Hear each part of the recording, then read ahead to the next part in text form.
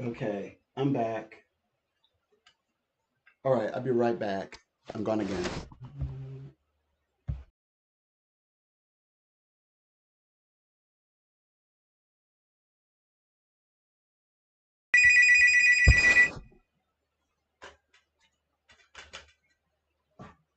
A pleasure. Donald here. Okay.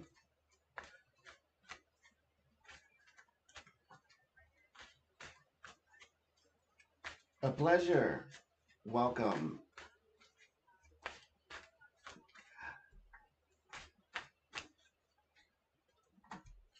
I I'm Donald. My pen is 4074. I'm one of the few psychics here, part of a team, and I utilize all of my gifts. I have all of my gifts from a very young age. So any gift that I need to utilize to get the answers, it's kind of like going to the doctor. Whatever the doctor needs, and there's tools you may not understand. All right. I don't even ask you any questions. I'm not even going to ask what we're going to talk about. I do ask that you focus on a general direction. So you have to generally give me in one word. You can give, it could be one word, but I like people to focus. Uh, okay, I could. That's all I need is their name then, and what you want to know. Okay, okay, right. Okay, I can go from there. That's all. It didn't even have to give me a name, but usually people do. So I'm just following what people usually do. Okay, so this is what I could see is this. Long as you know who you're talking about, the spirit world wants you to know this. They said that well, there are feelings, but it takes a long time for them to be expressed. Like they could be so like very too subtle sometimes. Sometimes it's a little confusing. It's like you have no problem sharing, like expressing your feelings. You're a little bit more straightforward. Okay, so he comes along and we're gonna listen to the spirit world, see what they say. So okay, so what I can see is he is very much like to himself. Right now he's been like alone or maybe a bachelor for quite some time, or he says felt that he's by himself, which has opened up the avenue where you're now standing right next to him, right at his side. So there's many practical reasons, energetic reasons why he will be attracted to you or why he's wanting to be around you, although he may not express that though, because the reading says he's having trouble really initiating that there are feelings, whatsoever. As we described earlier, we mentioned about having would give you actually mixed signals. That's why you must listen to the spirit world, what they've got to say, because they say things in the first minute and we forget. But the guys is letting us know that, he may just enjoy your company. Like I get the sense he may just be enjoying your company. You're just a really phenomenal spirit to be around. Mm, mm, right. Indeed. Well, they said he may just be enjoying your company in the sense of if you ever got invested with him, he may not actually make a move. He may not ever express his emotions that he may have. Is what we're illustrating. That's the illustration. Mm. Well, I think that the reading is pretty evident in this section that these are feelings that he because they go unexpressed. You may not get that from him that he had because you only may get the mixed feelings that and by that you may not really see any action in a sense speaking to the romantic way.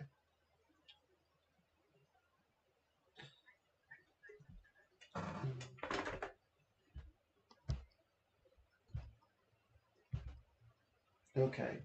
Now I'm gonna okay. That was a test reading. They're disgusting. Okay, but I've got some points to got things to share, so I'll be back.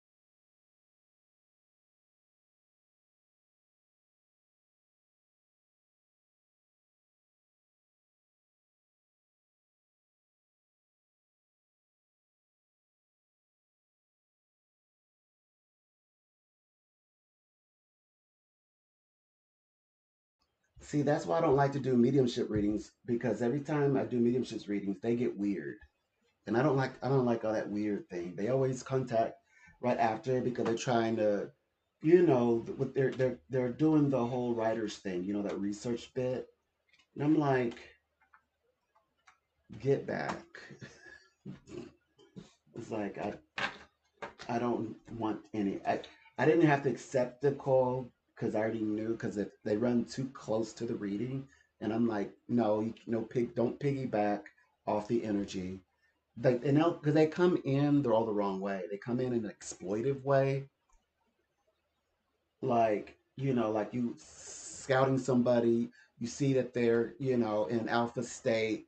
They just had a great conversation, and then you sneak in and you're smiling, and I'm like, get out of my face. So, so I hate it when they do that, but I've caught on to it, So anyway, that's why I came off a little aggressive in the conversation because I knew they weren't who they. But although the reading is, the way I work around it is that I just read them for real. Of course, I read everybody in a real way. Oh, by the way, so my married couple, they contacted me. Everything is going fine. It's a little challenging. They got their house, like their dream house. They're up in their years. So we're talking about like 70, 60. They had a baby, or 70 or something, 40. But anyway, they had a son. And also, their adult son is being challenging at the moment. Hasn't met the baby yet, and is like, "What about me?" Another baby. The son is like, "I want my inheritance," and we're like, "Wait a minute." They're still very much so, like there's a generation that's like, what I just want was owed me," for being born in this family, and they're like, but my clients are like healthy as a horse, right? They may have like 60, 70, but they are, or like late 60s, or, but they are healthy. Like they still are fertile, if you know what I mean. And the old ticker is a ticking, and they're like, so, I'm team parents. I'm like, do they realize that you're just fine? Like they're speaking to them like they're like, like 3 days to Mars. Killing me. I am finished with you. Like, no, they're not done. They're not done, hun. And then, of course, the readings are like, send them outside. They're adults. But you got an infant to raise. Baby just got here. Baby is 0. Oh, there's a most interesting thing about mathematics, about identity. Let me turn on the light. Okay, let me see. Um, one second. Y'all, I'm so sorry. I'm just now. It took me 45 minutes. Okay, I need to start getting ready earlier. My bad.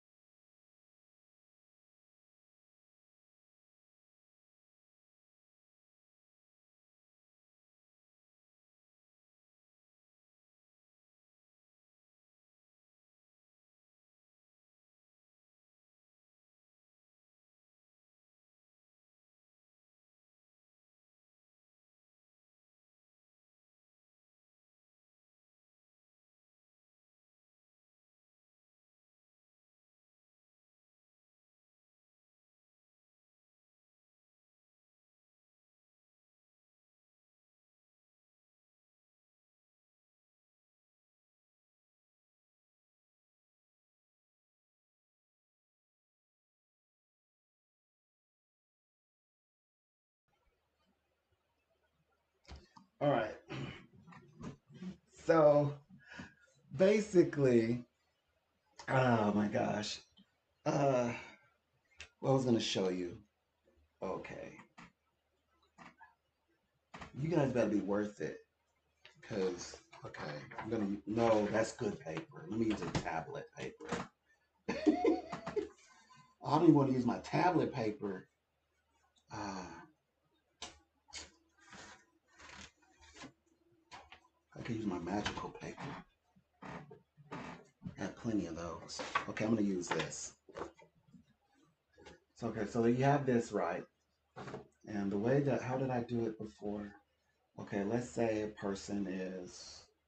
We're gonna use the ages of 20. Okay, age 20, and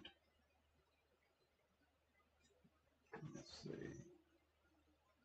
Make sure I do this right, because what's the point? uh,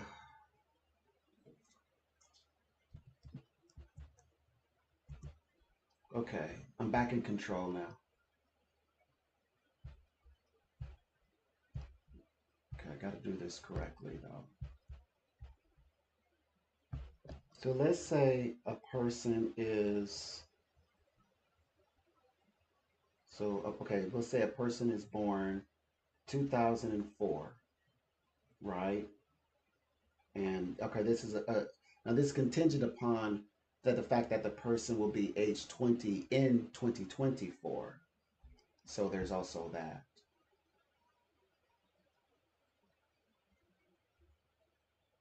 Hold on.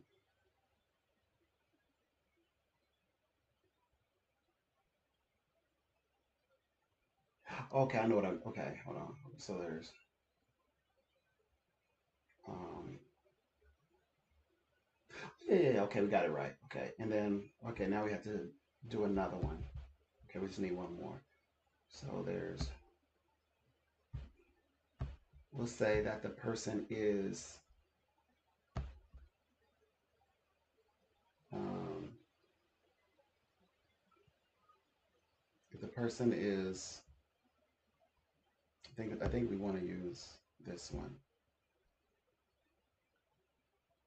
Okay, so if a person is just born, and it's 20, of course they're born 2024 versus, okay, so versus a person who just turned one. We're going to use different scenarios, people, and it's 2023. Okay, I just did a rough sketch. So here it goes. Here's the explanation. So if a person is 20 years of age, you know, right? So um, you add that age to their to the first two digits, which is going to be 24. So basically, it's like saying 20 plus 4, and then here is 0 plus 24. So this person's born this year, right? And then versus a person who was born the 23rd. Oh, I'm using 20. I should be using 2025. So this proves my point even more. So then one, they're be they're born in 2023. So you would just take 23 and add the one, which would be year 2024. So let's say if it's 20, so when it's 20, therefore, when it is 2025, it would be, um,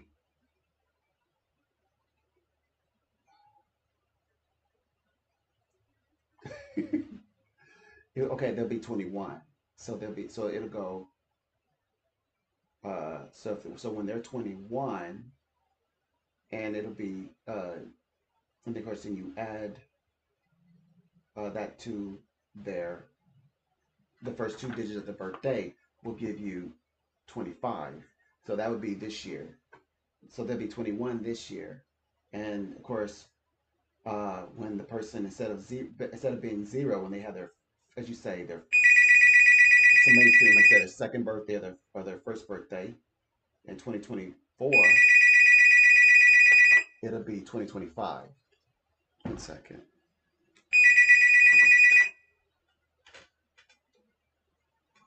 Donald here.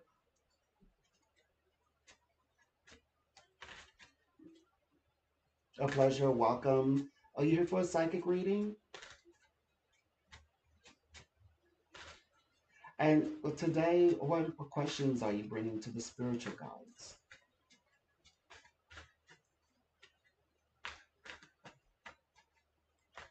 Okay.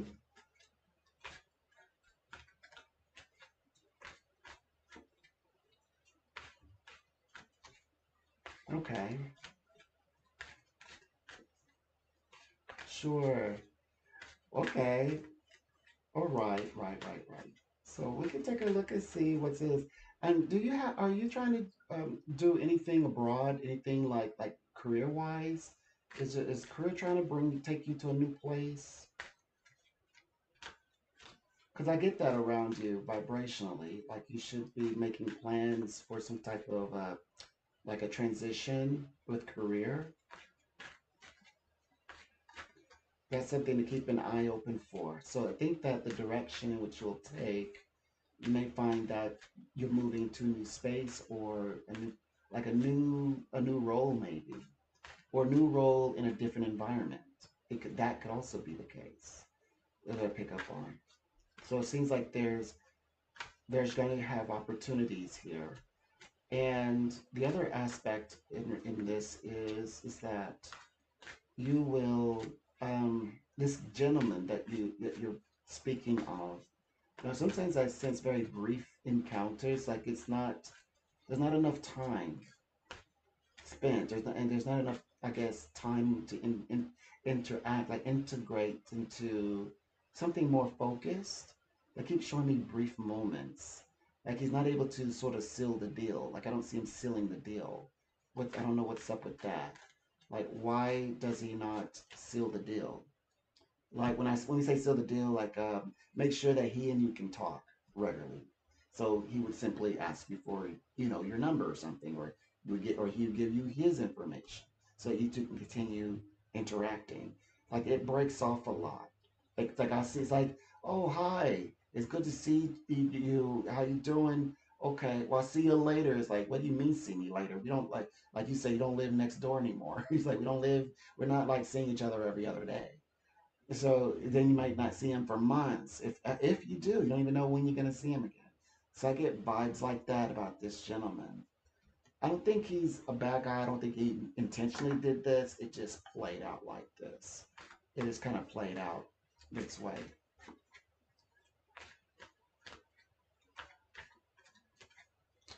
Mm, okay. Right. Right. So in the realms, they describe that. Um. Well, in passing, you both are really described as pretty much good at face value. You both really enjoy. It could be fun, exciting, but there's this in the plan. There's like interference, so I would probably say I don't know really when he and you like he will resurface or re-enter into your world again. In fact, the way that's illustrated is like out of sight, out of mind. It takes too long to manifest. You might say years because it might be translation as in this is so many years, and then if ever you two meet again, is that's along the lines. It's like always remembering the one from the past. Always like I remember the one that they say you're the one that got away. Someone from his past he should have connected with when the timing was presented. He didn't, and he's thinking that was a really nice person. Wished we had made more provisions for the present and hadn't. It's just moving way too slow. Way too much mental thought on this as well. That's the only thing. Other than that, you two are perfect. If you two ran into each other again, but I see that in terms of years. You're not speaking in terms of months. Like a surprise bump in, it's more like months out. like years out, like beyond a year. It's too it's too far away to to rest your hopes on. Realistically, is what they're saying. Be cautious of that. But if there is if there happens to be a practical way in which he does like link up with you or talk with you, you'll find that why is he seeming so interested now? Out of all this time and hadn't done anything, to show that he's that his interest, but now he's like just happy to hear, elated to hear be speaking with you, and that's because he never really gave it much thought. He didn't give it much thought. Mm. But there's many ways he can explain that. We're being kind of forward with it, but I think he's thinking, well, it was just so much happening at once, and I had to do this and that, had to seize the moment, opportunity wise, But he's saying it was not. I wanted like it was nothing that he didn't. He wanted more than to keep in contact with you. That's the way he'll explain it, which is very genuine, very real. That part very true. He does want to. He wanted to keep in contact. It's so many things are happening all at once. He's like, he better take what he can get now. And he kind of rushed forward into the to his, wherever direction he was moving towards. Like distance happened, but is what they're describing. Distance between the two of you would happen, and he wouldn't have the ability to really, or maybe the plan, kind of the way they described. They say it was on an intellectual level that he would not be able to kind of map things out in a way that would be more grounded between you.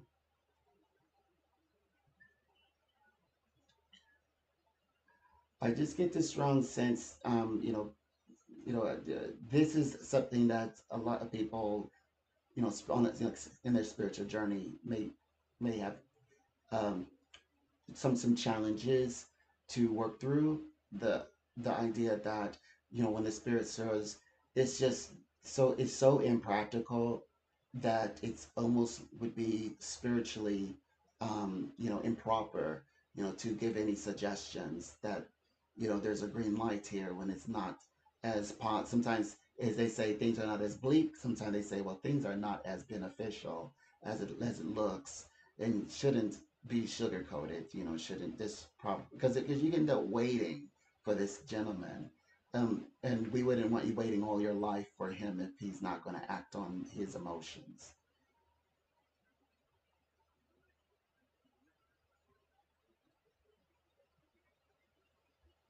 Right. Mm-hmm. Mm-hmm. Mm-hmm. Right. Indeed. Mm-hmm. Right.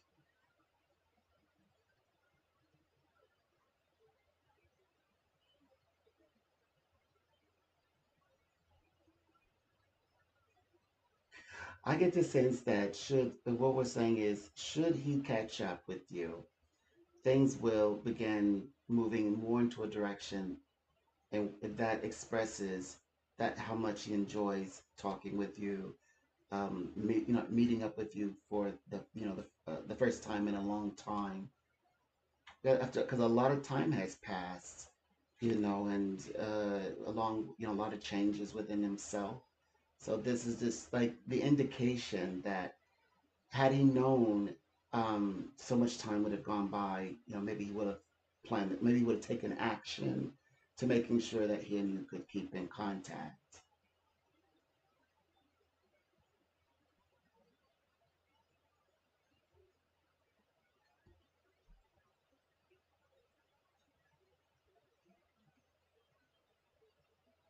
Indeed, in the if you want to say in that philosophical spiritual sense, as all routes lead to the one route ultimately.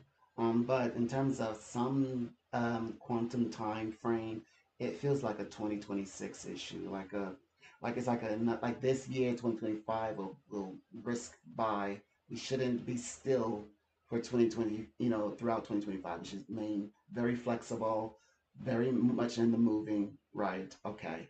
But perhaps 2026 is a time frame, because they did say, it's definitely beyond these months that they're describing, that for him to physically is once again have availability to you.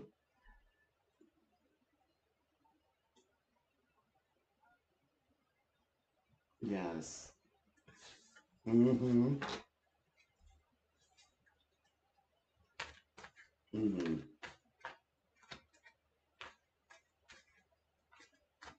Oh boy.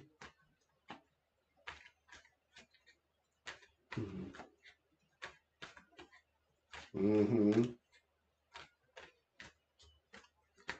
Right.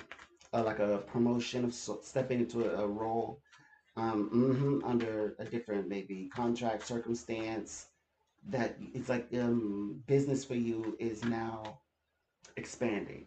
The expansion is happening.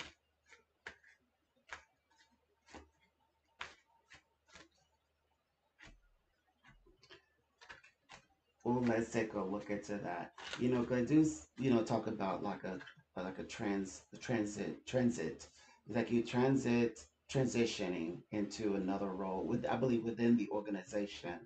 But sometimes I get the sense that like an environment, maybe it's the department, but I feel like something changes as well. Like there's change, like the scenery is changing. Is what I picked up on. And but this new space is supposed to grant you like the sense of promotion, because it's a space where you might find have like more responsibilities. More responsibilities come with more structures in place.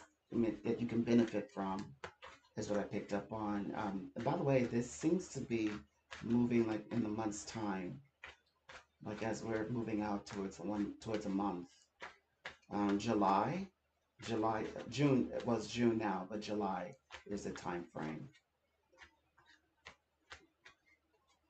Mm. Oh my.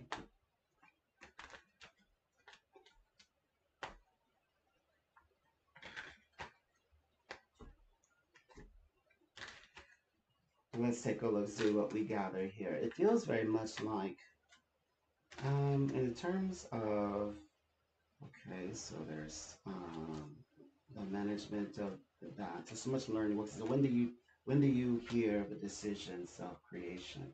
They said by the end of this month, by the end of June. So it might be yours might actually be more like 2 weeks and a half out. 2 weeks, about 2 weeks and a half. Because then you're given the opportunity to decide if you want to move forward with this. Of course, it feels very much straightforward, like there's no reason to say no. It's absolutely a yes, in this regard. It's a path that feels very much self created, um, and it's granted to you.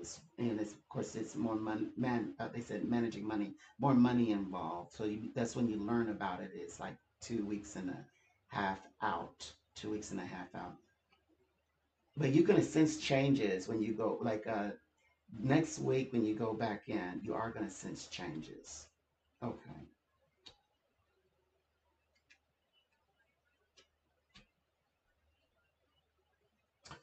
The spirit world says that, um, well, as you're growing, they said you're at the point of crossroads. I think that you're going to deal with, as you say, the management in a different way, that allows for you to be more at peace. So maybe it's not in a direct way.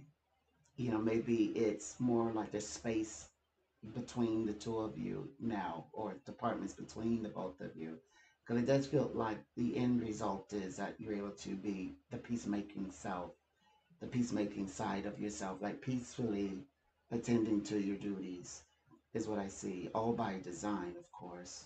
This is very much crafted, um, this role that I see you walking into. But whenever, as I'm reading this, I don't see her around as like in the context that she's around you now.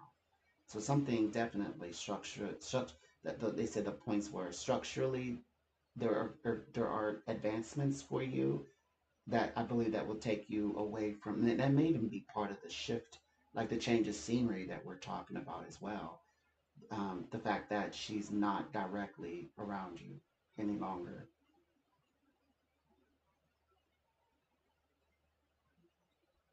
Mm, mm-hmm, mm-hmm.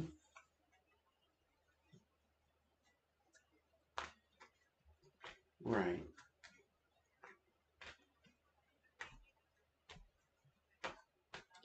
So what I can see in this realm is that you are going to open doors, and you're beginning to have the time to come up with some ideas that's going to make all the puzzles piece or like did you say move together, come together finally, in a way that it's created and it's very specific for a very specific reason. That means everything that's happening with you now, it's everything is meticulous, everything is intentional. It's because you they meant to create a role for you. They meant this role to be in your skill sets. It's meant to put you in a different in a structure and environment, and it's also where meant for you to succeed. Sometimes they can put us in roles we're not meant to ever succeed beyond a limit. That's a cap, right? Is what we could bring or earn. But I sense that this is meant to broaden yours. This is broadening your opportunities. That's what you have to look towards. This time is about you dealing with people. Also, people will either attract you or repel. I think that you're also repelling your, the management. I think you're repelling the management. That's a good thing, so that the good people can attract to you. It's like making room for people you're meant to attract. Hmm.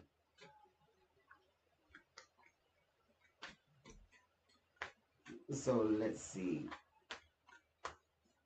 So what I could tell, what they have here, is that you will have this interesting space that will, it's like it's permitting you to, well, this year, to completely connect, like in the realm of companionship. My gosh, you were waiting on Venus to move into the right place. Well, now this is the time to think about like companionship, long-term partnerships. You're ready now for that, is what I can see. So it is a yes. However, the shedding light into this says in the month of, well, it's definitely as early as next week, but you know, we as people, we might wait till as you're feeling out July month and throughout the year, that love will find you, the type of companionship that you seek, that you're looking for. But right now, so much of your time has gone to other people. It's gone to management. We create a relationship with management. We're like breaking, putting some barriers between, so there's room to make the time to go to enjoy and participate in partnership, genuine, real partnership that is more like on the lines of intimacy, companionship. And so this is what is definitely next. Oh wow, your energy is pulled way too thin, but it's going to change in the month of July. Before August, you'll be in a relationship. August, you'll have a relationship going on by end of July, August. Hmm. Yep, absolutely. What time for South? Okay, good. Yes. Okay. Yeah, they hadn't let you. Okay. Oh boy. Another test read. Told him the truth.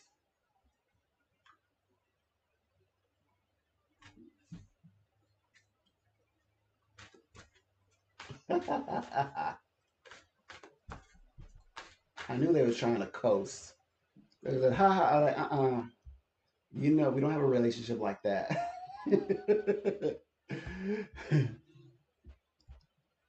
Yes, there are clients of mine, and we're like, hey,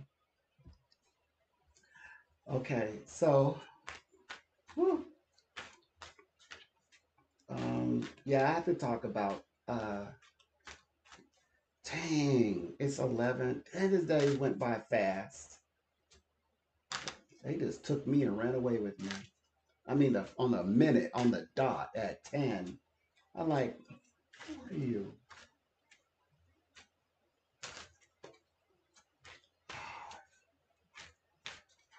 So now it's 11:13 my time. Okay, so here's the thing.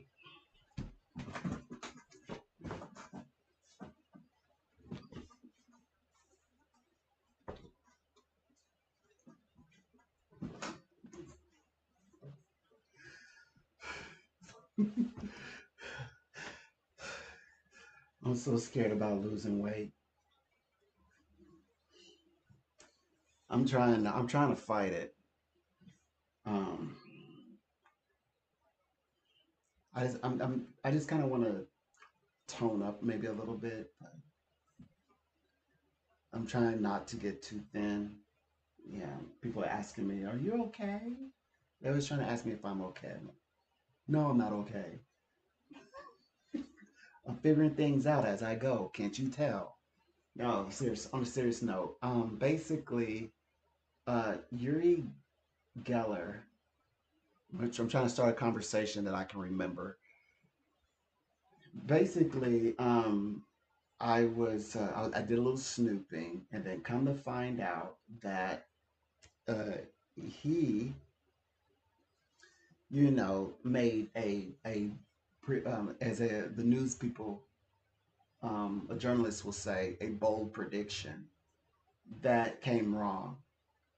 And what's interesting is, okay, so when I was very young, um, and I was becoming interested in the paranormal and the powers of the mind.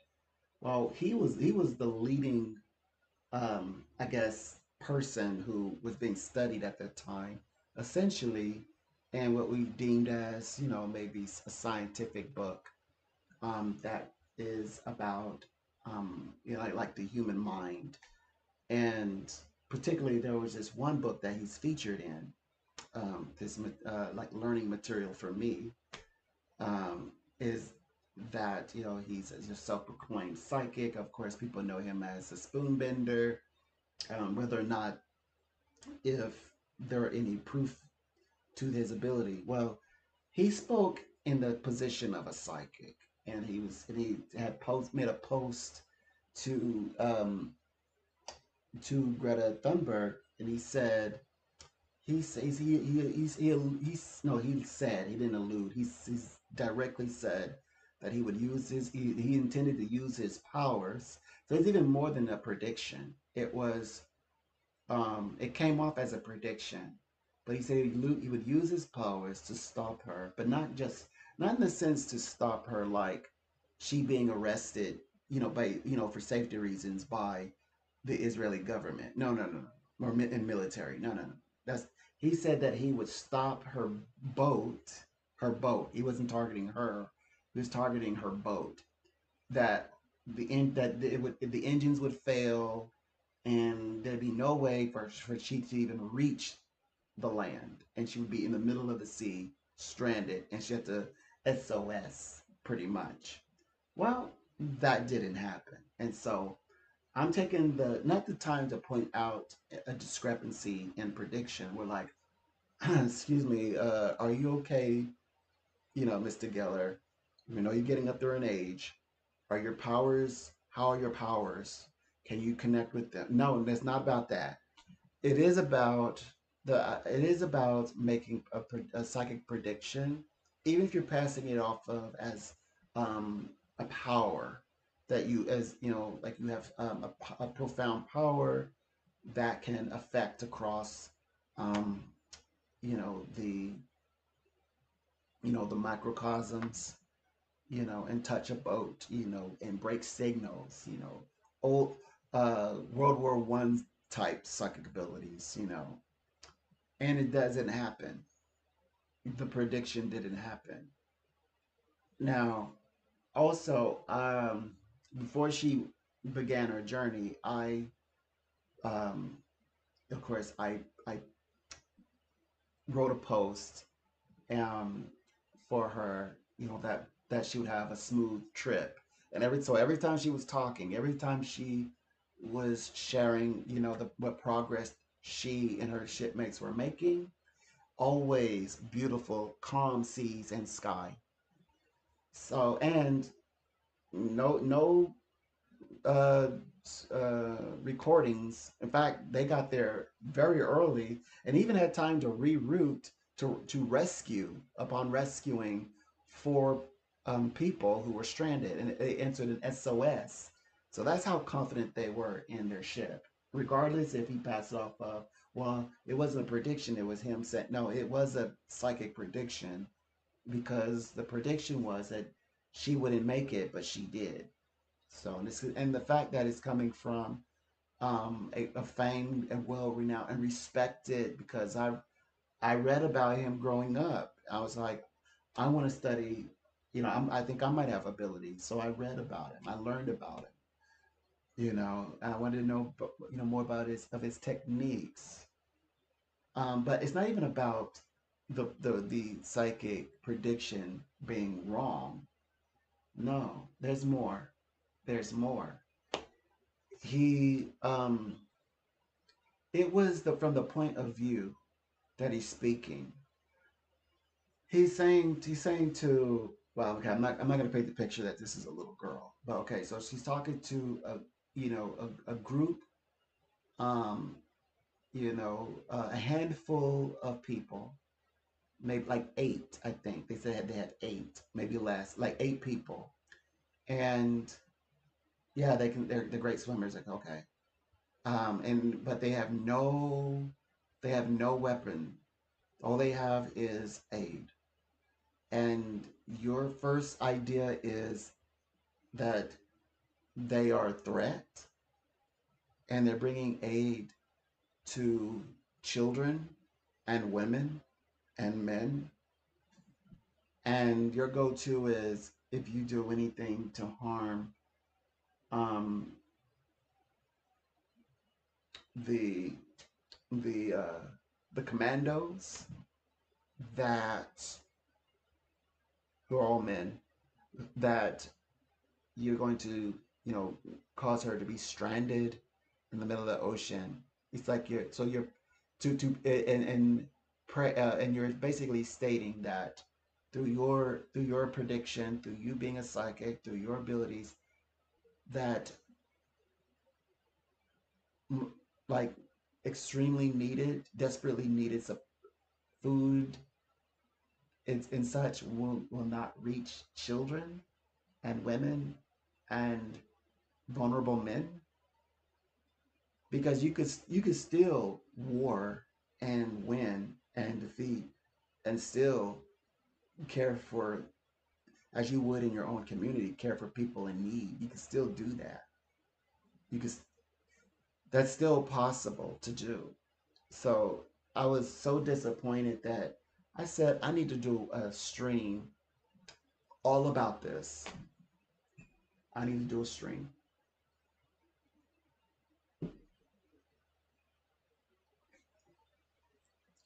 So that's what I'm doing. Kind of making sure that you know it's all in order, all in place. Mhm.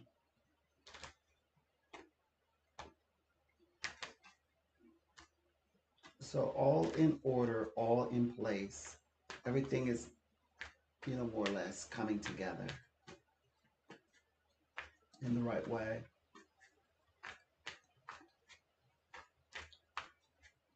Working to bring this, into one solid place.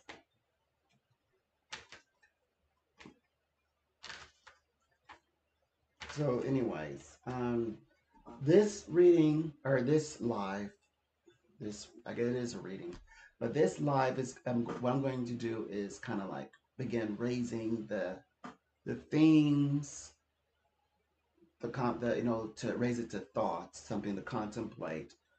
But I'm gonna do a few lives on this subject for a while. I'm gonna kind of hang out in this space. I think it's an, I think it's an important space to think, considering I know for a fact we have young ones. One second.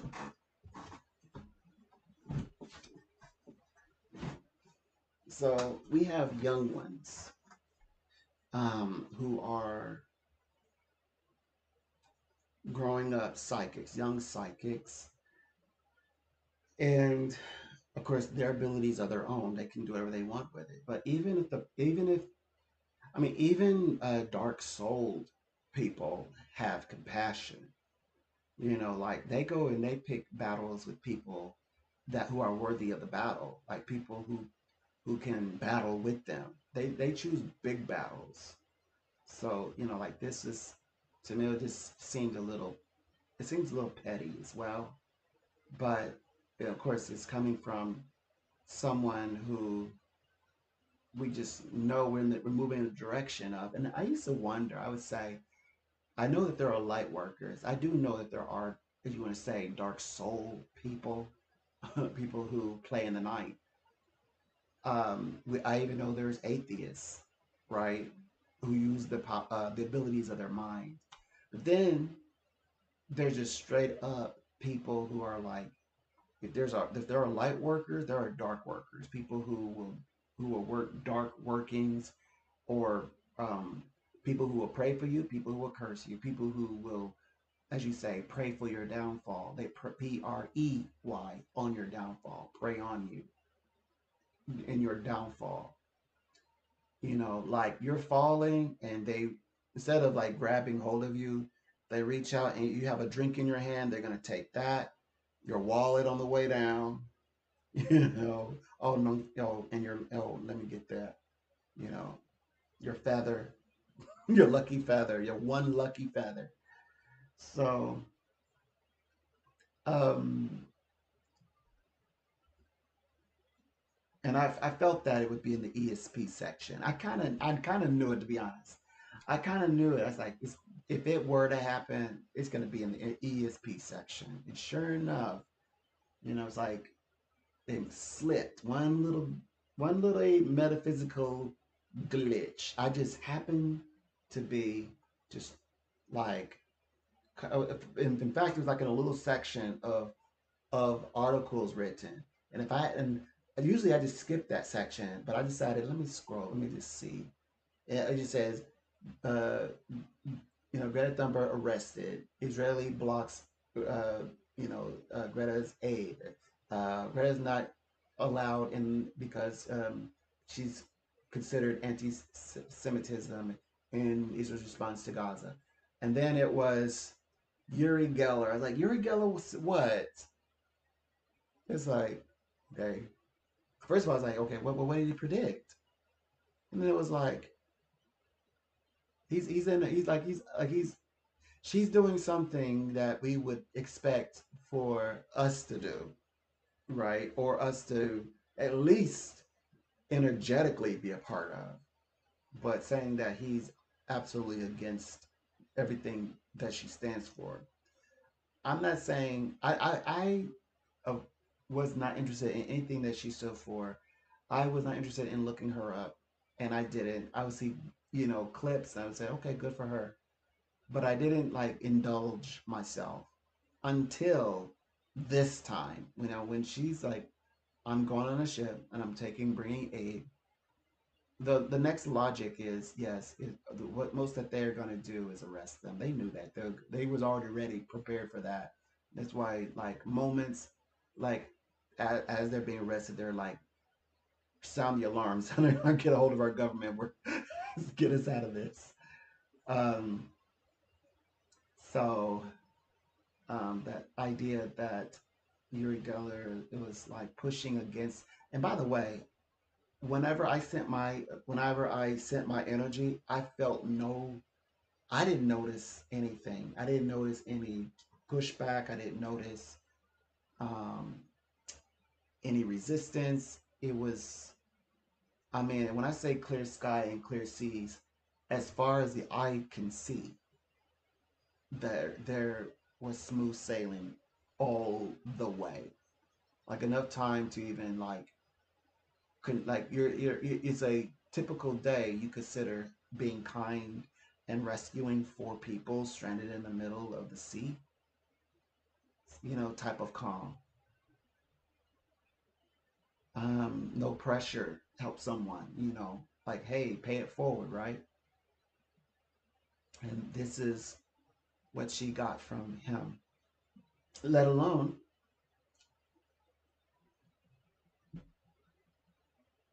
one second.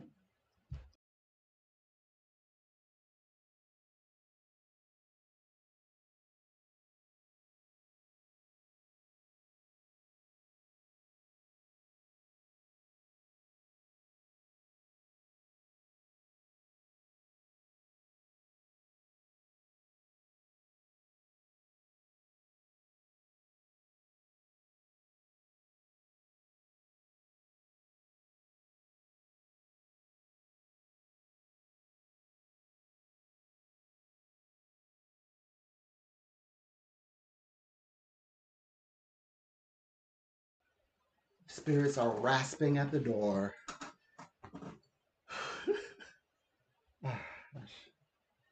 Those spirits are like, knock, knock, knock, knock, knock. Tap, tap, tap, tap, tap.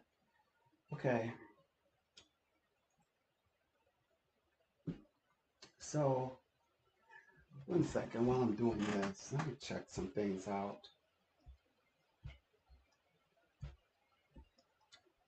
Um, yeah, I wanted to check out Uri Geller to see like what's going on in his mind, and what type of person. Well, it was just a shocker because I know he didn't.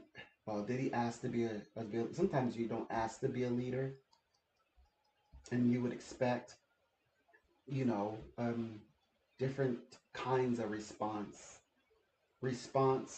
types of response, um, that is befitting to someone who is, if you claim to have abilities, then are you actually helping someone with your abilities? Do you have the power? Do you have that ability to actually help someone? So that's what I was more or less, I guess, on about. This is what I'm stressing, and wanted to take time to focus, hone in on this. I think it's so important to talk about. So that's why I'm bringing this kind of like wanting to bring.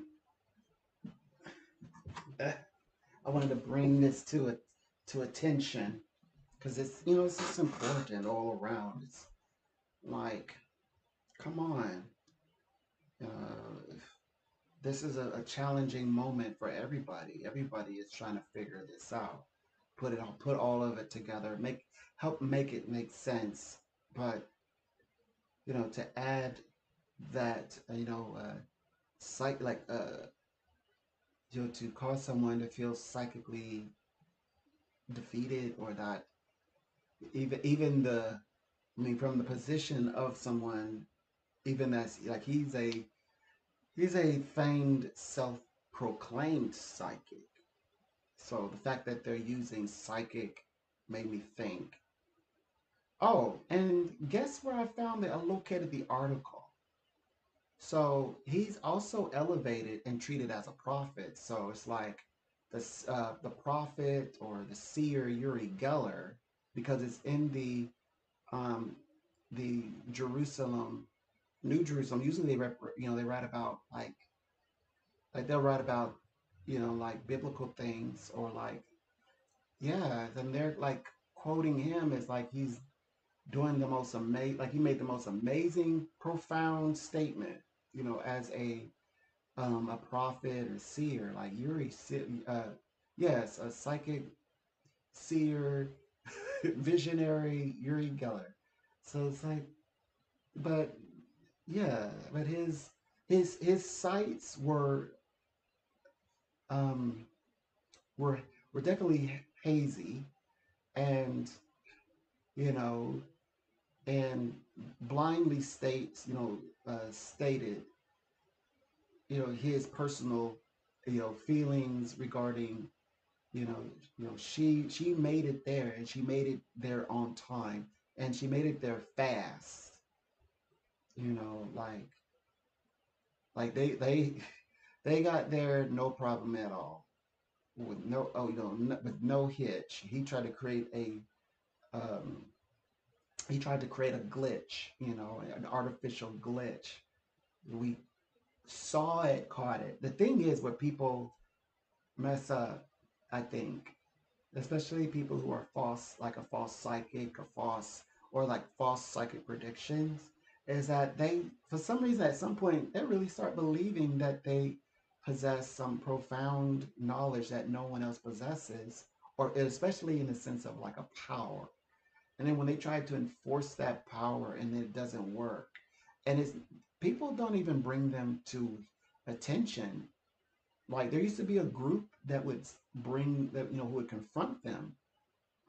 Yeah, this that group I think has I think their time has. I'm pretty maybe they're research. No, have they? Because actually we do have psychics right now who are in front and center, or who are thriving, doing quite well. And I have not like the um, the James Randi individuals, personalities, that group, like the scientific community, the speculators, people of speculation, the theorists have not taken up this mantle again for years. I guess they kind of like, the psychics are no fun. They've stopped trying. No, they're no longer trying to win our money, because if you ever prove that you have abilities, they will compensate you, but you have to allow them to set the tests. And so far, um, our abilities have not fared well in tested environments. Even when I read the files from the FBI, the FBI released files on ESP, remote viewing. Even their hits were in the high percentile, but it's not high enough. It's not definitive enough. And you could say that, yeah, they have branches and sections where this is allowed to be studied. They take it serious. It works, but it's kind of like tricks. Once you discover the trick, okay. So I'm a psychic, and I have a very high percentage for being in my accuracy. The only ones who are truly, genuinely excited are the ones who's receiving the gifts. Then there's a group that's more like who just want the rush of seeing something supernatural, something strange.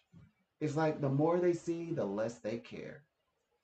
Like they eventually they move away from the fact that you're literally speaking to them about an entire life subject, and you've only been like, and you're doing all the talking because you're not they're not going to give you any information. And I received such a call today. They were like, "Well, what do you need?" I don't want to give. I was like, "Yeah, I don't ask for birthdays. I don't ask for any information. In fact, I didn't even need to ask the name. I just want you to know who you're talking about, so that you stay focused to the reading and don't hit on me. You only hear my voice. You don't even know what I look. Well, I have a nice photo up there, but anyway. So past that, they made it where that was a test call. They made it very weird. Now, if they were like test calls, just kind of get a sense of my personality and how to market me, that's good. But during these sessions with them, test calling, it doesn't give me that impression that it's not like an interview where they're like, we just want to, gauge like what we can write about you and market you. I like to market me, the best people to market you are people who actually like you and who support you. And I don't get that feeling. Like they give me like an off feeling, like you were like somebody who was sitting there, like if you were to travel and you meet a kind person who maybe lives there, you're like, oh, and then that person sees you for a moment, like break concentration of your surroundings, and then they sneak up. They're sneaking. Sometimes, like I'm at the part where like my peripheral is aware. I'm awareness, and I'm like, hey, and they're like, uh, just joking, seeing if you were awake. They're like, you don't even know me like that to play with, like, see if I'm awake. What are you talking about? Like, on some New York type.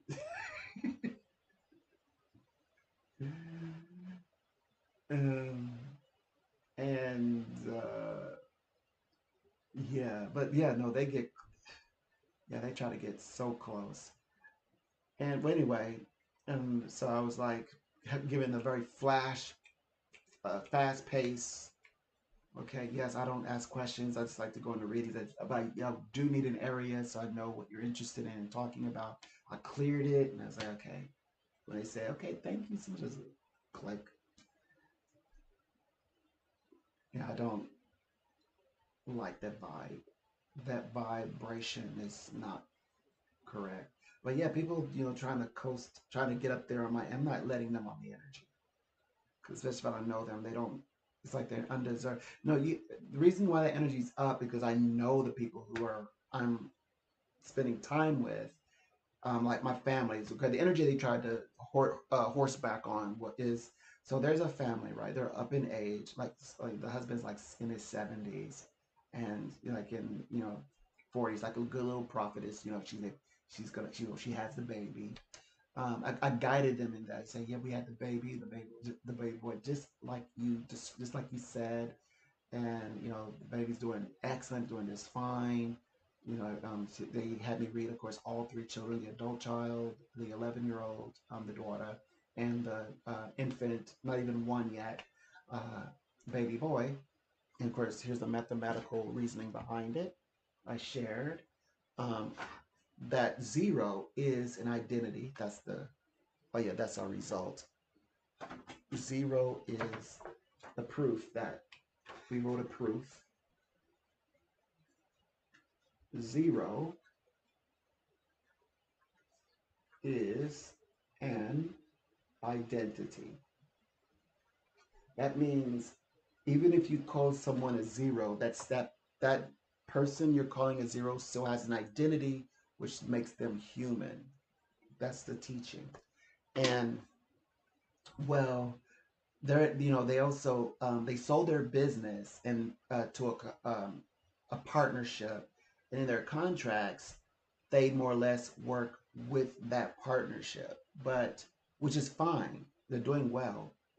Of course, it's their dream house. Their dream house is a pretty coin, and so they kind of like interested in making more money. She forgot one of the predictions is that she's supposed to create a business, like another business, something that she herself wanted to do, one that her husband would align with her on and help her with. So they want to. I think they're so used to working for themselves now. Work even if they once upon a time owned this business, they sold it to another, and in the contract they are now working with that company. They still want to work for themselves. They want something that's their own, even at their ages. So that's what I'm telling people. The oldest son has takes issue with this, is saying, like, why y'all doing this, is because he's thinking, okay, you guys gonna be, like, I'll be attending both of your funerals soon, so go ahead and set me up, get me to where I can get my inheritance, and a lot of people, by the way, I've had a few of these types of calls, even in America, so don't even try it. I'm talking about universally, like there are, like, and this would, of course, like you would think this must be the first child, yeah. The daughter and the son, I bet, are gonna have a little bit more compassion, a lot more compassion. Because I actually, she had allowed me to read both of them today, so different response. Like she's like university bound, brilliant in the mind. The young one, the baby, is like surrounded with success, in a high vibration in the dream home, so the dream life, growing up, full of house full of love. Also, I did a mediumship reading for this a beautiful married couple, and I told them these things. They're like, I was. They said they the sense that I described, which is coffee and tobacco or cigar smoke. Always also they was like open the window and things like that around these spaces. They said yes, and I always thought it was next door the chimney. They was wondering, say, hey, how are they? How is it the chimney when it's hot? Like it's not the weather for turning, for igniting a fire. It's chimneys. Like it didn't make any sense. They said now they understand why that is. So yes, but uh, yeah. So so all of that. So anyways, so you imagine that conversation. So they're elevated, right? They have so far they've gotten everything their wish could grant them. Um, and now to like the got the cherry it comes with a cherry, which is their own business, little side business for kind of keep her busy herself. Um, so yeah, they were trying to piggyback on that, and I was like, I wasn't having it. It's like, no, no, no, stay away. I don't feel comfortable with their energy, not yours particularly. But if I don't feel comfortable with their energy, why on earth am I going to attach them to an energy that is meant to be elevated? That's the time they try to come. They try to, the energy's elevating. They try to, but I'm always like, I'm also the guardian. Okay, because the guardian that I'm like security. I'm like, hey, stop. Back, stay behind the ropes. So, yeah, I'm protecting my assets. I need them to stay calm. Hmm. So that is how the readings have been going today. That's how everything went. I think I kind of threw everybody off because I had to. It took me a few tries to get on, and it was like I guess on the back end it was still trying to process, and I had to create another stream, and then all the streams happened, and so the original stream I accidentally pushed start and then stop, and then it processed, and I couldn't retrieve it again. I think I was so close to getting here at like 10 o'clock sharp. I was fighting for dear life, and I was that close. It's just that I got trigger happy. That's why, yeah, it bumped me over 10 a.m. Anyway, I'm gonna try again. Don't worry, I'll try again. And of course, the phone rang at 10 o'clock a.m. my time sharp. Hmm. Yes. Oh. So what's the teaching? I feel like there's a teaching here. Yes, I don't want our young psychics, upcoming psychics, um, to not be themselves. Even if they are dark. But I've traveled a dark path. I don't like to admit it. Okay, I traveled a dark path. I've also traveled with dark soul people. That's why I know that if you're a light soul person and you like, I'm gonna okay, let people do what they want to do, and you travel with dark soul people. You're they may not be able to change you dark, or like when I say dark, I mean evil. Change you dark soul to then evil, or and deranged and desperate and all the D ones, degenerate, spiritual degenerate. Um, they may not be able to do that to you, but they will try to. Eventually, they'll start targeting you. So it doesn't work. To like be nice to them. Let them like people come and go. Let them come and go. No, that doesn't work. So eventually, they'll start looking like what they call like looking you up and sizing you up eventually. But anyway, no. Regardless, if you're a dark soul, still, having compassion of sorts. Like I believe that you can go to battle, go to war, defend yourself, but you can also protect. You can protect, and you can like manage, you know, things like that. What they could have did is they could take the boat, everybody, their crew in. Talk about Greta Thunberg. They could take the boat. They could, ask them, take them in custody, but then ask them if they, okay, do they need any medical attention? How was the trip?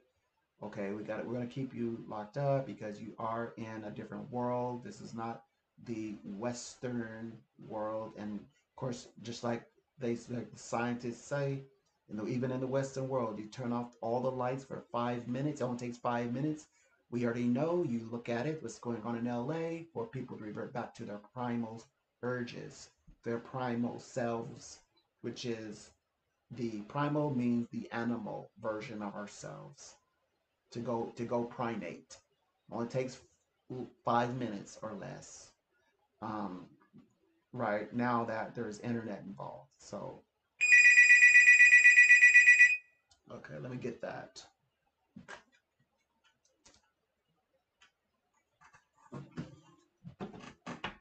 A pleasure. Welcome, Donald here.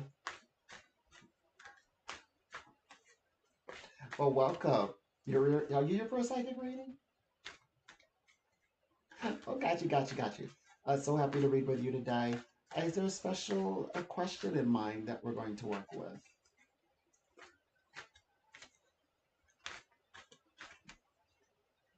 Oh no.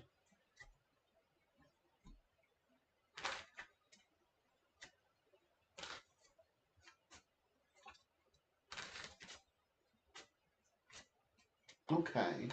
Well, let's take a look and see what we gather here. Now, we are in the final week of like magnetism. And what I've noticed or taken notice is that there are instances where people are actually being repelled. So there's so we need to know which one is he. Is he the one that's being like magnetized to you or repelled from you? So we're gonna look at the spiritually and the emotional empathic realm. They say, well, there is an interference in his and your, by the way, serious relationship. This is considered a mature relationship, and the reasoning behind, well, what the interference is a lot of the is all it always comes with what they call like stipulations. It's always dependent upon maybe something coming from himself. It's like you both kind of have to eye the teamwork, in other words, which if one team member fails or misses, then that affects the entire team, right? So it's he as your partner, you're affected by his conscious results, his thoughts, his actions. Yeah, he is definitely transitioning. Oh boy, there's some lovers elements. Okay, first of all, he's very one-sided when it comes to the relationship with you. He's like my territory. I do what I want. He doesn't make real consideration for both of you in the relationship. So he's being one-sided, but also taking up a lover. There's a lover situation going on here. So what he might do is they said that he okay. Now this is a bit tricky, and it kind of goes into the deep end a little bit. He's It's as though he's open to maybe having a special type of friendship. Of course, you say I'm not looking for that type of relationship. I want a commitment. I would say he's not interested in making it. He's okay with it remaining as is, but he's still very much attracted to you, and he still would want, like, he would want the benefits of a relationship, but maybe not the label that comes with and the responsibility that comes with being in a relationship together. He may not offer that, is what I can see so far. Oh, by the way, they keep talking about a lover. There's a secret love situation. Okay, so he would be private with you, like maybe sometimes like a hookup. I hate to say it that way. Excuse my language, but like a hookup. But then, not saying that you want that either. But he'd also would want that. Oh, he wants to be able to see other people, like have a secret love. So like getting involved with him means he's also seeing. You come to notice he's seeing someone else. And I mean, seeing someone else, he's intimately involved with another person. Because he says open relationship these days. He's going to try open dating, or that's what he's going to try to do now. That's what he's going to do this middle of the year, mid year. Um, so they this last two pieces they describe a relationship in which it's going. You might find that he's it kind of comes across as wanting far less than he originally had, because maybe originally he invited the idea of like something that's long term or a lasting relationship, but now his ideas have changed. Now he's saying that like instead of the person in the past who wanted, to commitment and to be like determined to be, devoted to one person. Now he's saying he's just going to, explore and find himself, and which means he's going to be involved with other people throughout the year, and whatever life guides him, he's willing to accept that. And if you say, well, is he considering what does it mean for he and you? He may say, that that you two are being not together. This helps him to promote more of this new exchange coming in. To the ability to see another, another person as a potential encounter. Is what they're saying. Just what he's described here, coming across as he mentions the pathway of the lovers, like he's finding lovers is how they illustrate this. So he may not show interests, because I think that he's in real time, he's thinking, this is something that you don't want, and you don't want this to be a part of your life. And you wouldn't mind him coming back if he come back whole himself and says that he wants exclusivity and exclusively a relationship. Maybe you bring him back into your world. And he's very much aware that that most likely what the statement is going to be. That's, of course, he's saying that's not him today. That's not what he's doing in the moment. Doesn't describe his situation at all. You know to to become exclusive in a relationship, even, although it's with you. Though he still very much thinks of you still, um, and which makes us think that, well, is he going to be the one to reach out? Like, when will he reach out? I don't get the sense that you're going to hear from him, at least not anytime soon. I'm not getting a vibe that right now that he's trying to open up the communication. Like, you probably won't hear from him, and weeks can go by, as far as I can tell. Like 22 days go by and you've not heard from him, and you're like, well, not. What is he doing now that's keeping him from reaching out? But they're saying that if though it was an option, you swear that he's like, oh, like nothing happened. He wants to say hi and meet and laugh, and you're like, wait, what? We're not there yet. We're not there anymore. Like, what happened to us? Like, he's laughing, like, oh, it's so nice to see you and hear from you again. It's the weirdest thing.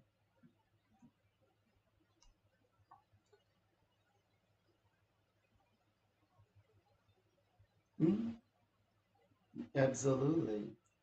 Absolutely. It describes that, when the first minute, they opened up with both of you in this, very mature relationship, serious relationship. And, of course, there's the interference, something, there was curiosities on his side that became disruptive, and he wanted to explore those options, quite not ready to settle into total exclusivity, as in for the rest of his life. So he is opting out of that path by simply disengaging the relationship, shared with you, in order to achieve the nature of open relationships and open dating. um, and it feels very much that he kind of always had like the door kind of like ajar, so that if anything starts to go wrong, he can step right out through it.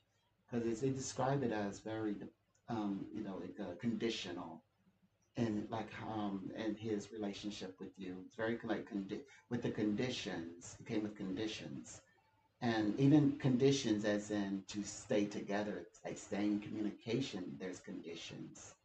It's something that you might find it's not mutual, it's not mutually beneficial the way that he would have contact with you. For instance, and the easiest one that you can point out right now, by he not reaching out, okay, but it doesn't mean that you two can't interact. Then you're like, well, like you're expected to reach out. Like, what does that even mean? I'm not going to do that. You're saying he usually the one who reaches out and and strives and makes this work between he and you. And that's the condition, is based on whether or not he reaches out or no. And then of course, if you two even get together, then it's conditional again. It's like you had to open the door. It's like before he even knocks, and that doesn't make any sense, because that's, well, shouldn't he want this as much as yourself? So then there's that block right there. Well, it seems to me that you're experiencing a breakup, like when it's a breakup, and then you have to experience what is called a breakthrough. So you both are broken up, but now it's a breakthrough. You're breaking through a very difficult situation. Um, you know, s- and- well, because in the spiritual context, I find that it's very complicated and very difficult for for us to work through breakups, because we don't understand from a psychic's point of view why that person is choosing or elected to walk away from something so beautiful, right? Because psychics spirituality usually talks about relationships at work that are phenomenal, right? Everything was great until it wasn't. What happened? That's why you're here. So this breakthrough is also seeing that though he does not want to come back into a formal relationship, or like a structural relationship, that this still is like, there's life in which you still have to consider living. You have to, yes, you're not adopting what's favorable for him, but you do have to take something from this experience, and that is the breakthrough. And you may not be ready for that just yet. You may still be resolving this matter, like what's going on with him. Why has he not reached out? Why has he gone MIA or dark? Why is he not reaching out? In other words, yes, sometimes you know um, people have not grown up yet. That's true. Okay.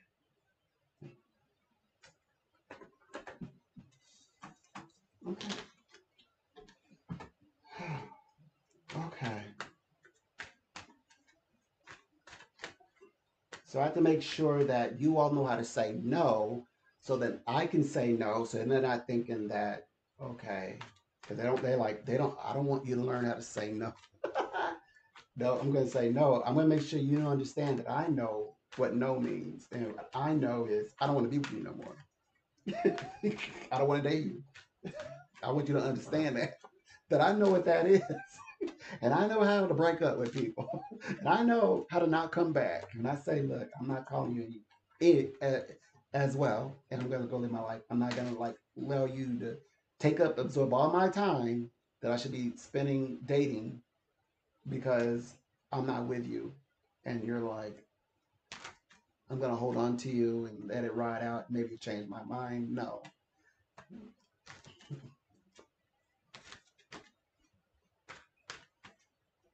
So,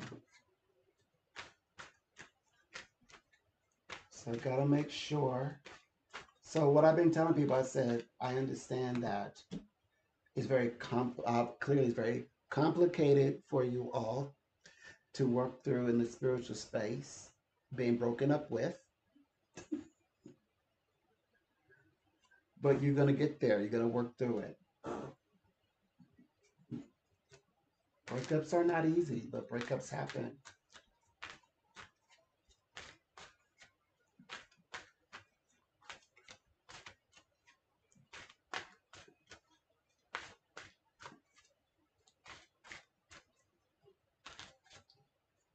Okay.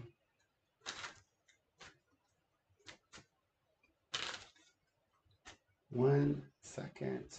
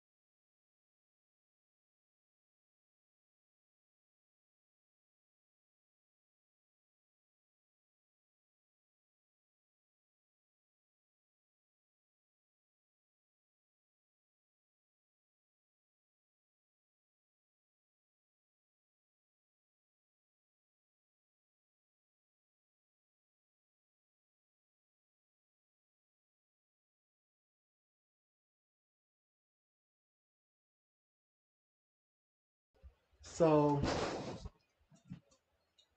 that's why I'm taking a look at this entire situation, like you is because young people definitely like incoming inbound like psychics, the next upcoming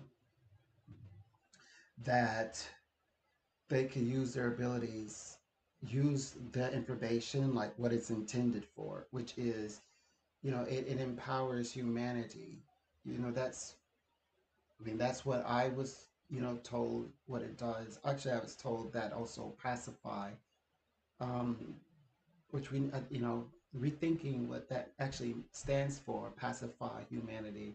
Yes, be there to support humanity. That's what it means. Pacify, support, nurture humanity. That's the context of what psychics, well, mature psychics when they as they're becoming adults do. Yes, psychics also support when like defending oneself, protecting oneself, but also psychics protect people, groups of people, because you know a wise person can distinguish between someone who is vulnerable from somebody who is your enemy, your adversary. There is an adversary. It's a group of people. There is an adversary. Of course, we're talking about communities of people. So yes, there are people with certain misunderstanding. Anytime someone's livelihood is threatened, just like in the just because there's things going on in LA doesn't make although that there are Latinos, right? But you can't state that all Latinos must be iced.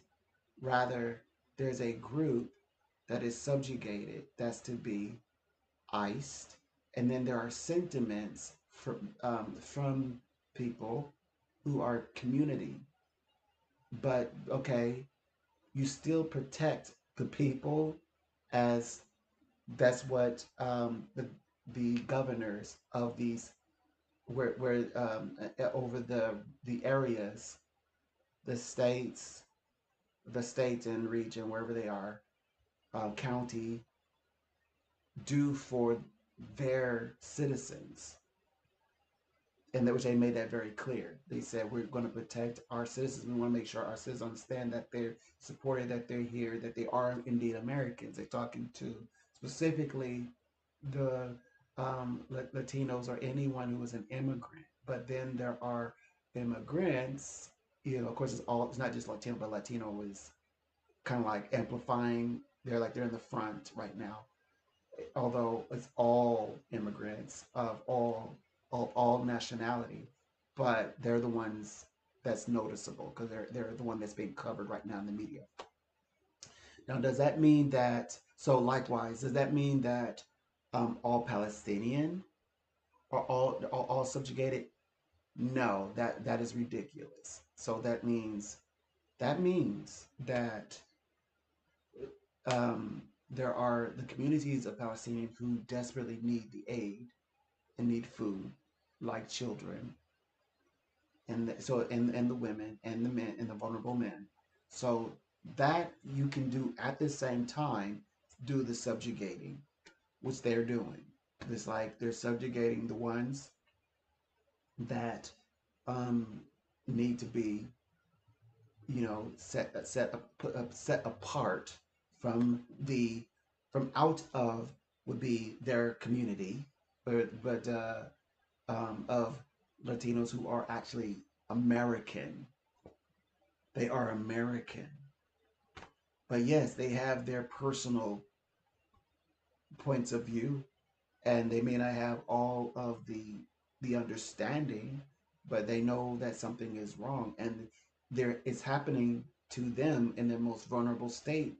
So they are reacting just like Palestinian. They're in the community are going to react to what's happening around them because it is affecting them.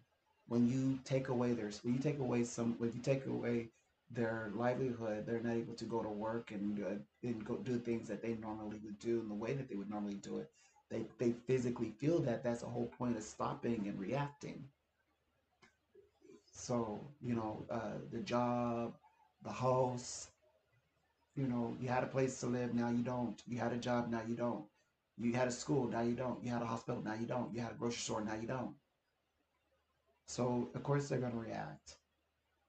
That's what you do when your world, your reality is broken, shaken.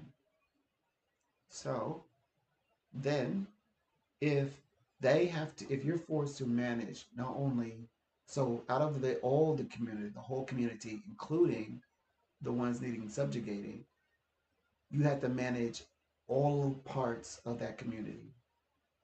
Of course, now we're talking now, considering if one is American, you're dealing with uh, groups of nationalities. That means you're dealing with groups of peoples. Okay, in the Gaza situation, it's one people, one group of people. Okay, the nationality, Gazian, Palestinian. You're having to root out the ones needing subjugating, and but you're so in your quest to doing so, and you be supported in every way to do so, because by doing this, you're also protecting the Palestinian people. We know the ones needing subjugating. I'm not saying their name, Hamas. Now I'm sitting now. There you go. Are keeping they're harming the people who are Palestinian, just like, well, we could say that immigration in from I can't speak for this, but what I've been told.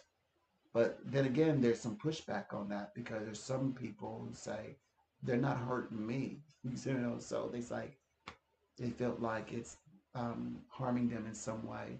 Even people of the nationality of immigrants being subjugated, the community themselves are saying, "Hey, let's take a look at this."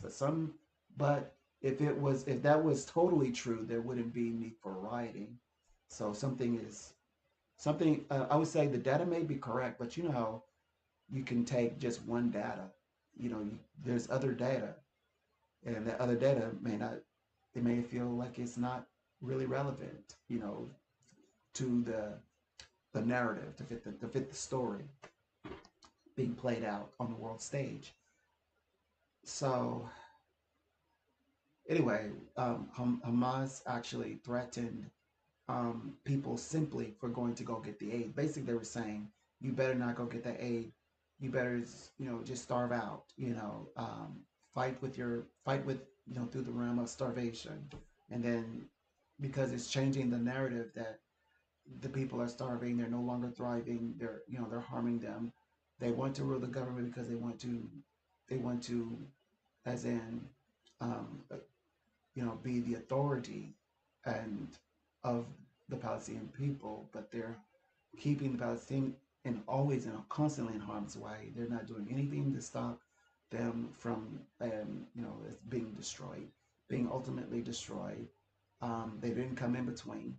It's not even about fighting. It's more like they're fighting only for themselves, and they would divert the aid to themselves, to the army, and not the people. So it's not you think of oh, the romantic stories of mercenaries making sacrifice and get aid to people. Okay, but then there's mercenaries that's about, those are brutal mercenaries, and they only looking out for themselves out of greed, and they want to rule and reign over the people with an iron fist, and people underneath their heel, and they diverted. First of all, they were in charge of the aid, and so that's how they were diverting it. So Gaza had to come up with they had to create another organizations. That's what Greta and Thunberg and her team were doing. We're coming up apart from Hamas's ability to have any impact or influence on that aid reaching Palestinian lives, not the ones who are placing Palestinian people in harm's way. Um, so there's that. And that is Semitic because they all are Semitic. Israel is Semitic, Palestinians are Semitic. In fact, they grew up together from day one since they entered into the land of Canaan together. They've been there together. DNA says so. The archaeologists say so. The genealogists also found five remains that say so. And they've, these times, more modern times, they've had, these hardships, but in the past, they've, granted that land, but if you say through natural, um, natural selection or biblically, have strived side by side. Well, yes, we know what happened. Humanity discovered differences, and that's okay. It must be important because it's a thing, it's global, it's a science, so it must on some level we must need it. We just when does it begin to actually serve all of humanity, not just one side of humanity or group of people to discriminate? Anyway, um,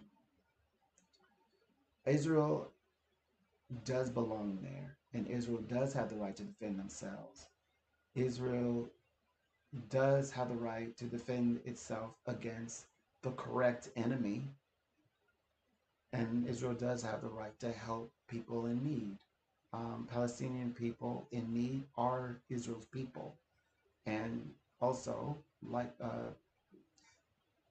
Israel is Palestinians' people. They are. They're each other's people. They're brothers, companions, and partners in relationship.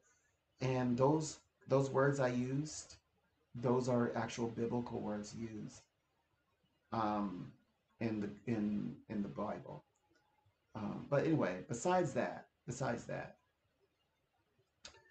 so um, I think we've reached the inside of. So okay, so there's prophet and seer, obviously Uri Geller, who I believe it's the well, I don't have it, but the new is the Israel uh, journalist. It's a big paper, kind of like a blog, and they're presenting him in this picture. Well, anyway, we're kind of on the inside where we can now really take a hard look at what what do these prophets, seers, visionaries, like what's on their mind and what do they think will happen and what are their personal views. We are on the inside, we can see that now, but we also see that their prophecies or psychic predictions unraveling. We can see them unraveling, not revealing, like mysteries being unraveled. There are no mysteries because there are no real predictions here. In fact, no sight, no seer. And so we're going more into this space. Yeah, so it's gonna get real, not so nice, because it's kind of like you're about to challenge um, a standard that has not really been challenged because although that this was broadcast likened to the prophet, the seer, said like self-proclaimed psychic Uri Geller, they're not going to take account when they're wrong, and that's what keeps catching my eye is that they're never called to task. There's people who literally hate talking to me, but and they although they hate talking to me, they do, and we're talking about their lives. Not even out of ego, they say, no, that's not. I mean, no, that's not me. Some people do that. Of all, like Eric, some people do that. That's not me, but it is totally them. But that was when we were being toxic, like before the 18th. Like 18th is like payback. Like universe was like, Mother Nature like rejected that. Like this is not natural. And of course, we now we're kind of like evening out. But no one is says to me, they like some people, hate being. They seem like to tone like they hate. Like there was no other place you could have gone. You literally dialed in to pay for to speak to someone you don't like. That isn't why. Why would you want to do that? To each their own. Um. So, anyways, um, they're not saying you're wrong. They will argue, but they're arguing over the idea that they feel, like they're being called out. It's like, what are you being called out for when this is a healing space? Like painting pictures that don't exist from out of your imaginations. This is to uplift, obviously to give you answers you need to move on and transcend. So, um, so anyways, this keeps cat these things types of things, and what really caught my eye the fact that it's Uri Geller, somebody, a bit of an admiration of my, like before I found that article, they would say, well, who were some of your like people who set you on this path to want to seek? And yes, I would have said Uri Geller. I actually have to still say Uri Geller. I can't take away from what the inspirations that he's provided, like a doorway, to exploring where my curiosities lie in things unknown. Um, he's excellent in that space. Excellent work in the past, to sort of give me some bridge because it was the bridge was definitely not clear in the beginning. Um, and I'm so lucky that he allowed, I guess people of like the science community to observe him under those types of conditions. But and of course, then you have to realize, like, aren't we all human? Haven't I made mistakes? Or what people might, even if I don't think they're mistakes, people may deem them as mistakes, maybe misspoke on something, maybe rushed in. I've rushed in a few times, like uh, guns a blazing. I've done that. Being an Aries, going headfirst into things. So he pulled one of my stunts. I'm very much, especially if I'm defending someone and they're like, "Whoa, relax. Yeah, this is a friend." I'm like, we joke around a lot. Like, oh, and you definitely set the trend for now a person you're just meeting, and you're like trying to smooth it over. Oh well, that's my friend too, and I just look after them, and I'm just a bit protective.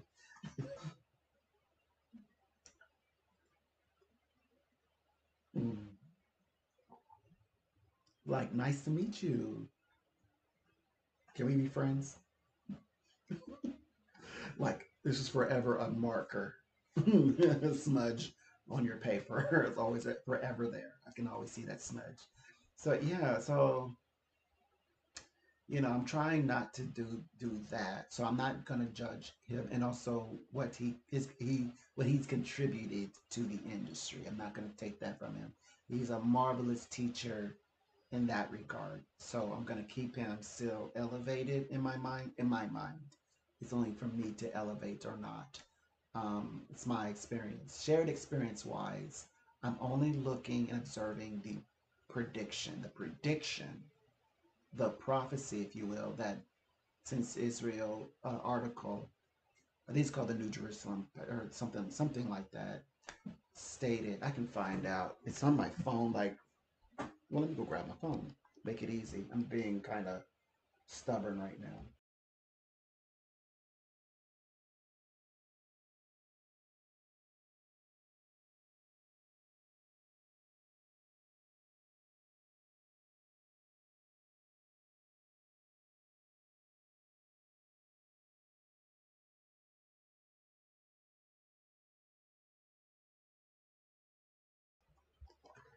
Okay.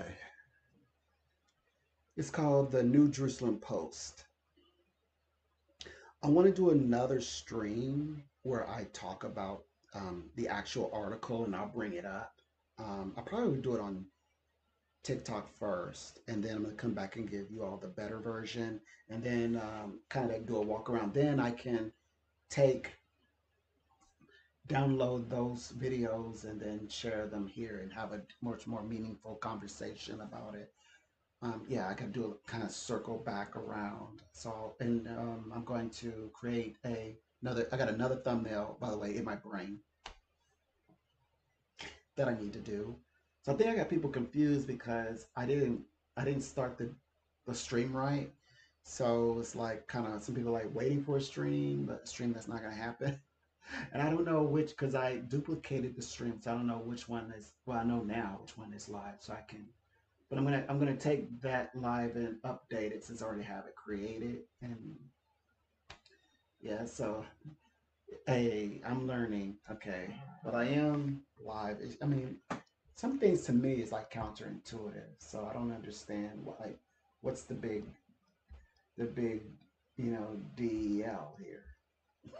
What's the big deal? Why not just go and grab it? I'm kind of like used to talking to people who have me explain everything in detail. And they'll have me like, oh, sorry, Blake Sheep. Sorry about that. Uh, Blake Sheep. Hi. I was distracted, but I see you. Okay.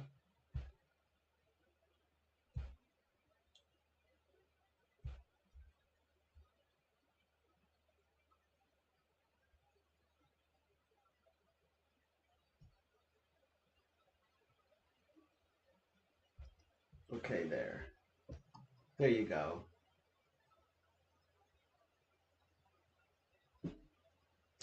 So I will create another one. Okay, I'm gonna.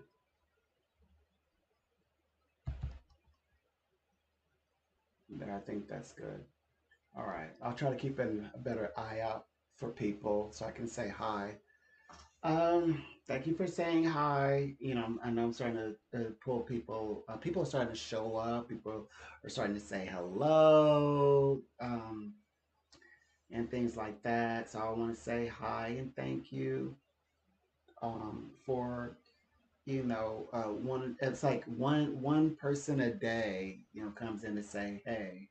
It feels really good to say hello, and yeah, thank you for dropping in and saying hi to the psychic. I very much appreciate it, and liking the stream. I'll just check back from time to time. Yeah, I'll check back from time to time and kind of keep an eye open for you. Mm. Yeah, so basically, we're talking. They're keeping me wrapped up. Let's see. A pleasure, Donald here. Okay.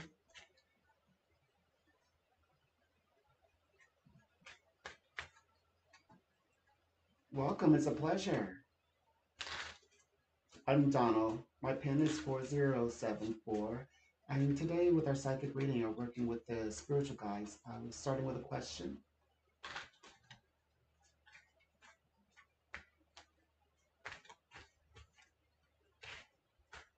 Mm, indeed.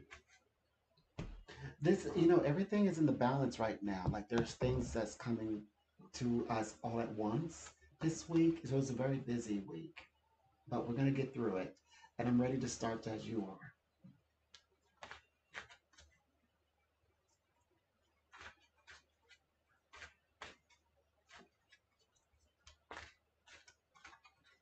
Hmm.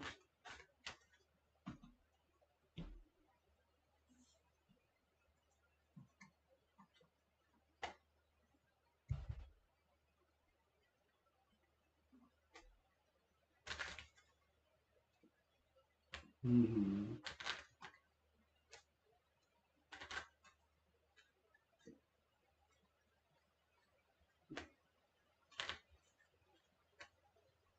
Right.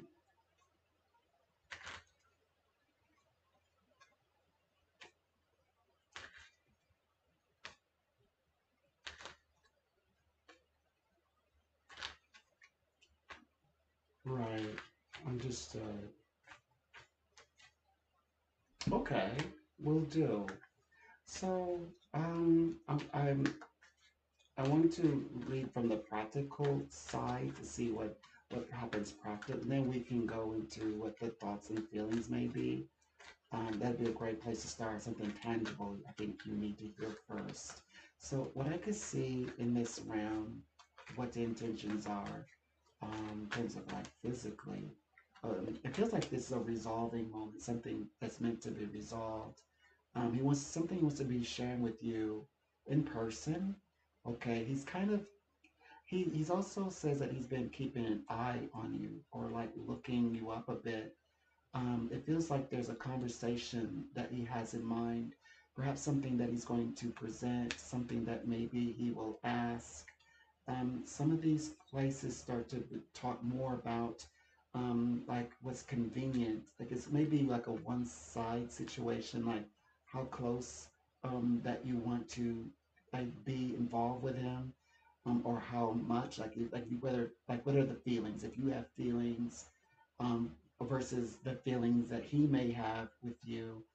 um, but it seems like there's a lot of hidden things, like things that hadn't been shared, that's going to come out for the first time as the whole purpose of he and you meeting as well. The guide, spiritual guide, says that it will take a turn though. At some point there is a turning point because you start to ask, is there anything serious, anything real, anything to expect between yourselves? And well, the reading says that the timing is right for he and you to have this connection, but though it's going to be intense, a lot of emotions are going to come pouring in the moment you two start talking. It's going to feel right. You're going to feel like he's playing it by ear. He's going based on what you're telling him. Like if you start opening up like that, you want something more with him, something meaningful, and see where things, at least get things started, but he's saying like take your time and see how everything goes. Like he's trying to keep it simple in the beginning, and that might be a little frustrating to hear, but he may not say like right away that he wants straight out this way looking for this long term substantial commitment, but something that may happen over time. But it's definitely is meant about getting an idea about the feelings that he and you both have. But I also think that there's just some things he hadn't shared with you as well that he needs to talk with you about. And I think that represents the nature of his and your friendship. It's more like a friendship element. And yes, I do know what that actually is, but I'd like to hear your question first before I answer that, if you have one. Okay, okay, good, good. Okay, I just want to make sure that you're following the reading the best you can. If there's something you need me to rephrase, I don't mind. Okay, so it does feel like, okay, like you may be ready to commit. He may say he's not ready for a relationship yet, but do you two like each other? Are you both interested? And then he may want to say, okay, well, maybe start from there, that kind of thing. And that may not be what you were expecting to hear from him, since he want to. Why would he want to meet in person and say that? But I think that what it is what he's trying to do is see have the physical connection that you two might have. together when you upon seeing each other, and then seeing if there's anything of substance to build from. So, and then of course, the fact that he's shown up in person and he's kind of made this an event, they said that your emotions is for you is going to be very intense. Like you might feel like there's a soul, like there's soul connection here. They even described as twin flame. You might even think like they call, you know, like what they call like a karma soulmate, like a soulmate that's just for whatever the reason you two drive each other wild, and you both get together. It's like it's from the magazine. It's always picture perfect, but it's always difficult to get together. That's the feelings you're gonna get about this guy. You're gonna feel like universe says you two have something to achieve. That's the feeling you're gonna get. But he's not gonna act on it right away. I'm sorry. Go ahead.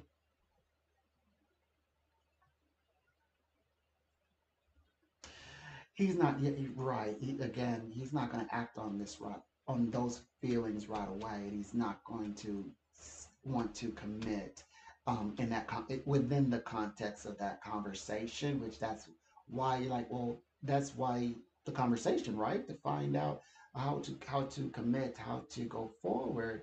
And then he's saying that he's not ready to commit, but he like to see where things can go and then at some point commit. Is that but spirit world is saying, kind of like he doesn't want to get his hopes up, in case something turns around. Kind of like I don't want to predict the future when I don't know what the future holds.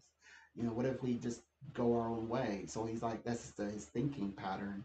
But they said that this is also the right time to have this, to explore this area of conversation, to talk about feelings that, first of all, this is what's in his mind and in his feelings, and you have what you're thinking and what you're feeling, and you two have not been able to properly share how the other one is thinking and feeling. Like, what happens when he finds out that actually you have very real feelings for him, and you do want to commit? What happens when he says, well, he doesn't, right now he's saying he doesn't know about committing, and then he hears that you're open to it, and he thinks about it, and he's thinking, well, it wouldn't be that bad, especially if he enjoys being with you all this time and spending the majority of time with you all this time, then having a bit of a change of heart eventually.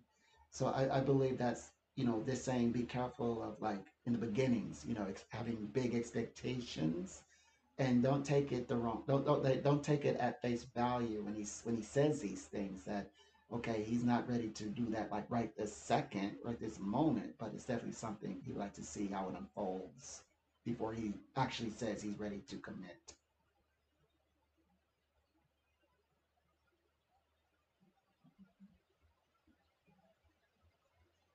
The intentions are honest, whether beneficial. We'll say beneficial in a way that they're honest.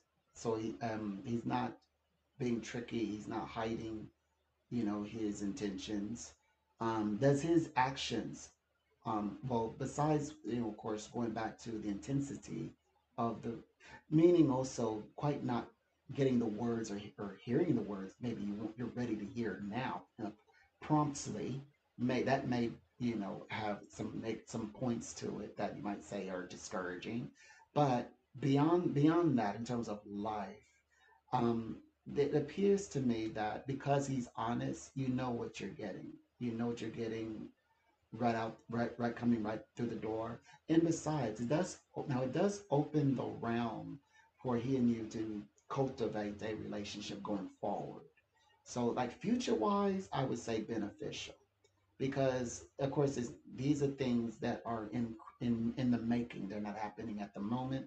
Neither are they happening at the first sit down, at the meeting upcoming when he and you get together. It's not even happening then, but when, months out, months out, they say, that may be like, around the August time, and a new season. Then he, finds that he's actually, committing to you more often. Why not just accept the label? That kind of thing. So maybe long term, I would say, especially beneficial. It may not be useful for now, but that doesn't mean that it's like this forever. When I read for people, I know right away that it's like this person is not the one, and of course I'd have all the words to explain why. Why the Spirit won't let me vouch for him. But in this reading, it's showing me elements that he's okay to connect with over time. It's just that he's not in a rush to say the words that he is committed. Actions is another thing. You're like, okay, so action wise, he will demonstrate commitment. Mm, right, right. You know, and hence he will. We're talking referencing beyond the timing that you both meet and the timing of through going throughout all of the situation of figuring if this is what he wants or no.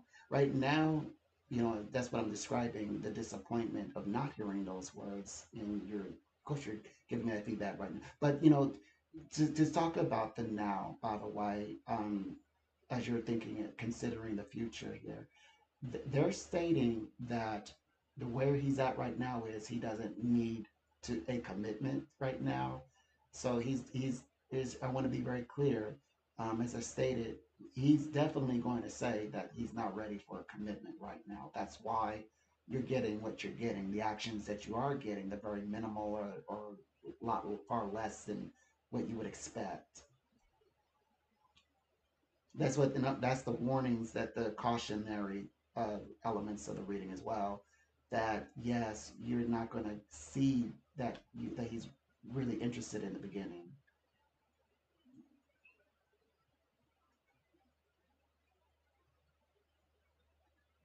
right? Like you won't be able to see it yourself, and neither will he express it in words. Correct. That's right. So your path is the spirit world doesn't want you to go in there with your they say your expectations so high, because he's not going to share the words right now that you are wanting to hear. Right. And the way that I understand it is that you both are human. You both you're not robots. You two are not characters from a storybook. So I'm only seeing it as, well, this is a experience, how he's reacting to his life, how life is happening to him. So so I am looking at it like, okay, I see what he's doing. It doesn't mean I have to agree with it or not agree with it. It doesn't care. It's just that this is how it plays out in, they say, in real time, in real life. Right. Right. Mhm. Well, it's more so that um, during the meeting, you both will be able to share exactly what you both feel and think, and he's going to share truthfully what he feels and thinks. Okay, and then with the newfound understanding or newfound knowledge of each other, you both do begin to work together to sort out how to see each other more often, how to get together more often.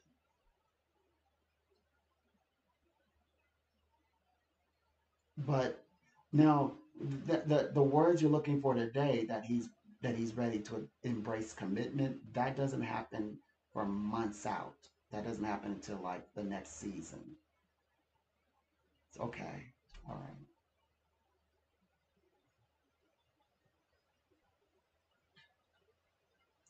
Well, you're going to experience it. You'll be telling me. One thing is right. So one of the interesting things is this, that the guides illustrate that this is something that is, you would say, not completely done between he and you.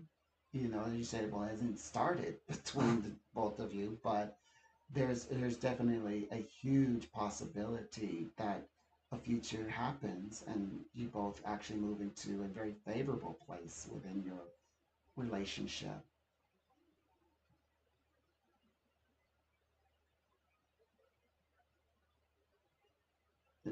long term. Right.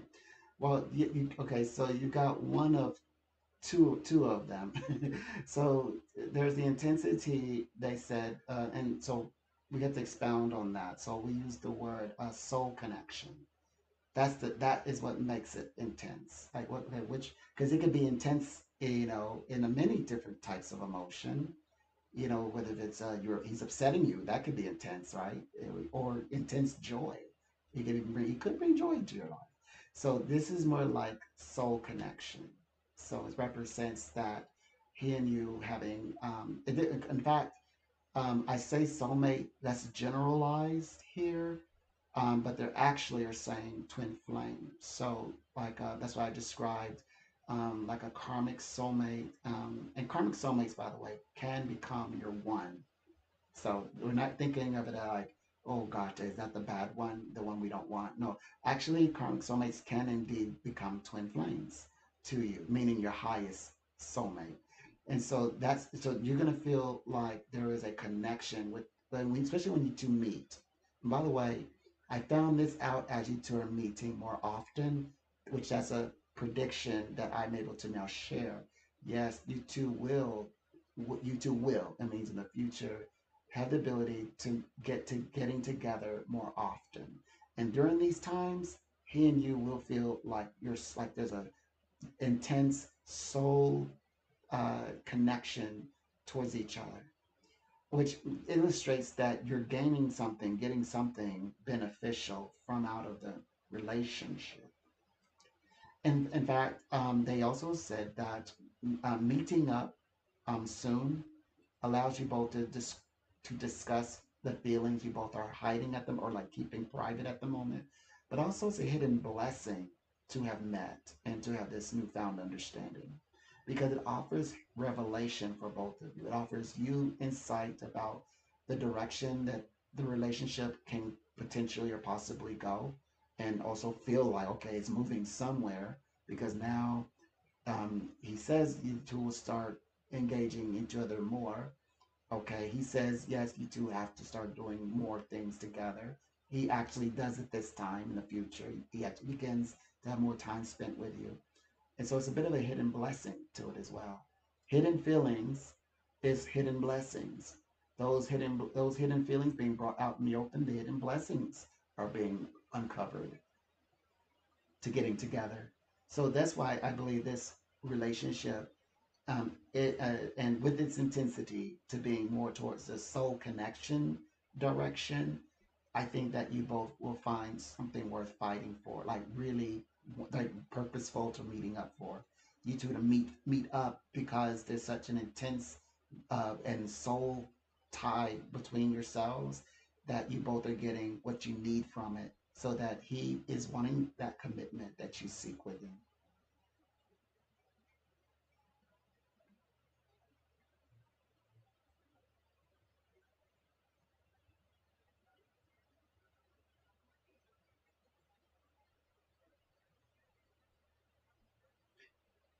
Well, so I wanted to express what is okay. So you are okay. So what your all you guys' knowledge, those who call, have the like definitions of some of our definitions, like soul, like a karmic soulmate.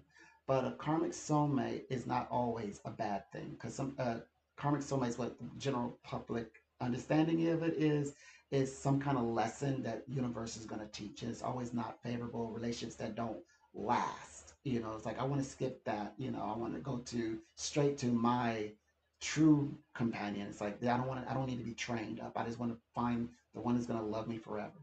So that's what. So I'm letting you know that don't think of today going forward. Don't think of karmic soulmates as such, as so limited as that, because actually karmic soulmates, you two can learn as you two are learning now. You two are having a karmic soul experience right now, learning of each other, getting ready to bond and commit to each other. Right. Then you can have the option becoming twin flame. Yes. Okay, well, it's a pleasure. Thank you for calling in and have a great evening. I will remember our call, don't worry. I'm getting a whole slew of like tested people.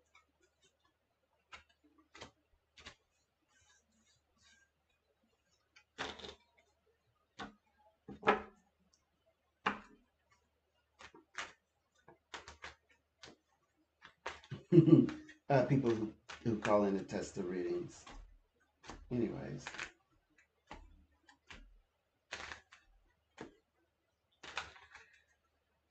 I'm not I'm not gonna let them trick me into thinking of being a guru or an earth god. By the way, I forgot to denounce earth being. I'm not gonna be an earth god. None of that. And Jared Leto is being confused with being Russell Brand. They both have the Jesus Christ thing going on. Russell Brand is in court. Uh, Jared Leto, he's gonna beat his. So I was like, I've been getting images that um, his may be more like like a branding story, like take accountability. He's using his PR to use his voice. Like stop with the whole, like every male from any nationality, race, and belief system, like like have more I don't know if it's being more classy is the word I'm looking for. you know, um, as these exposures are coming out, there's something even deeper that I want people to think about. Okay, so there are men and there are women, right? And there are men and women who are very talented and gifted, right? And even skillfully, technically gifted, right? And they want to go and fulfill their dreams as a young teen, you know, becoming an adult, young adult, we should say young adult, in the realm of entertainment. They want to go to Hollywood.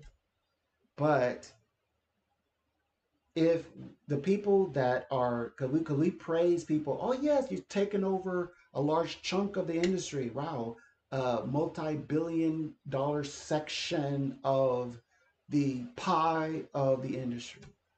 But then these very talented people who've gone and gone to Juilliard, schools and traditionally classically trained in voice and dance and acting with like where you have to literally travel to Italy and train under, like the method of acting just to come back to get, and you realize, the door is shut to you because and so talent is narrowed down to escorts are talented, but to escorts. So it's like, okay, you, I like, it's like, okay, I have an image in my mind. You have to look like an escort. It doesn't matter if you, doesn't matter if the quality and the quantity of your talent, or the standard of your talent, because they're trying. I got to see if you can attend the parties, and we know that's kind of like a given natural that, like the models, for example, talk about all the time. They get into clubs, they move because they're there for the aesthetic. And now, I do believe that that's okay. Like models to come in, like a model can take your business and present it, and the whole world just, that's a very gifted, that model that has that special something, that can, like this cup, you know and won't make you want to like own that cup. Now I want that. Everything the model has.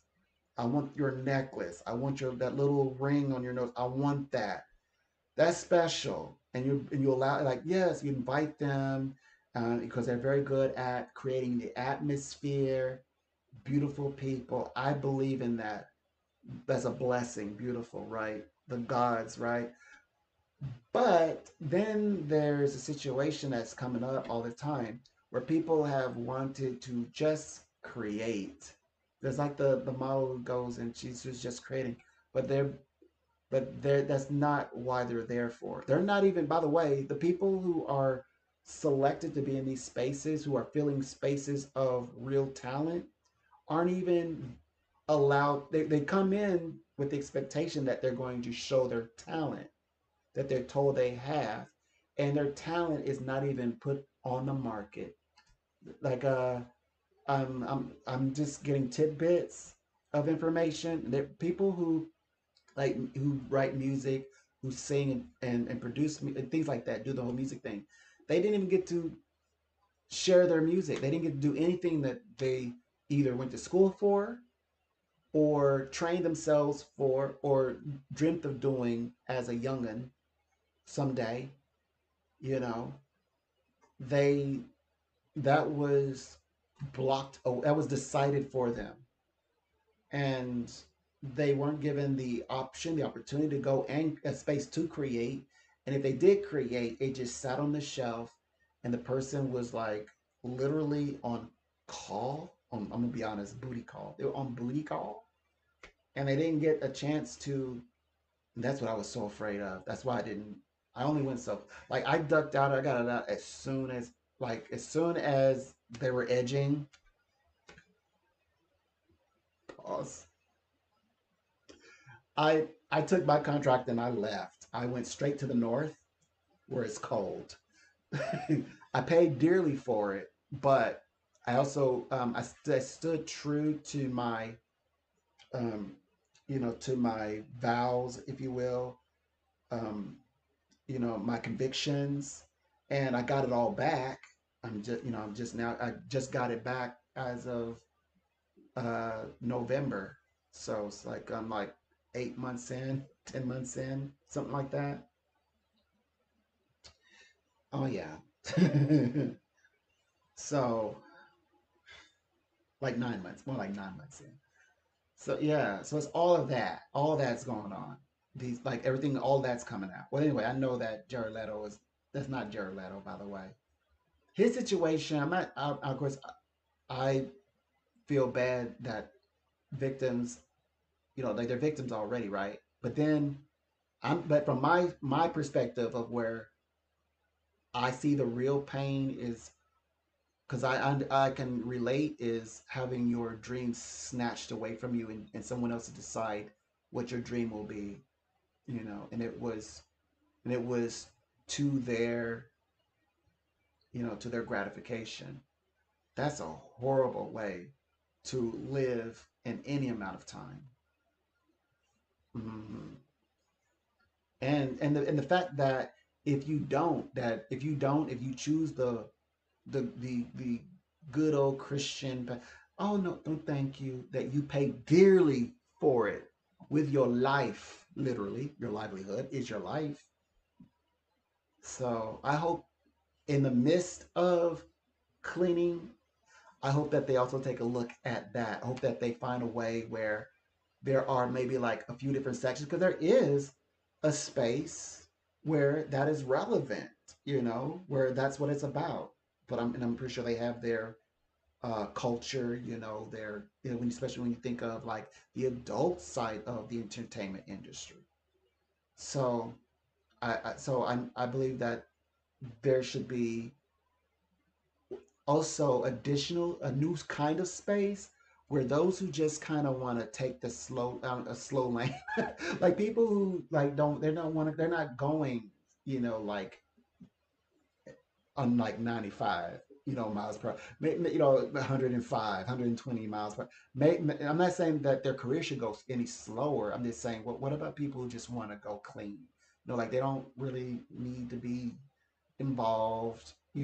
Some have been lucky enough to keep their Jesus, right? But some, we hear their stories and we're hearing them now. So I think there need to be a way, like an entrance in, because it is very much like social networking. Who even when I received my contract, I literally, I happened to, well, I went to a studio that was being televised.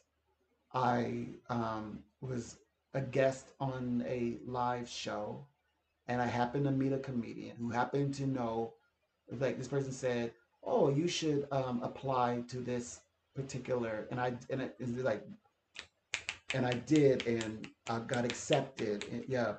So, and now that's a healthy way. That like, there should be a way, and I also believe that. Well, I believe not doesn't care what I believe. One of the rule is in order to get a if you're going to become a SAG actor, you have to be recommended by two other actual actors who are SAG members, which means they've been on television. And of course, you have to also have speaking roles. So, so you do have to. I mean, the whole point of acting is to be around and interacting with people. So there's that, and they said they kind of like check everybody out who's coming in, but also that system can of course still be abused, as we can see and tell. Um, and so there's got to be a way where allows a person if they just want to be like it doesn't matter who you are because like they say that all types are needed. Then what about the types who just okay, they may be gorgeous, they may have taken a lot of time out for self-care that makes them gorgeous, maybe they want to be gorgeous inside and out and they have principles. They should be allowed to maintain those principles. Also, by the way, come to find out, that same procedure and process actually permeates through all industries. So it doesn't matter what industry you take, because I've experienced that in the psychic in Hollywood slash psychic industry. So it's branched off into like emulating these things, and I've heard of parties and things. I've even had the mistresses call in about, saying, "Oh, by the way, just rent like casually explain to me how they something that, by the way, my like they stressed to my contract would not be permitted." The CEO was like, "Yes, she slept with the CEO. The mistress slept. Oh, you slept with the CEO." Gave by name and like felt the need to give me details and like twice, many times over.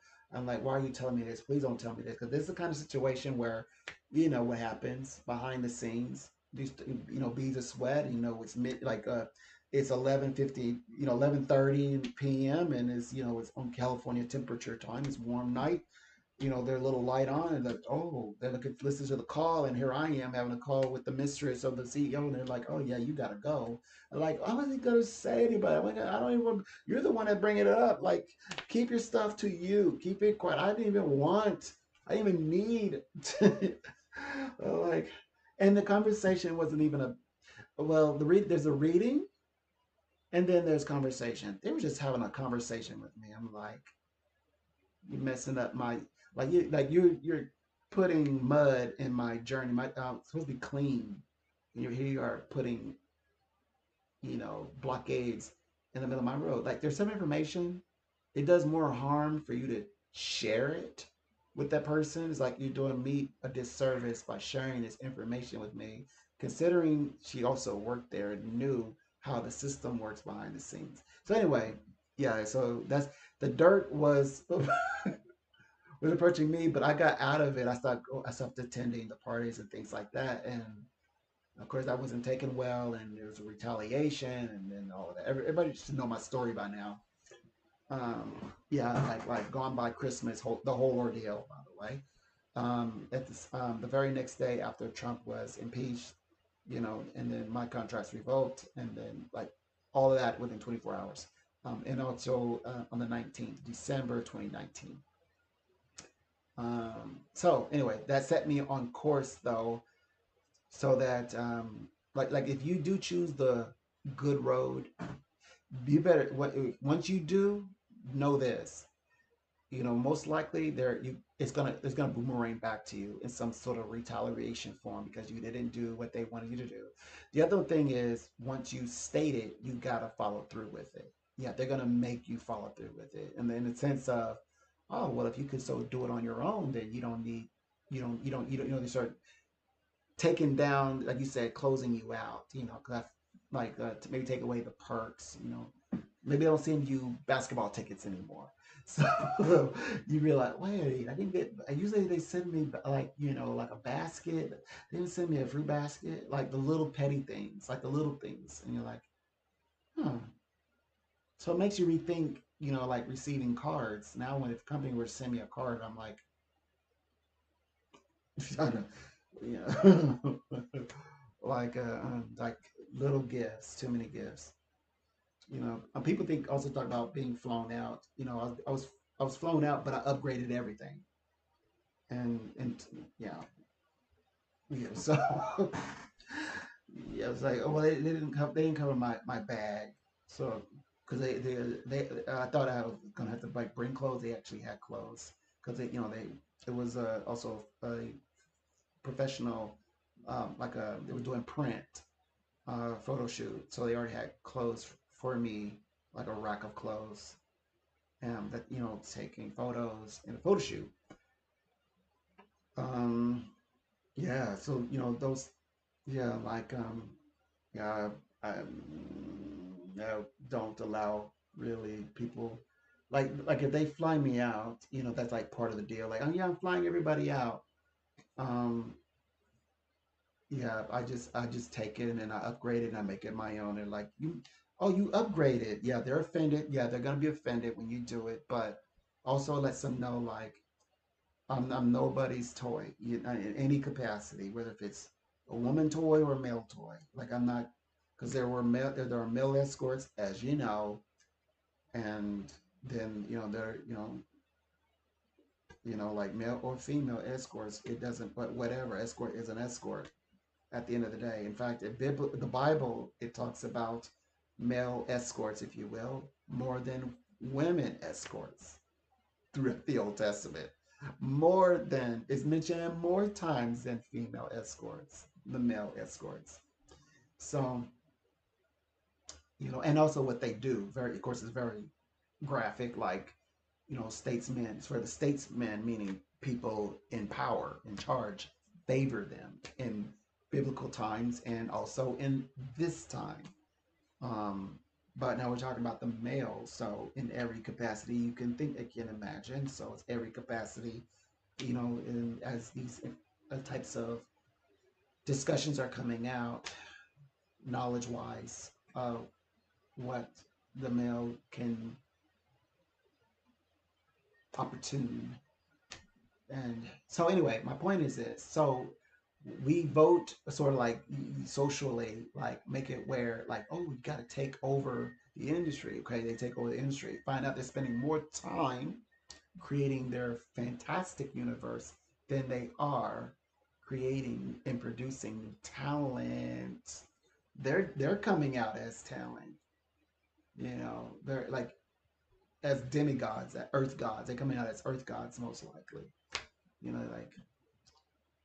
Like God this, God that. They're on a throne. It's them under red lights. You know, and but they don't like they say, yeah, we have a what do you call it, like they have an agency, this or that, but then you realize no one is spinning out, not even just like what they do in when you're training up models.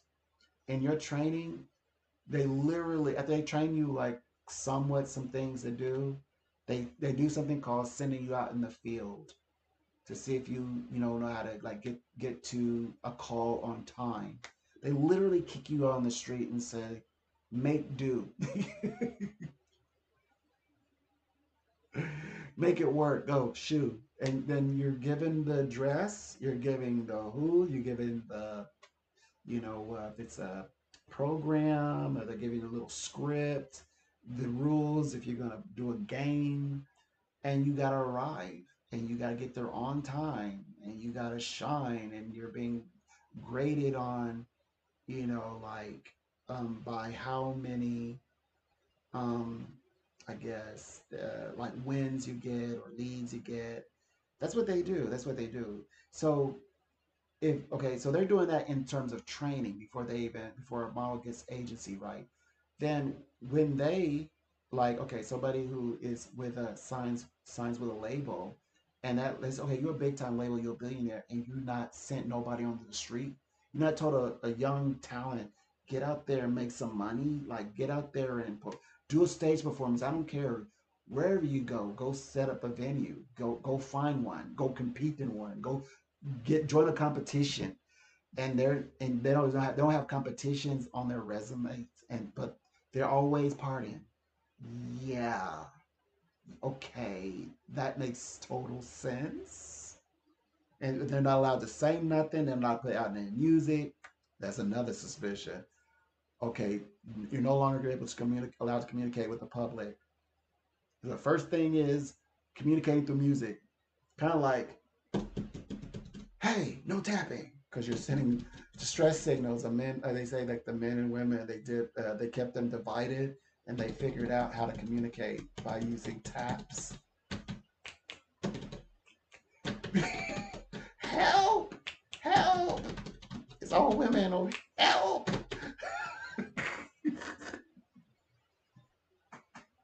S. Oh.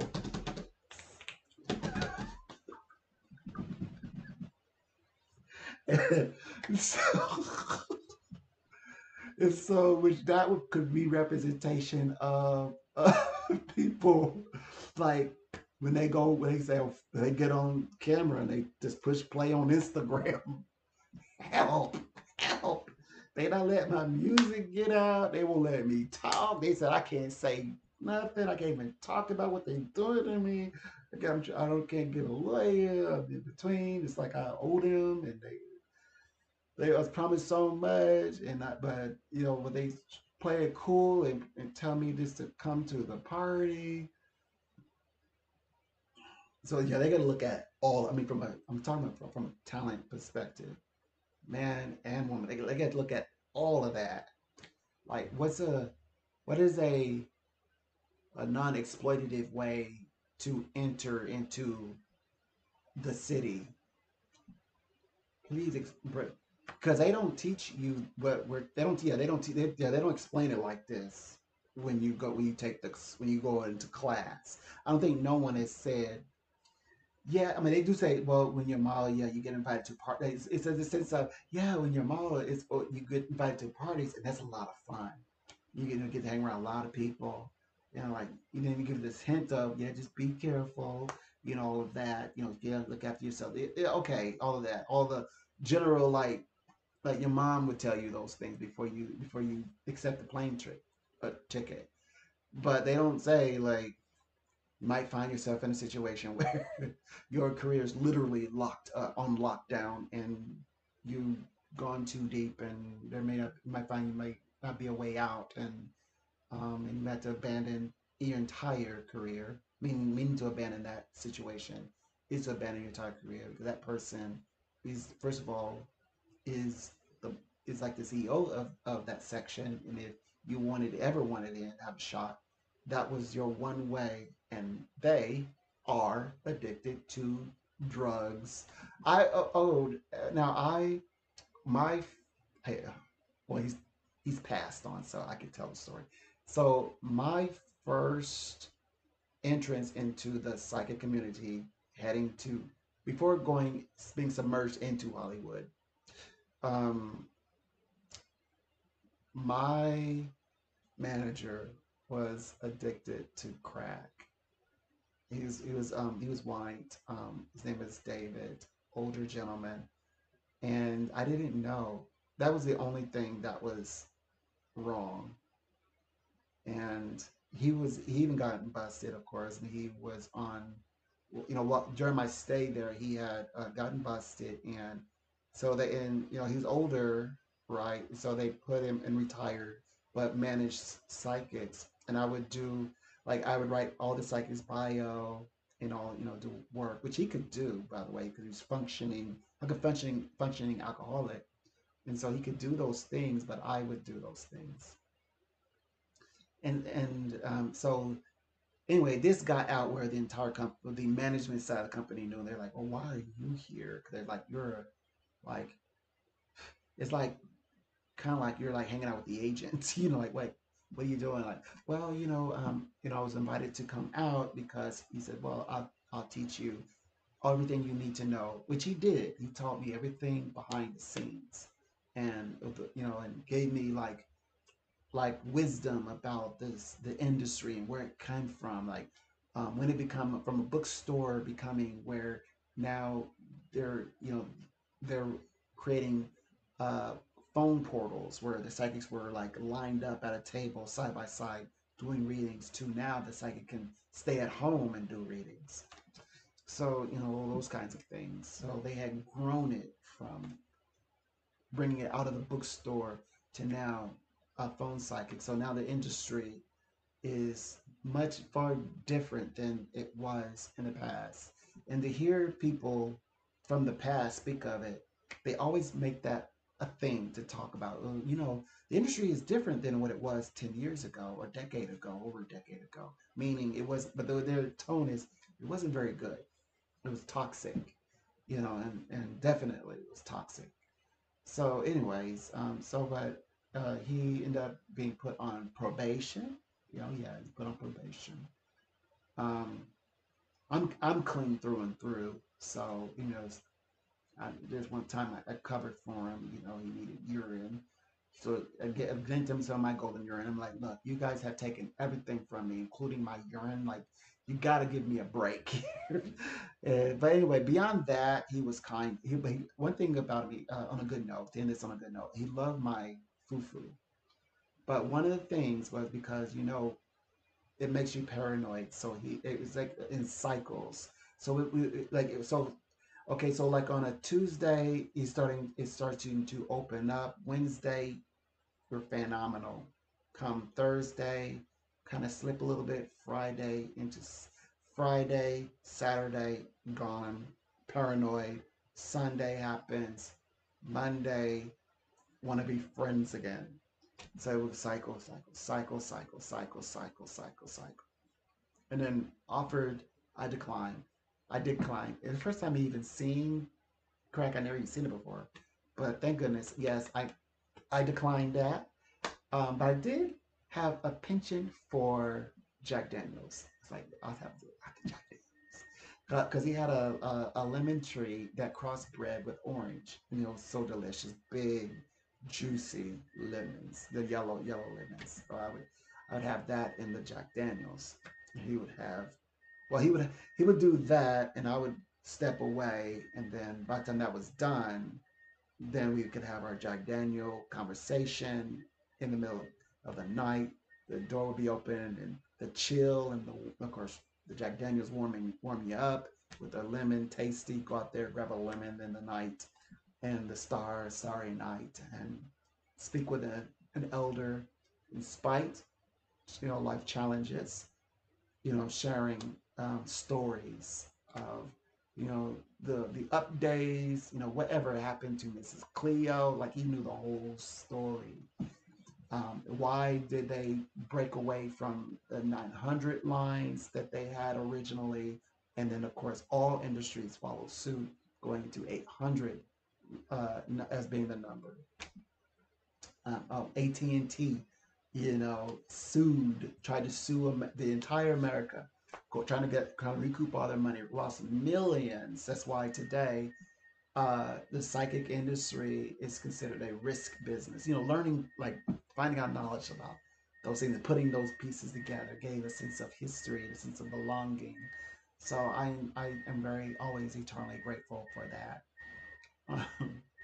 uh, and he says, you should take a life insurance out on me. It's like, and he says, because someday you're gonna need it. He's like, at least, starting is 10,000, 10 grand. I told him, I said, no, no, no. Your friendship is everything. It's all I need. I'll make a way. So I'm so happy that I, like, no, I'm not, I don't do that. I'm not gonna do that. Take life insurance on my elders. No, I had way too much, like so much this knowledge he shared with me. If I don't do something with it, I was like, then that's my fault. You just leave that to me. So, but anyway, so I never shared this darker side. I usually don't speak to him about him in good in highlight. So I just shared just a little bit of what I'm talking about. That you get in there and somebody who makes and break your career. Someone who, had he not even opened up the door, even in the state that he is in, or if I refuse to accept the state that he's in, yes, I would have missed out on so much opportunity, because it was through that way that I was able to also go more into the higher realms for delivering the psychic service. Um, yes, not, there are humans, and humans are, you're going to see the ugly parts of life. But furthermore, like with their situation being brought completely out into the open. Oh yeah, by the way, whenever I contact anyone from that particular company, it's always a strange conversation, because we're talking on equal level, not like, there's no subordinate. It's like, I know everybody personally. I'm like, come on, you kiss me right here on the cheek. I still feel your lips right here. Under the great vast, ocean of stars. And told me, you should go. They told me to go and be a sage. Go and be a sage. Go be a sage. If that's what you're gonna do. We look for life coaches, and here you are, a sage. Go be a sage. But the way they said in the tone, it was like, you're not gonna make it here, because you're too you're sage like, and we like more like life coaches. I mean, you abandon the psychic gift. It's like, hey, he's like, our boss is a, I don't want to say, I don't feel like cussing right now. So anyway, so yeah, so I'm always gonna have this, just in case you want to know. I'm always gonna, like when things happen, like with the Uri Geller situation, that's me being, I guess, a sage. Oh, and then I find out, okay, the Bhagavad Gita talks about sages. Sages is equivalent to a prophet in the Bhagavad Gita. A sage had powers. So I look at it, when I look it up as a Google, when I Google it, exactly what did you say, sage? Just a wise person? I was like, I'm trying to discover wisdom, and besides, wouldn't it be more than having wisdom? Yeah, that's what's described. Somebody who is wise, knowledgeable, and older. That's the way it's described, but that's not that's not the correct definition. That's a very generic definition. There's a characteristics of what a sage is.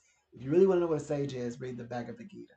It's the Hindu Bible, or the Psalm of God is what it's called, and that will tell you. It opens up explaining what a sage is, and a sage is someone. In other words, interchangeably a prophet or a wizard, even like the powers that they describe is more like of the wizardly kind, such as like being able to look out, what you would imagine what a prophet should be able to do, what a psychic remote viewing like the sage. It opens up with a sage who's remote viewing on the battlefield, and is also at the same time, it has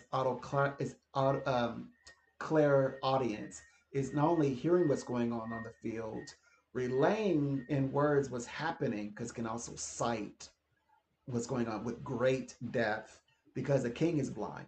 So the sage has to explain what's going on the field, and he's explaining that, well, by the way, sire, kind of like, we're all of us are all related. We're all brothers, by the way. Like, brothers know the brother over there is married to this one's auntie. This one's grandfather. This was has like seven nephews. With this one's niece. As all men, but all like teachers, even to the friends, even as amongst friends, they know of each other. It's a beautiful story. The entire Bhagavad Gita is a Bible, right? A big Bible, but the whole story is centered around one character really having an encounter with God, who is Krishna. Oh, by the way, it's monotheistic, and the conversation is just God convincing why this one character named Sanja should actually take up arms against family members. That's what the whole book's about. And of course, it's teaching all of the teaching from God, and like, why this, why that. He's asking, like, it's drawn out, like something that's happening is meant to be thought of that something that's happening as it, like in a battle, you only have split seconds. Like say like 2 seconds. This is what the officers say. Police law enforcement says they got 2 seconds to make a decision, or like split seconds, maybe far less than a second to make a decision. Well, that's what Sanjay is going through. He's like he's having a conversation with God, but it's like 2 seconds because they're literally in battle, and he's literally at the end of the epic. He said, and it's more. This is not like a few pages. This is a Bible size. Okay, it's got many chapters, etc. Lots of scripture, and and so at the very end of it, he says, "Now pick up," and you realize like he's been having a very long conversation to convince his champion to go into battle fearlessly. So that's what it's a beautiful story, and there's just so many lessons. And I like to, whenever I sit down and read the Bhagavad Gita live, I like to read the whole, like one whole chapter. Like any chapter that I start to read, I'll read the whole thing, and we start to pick out. What we love to do together is pick out the the direct correspondences to the Holy Bible, which, if you've heard me speak on it, I believe that rather than saying the Greeks stole this, the Greeks stole that, I like to think of it as we're witnessing an evolution of the consciousness of humanity in the form of, let's say, a Bible. In this case, it could be the Bhagavad Gita, and it could be through scriptures that may has stemmed from Egypt, but it expands and it grows and it grows up and up and up and up and up, and so all cultures universally are adding what we call the to the human universal experience, the collective consciousness, to where as you go passes even through the Greeks to where it becomes like the Bible, a Bible, more or less. Today, today's is the Holy Bible, and people are saying, okay, keep cultivating, keep elevating. But before that happens, you have to know all of the information, but factual. You will, of course, sifting through information, you got to know the wrong information.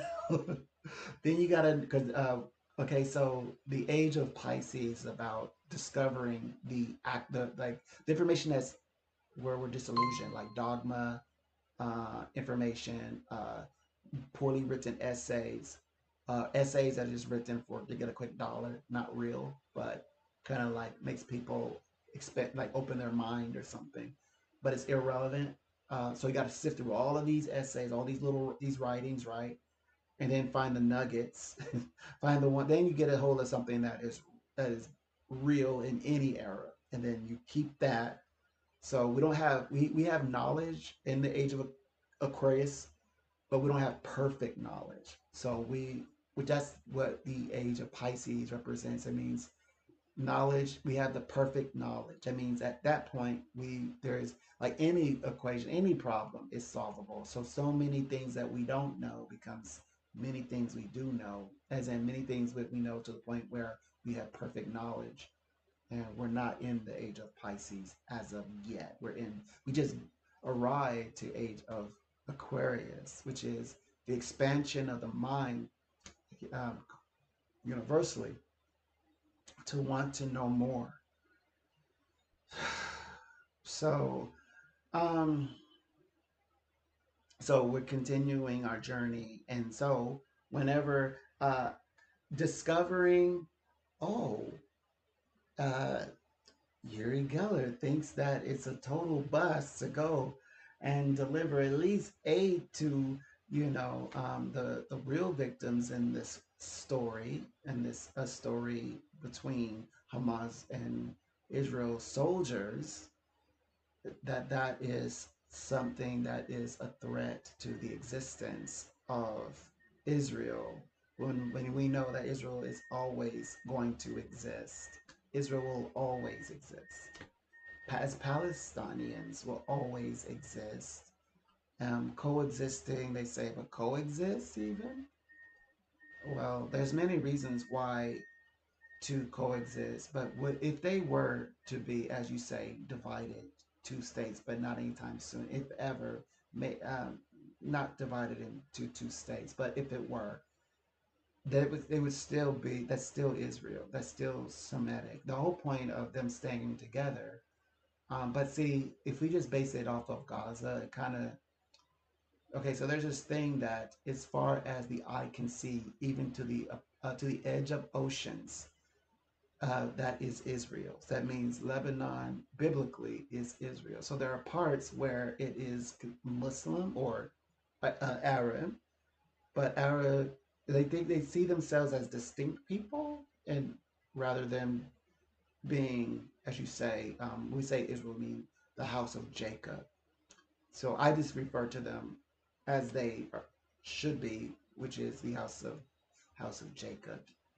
House of Jacob, because, oh, as far as the eye can see, all of that is the Holy Land, or what you refer to as the land of Canaan. As far like, even like Lebanon, old world Canaan, all of that is old world Canaan. So, and then of course over time in real life, people modernize. They want to be distinct, hence Muslim, hence Judaism. Um, but it's also, we're like, don't forget you have a root, which they say, yeah, Abraham. We say the same father, but it don't mean we had to be you know, like they want to be kind of like like a debonded. They don't want the bond. They don't want to, yeah, debond. Yeah, they don't want the bond anymore. Either side doesn't want the bond, doesn't want one to the other. Kind of like, again, two brothers, that just, I speak to a lot of clients that actually haven't talked to their sibling in like a decade. Even parents, they haven't talked to children in years. I just spoke to a client that hadn't talked to their son in 3 months. Haven't spoken to their son. So, besides sorting that out, which now personally I believe that it should be all just one. I just see it all as one. I would love in a perfect world that they can work it out and not divide into two states. I think that they could prosper more if Israel just be more like Israel is supposed to be, and that is so be um, a steward, and being a good one, and making sure that they have water, means, food, supplies to survive, and not, and also being have, but with the ability to have, to catch, any threat to Israel, because hey, you kind of gotta have Israel if you're gonna have a story. They're kind of like, yeah, you gotta have it. I know people are trying to break away from that, but no, they're actually needed. They're definitely needed, because they go. It's like um, Old Testament, New Testament, hand in gloves, hand in glove.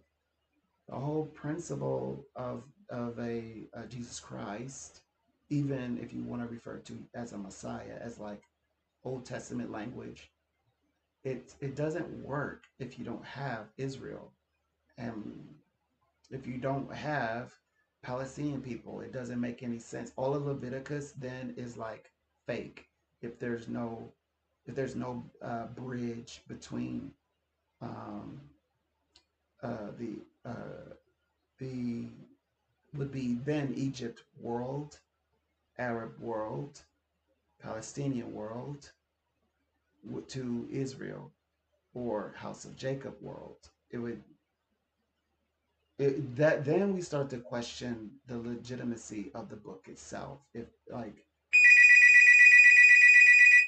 yeah, we don't want to do that. That's a lot to think about.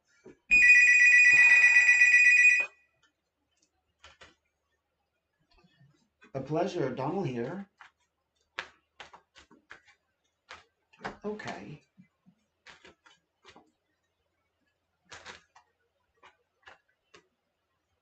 a pleasure. My pleasure answering your questions today.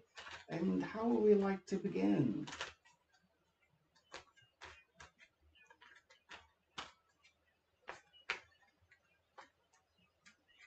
Okay.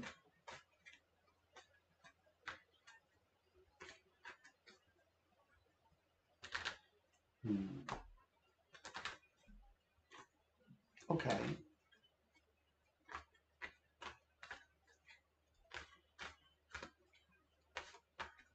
Hmm.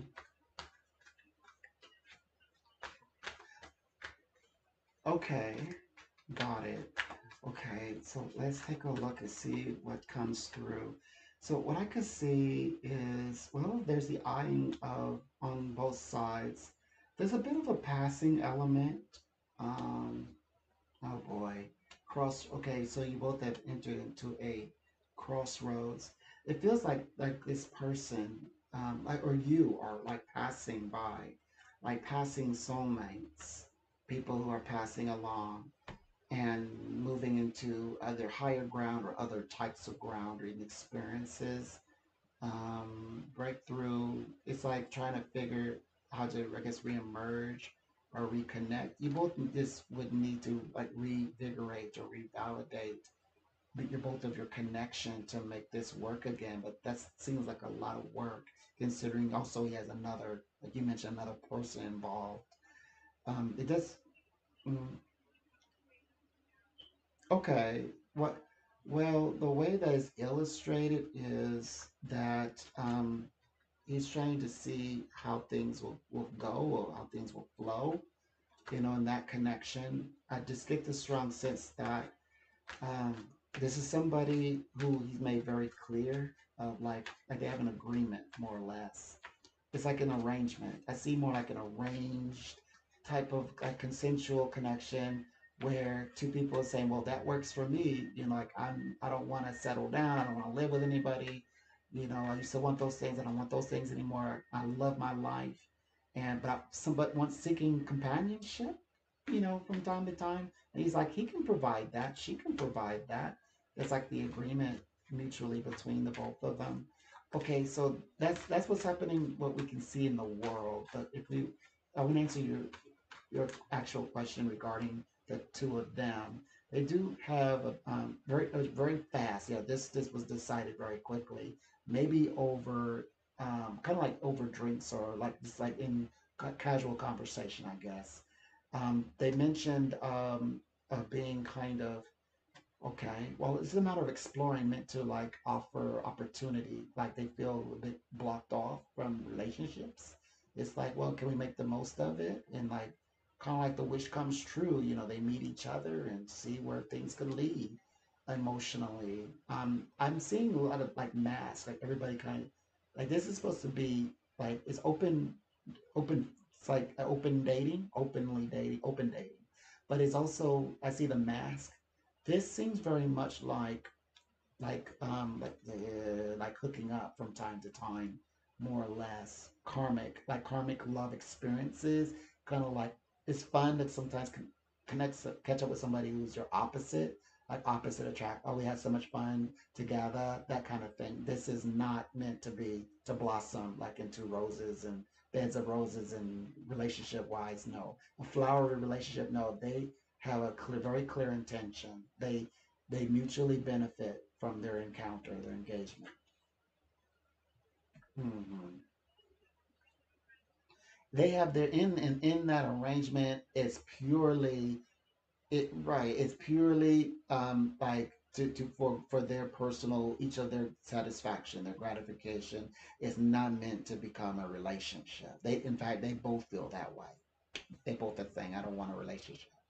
She's the one. It's being said in her voice, and he's agreeing. That's why I keep saying the both. But she's the one that's voicing this that she doesn't want to commit to a relationship. She likes They both like the arrangement that they agreed upon. But we know that every time, eventually, feelings always start to come in, like starting to, like right the feeling, especially wanting to have more control. Like she may want more control. He may want more of her time. Or if they start to like if it starts to lax and the routine breaks, like what happened, we want back the regular hours routine. So yeah, a bit possessive. It happens at the end, further up the road. Okay. Okay.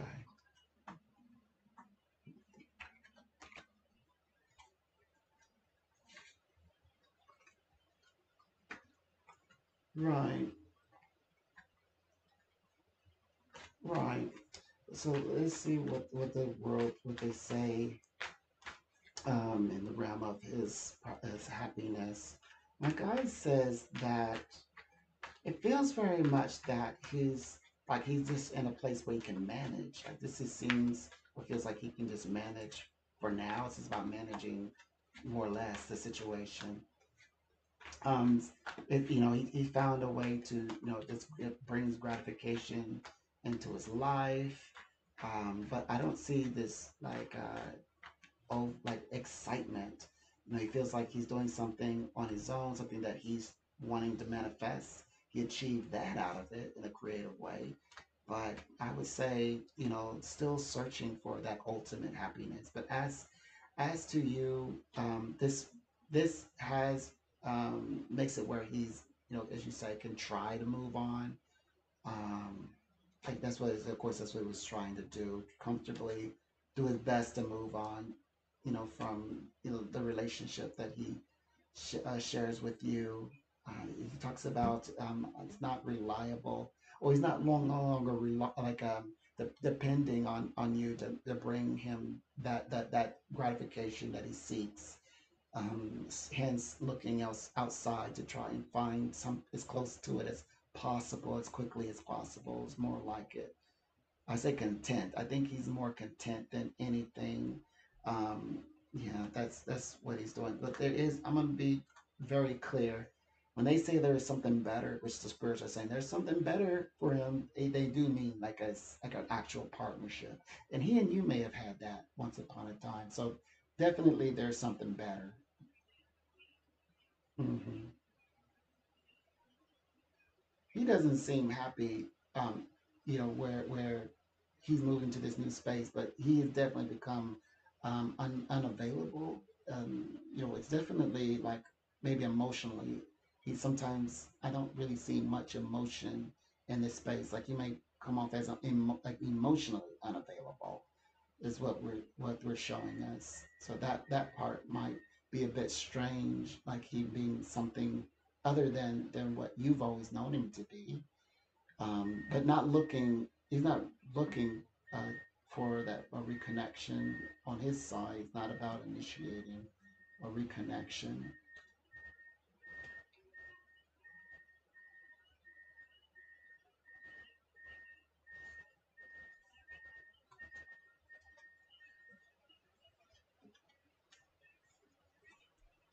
Mhm. Right. Hmm. Right. Now, I do get the sense immediately when you brought him into the reading, the entire vortex shifted. And I got the strong sense that he is a serious dater. Like he's the one that's going to talk about commitment and wanting, like starting the relationship off right and wanting to have something long term. I do get that sense about him, wanting to date. He will take a strong initiatives to being wanting to be in your life is what I'm picking up on. He will take the relationship serious. The right, there's even potential here for like a long term relationship, most likely, like a long term, like dating for a long while or being together for a long time. So that means he may do some of the bigger stuff earlier on when it is time. But they also mentioned that he can also go very fast. Like he can, like the other one doesn't speak on his emotions. This one will speak of his emotions very quickly. I would imagine if you two are gonna meet soon. Hmm.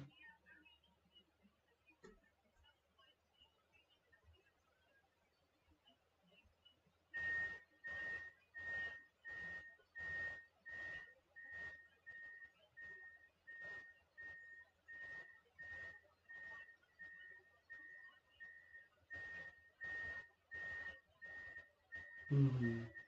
You, right. You will. They say that you have your personal feelings, but you're guarded right now. You're a bit guarded, and that's because you needed to deal with the past.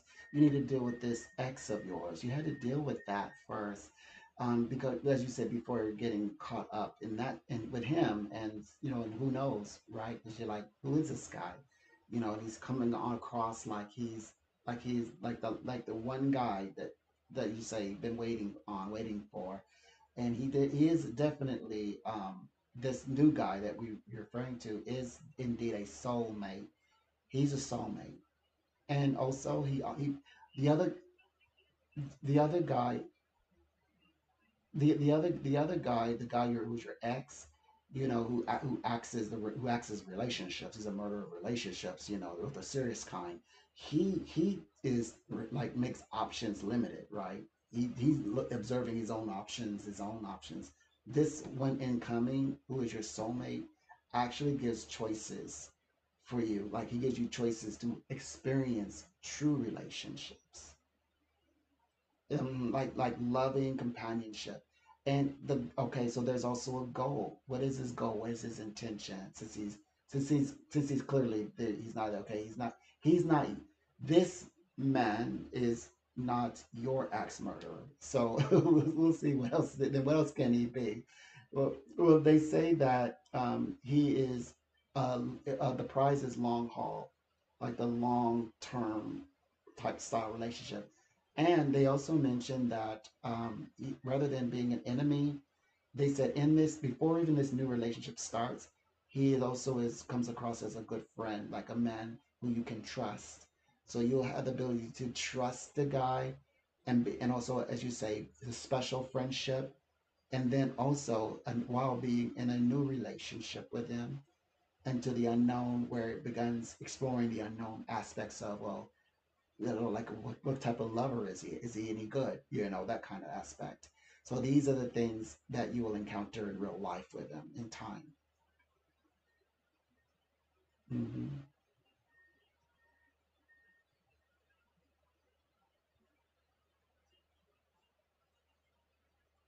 Hmm.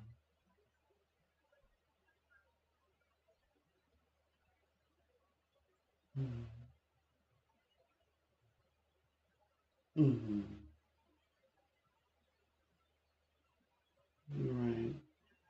The guy says that he's very active and he will want to have like a connection very quickly, and he tries to show that he's more a person of action. He may not choose the best way to have the words, but he's very protective also. Is also what he's like this. He keeps wanting me to tell you that he's very protective of when he falls in love. Like he does believe in a man should protect his own family. He's very much like that. Like the man should protect this woman. So he can. I think that he'll give other men the business. I think he can be territorial in a way. I think like you have jealous men. Maybe that's not so good, but I mean like men who may try to like come in between he and you. He definitely will stand up for the relationship. Like friends won't be able to like mess with you. Like make hints on that they're interested in you, things like that. He wouldn't stand for it. He'd say, "Okay, we gotta have a talk, buddy." So he is that type of personality for sure.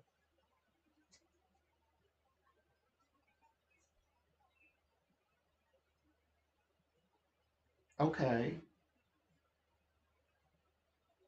And he does things about families, but that's all. But like protect his family, love his family, protect his lady.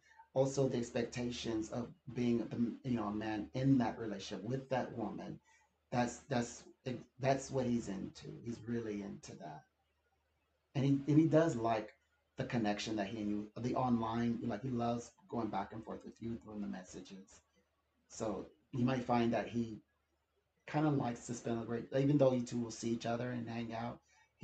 Like some guys like either or, like they'll always message, never want to meet up, or they'll meet up and never want to message. You'll find that he likes both. He loves messaging with you. Hmm. I get the sense that you both haven't even gotten started.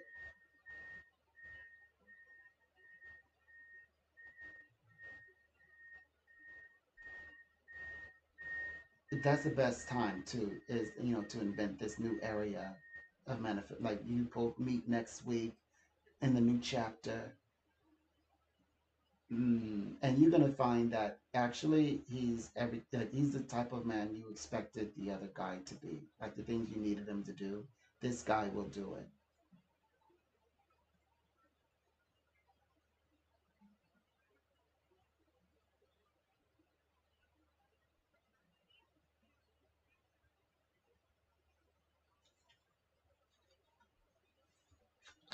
Well, we could just hear what the spiritual guides have to say in terms of the calendar. See what's going on in this round very quickly as you're being seen off to begin a new journey. It's good to hear that you have some new things moving your way. So the guys let us know this. Okay, so they said that you're going with your better judgment. Right now it's meant for you to judge. There's actual symbols that represents judgment or good judgment. And so you're thinking about what the idea is. What is your ultimate decision? Of course we now know the results is, like the way you both communicate, the way how active he is, very much, take the initiative is showing a very strong, passionate relationship that flows between he and you. And it's going to be exciting. I think it's going to be romantic.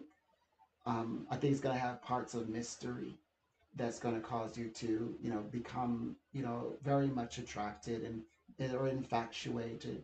He's very also much about the home life. So I also think you got some good things in terms of like a home, maybe everything happening in the center, from the center place, even from the actual home to maybe some plans you may have. Because I think that I'm pretty sure 1,000% he's going to talk about wanting, about like raising a home himself with you, being a part of your lives and sharing.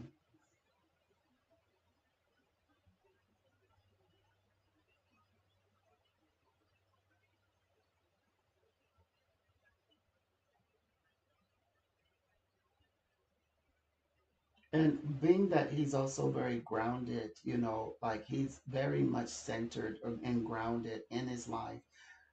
He can, like you say, manage well, the things he has, like in terms like monetary, like finances and things like that, and also take care of a house, So, like you said, describe him as being in a emotionally, open right now. He's still some time to mature, or we could say time before falling in love. He needed so he isn't, like you said, in a place where falling in love is that's really what's on his mind right now. And of course he fallen very quickly.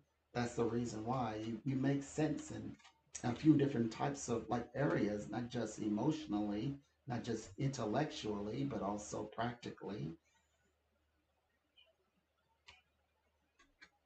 It will happen.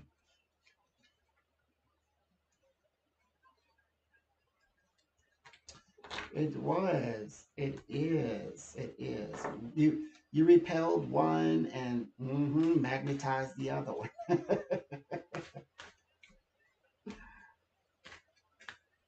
hmm Indeed. Okay. A pleasure.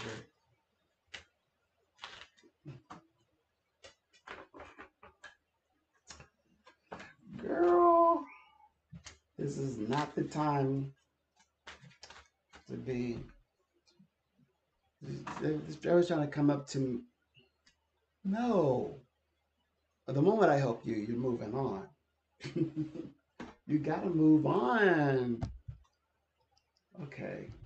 So, ooh, thank you for going up. You guys, I was worried for a minute there. So you guys gave me 5 minutes.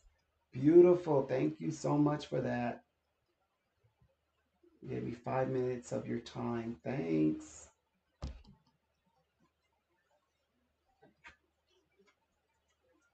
I started a little strange today, so I understand.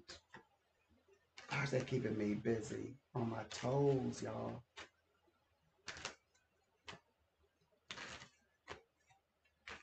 They're keeping me on my toes. So we have like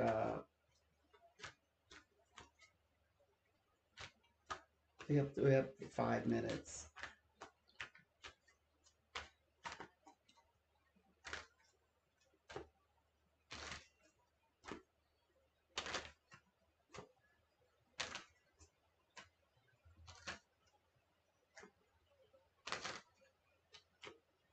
Okay.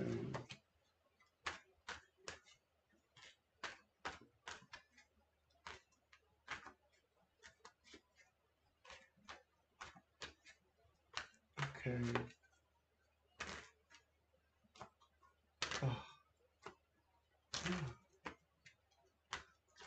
Um. Oh yeah, this is the longer day, guys. So I'm supposed to be here till like 4, which means I have 2 more hours to share. I have 2 more hours I can spend.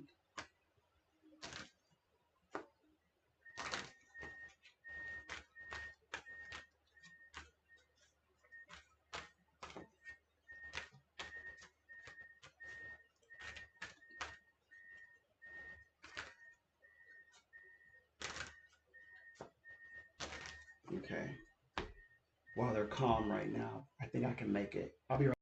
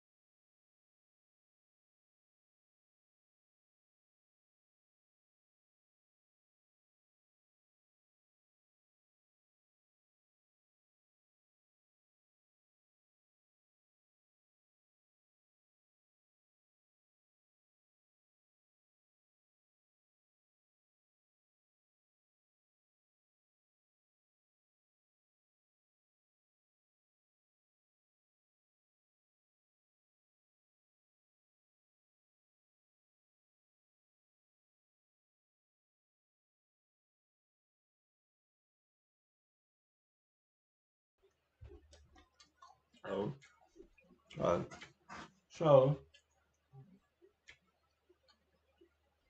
hmm and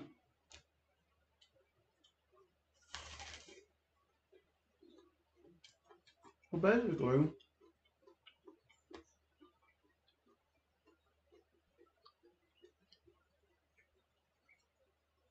there's just a lot going on.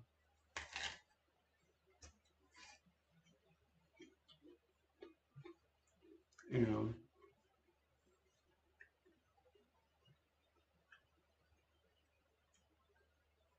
we continue to grow and develop.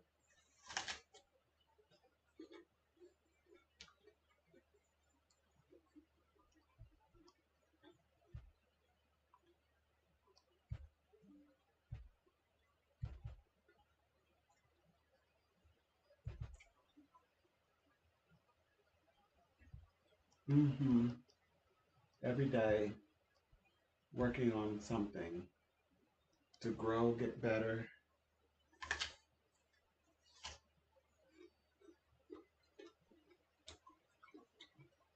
You know, we want everybody,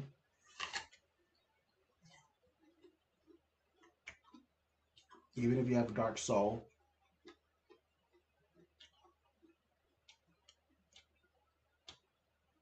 to use it to enhance the world. I'm not saying you got to be a light bringer, a light worker, but whichever the one you fall in, at least leave something behind for others.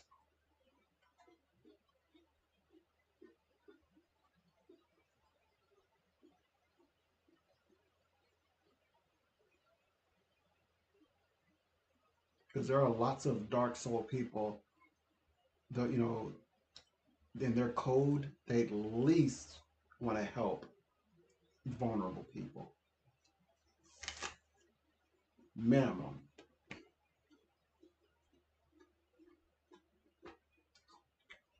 Hmm. That's a. I just don't think it's okay.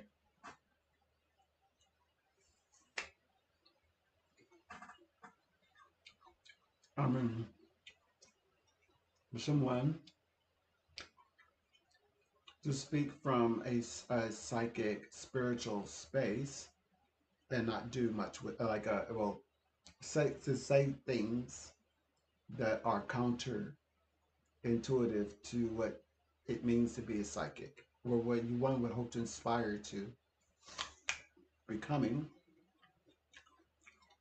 a psychic, a mature, older psychic at that.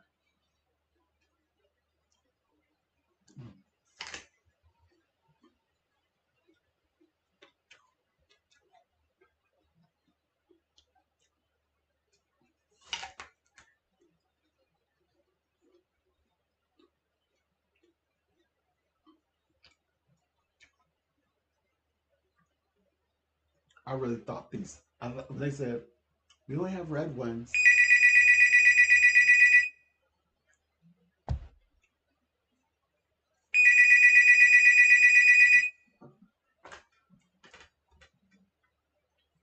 Double here.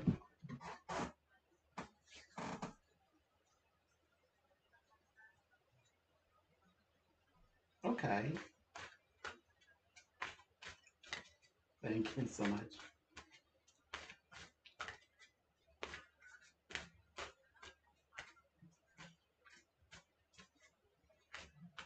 A pleasure. Welcome. A pleasure answering your questions today. And so, what brings you to the psychic lines?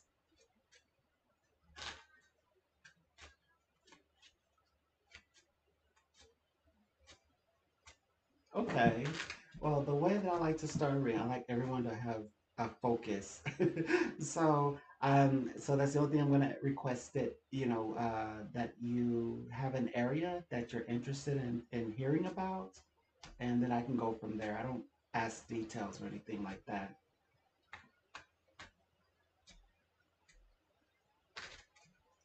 Okay.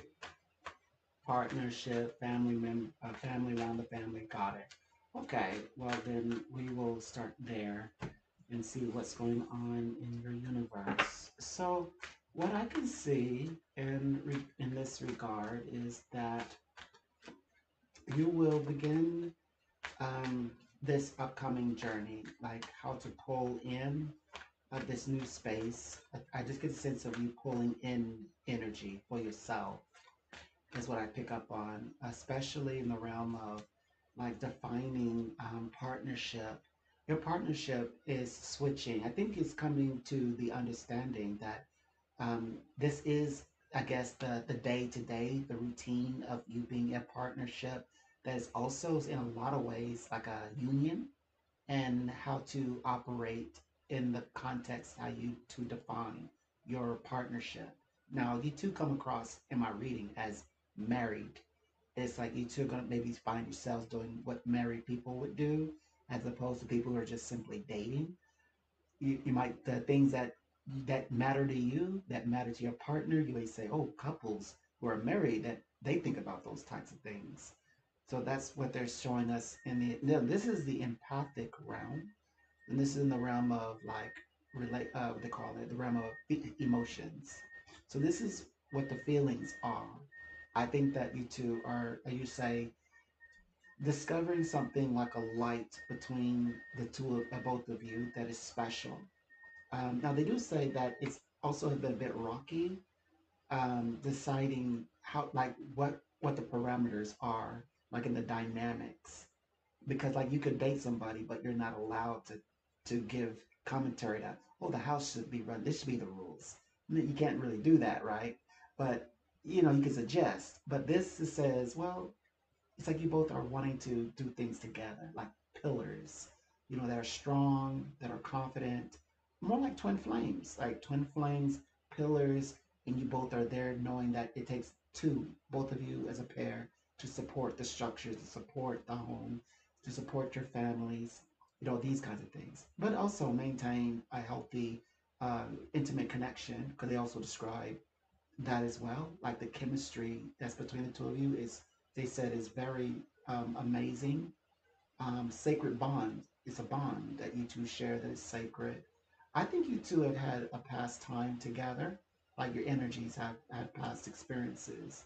So I think that it comes across as a bit like you might find yourselves naturally this way, doing these things that represents something that is lasting, and also how to bond your relationship together. Like it talks about maybe setting up structures that kind of connects you both at the hip.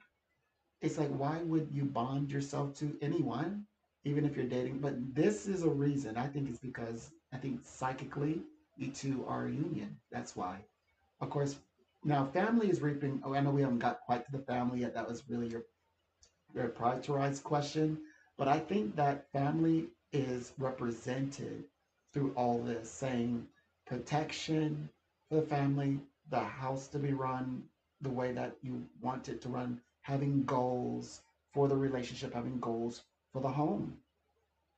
I would imagine that you're going to have more favorable time in this space. I think you're preparing. Your family, your household is preparing for mid-July, because that's the time frame that's going to represent everything dealing with the house situation. But it always illustrate. Oh, go ahead.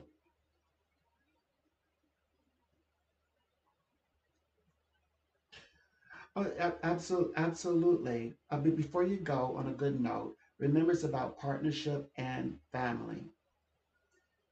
Your partner and kids, your household. That's what it's about. Okay, there you go. All right.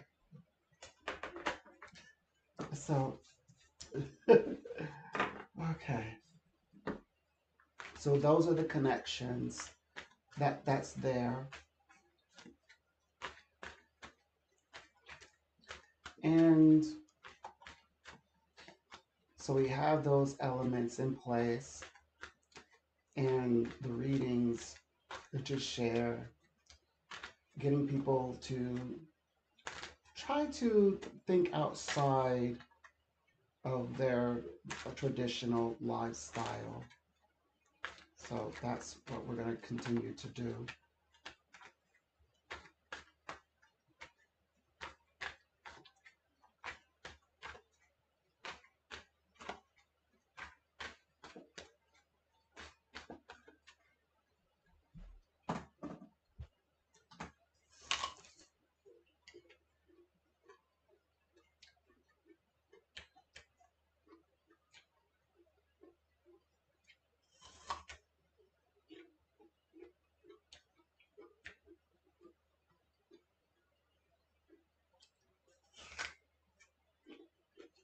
Mm.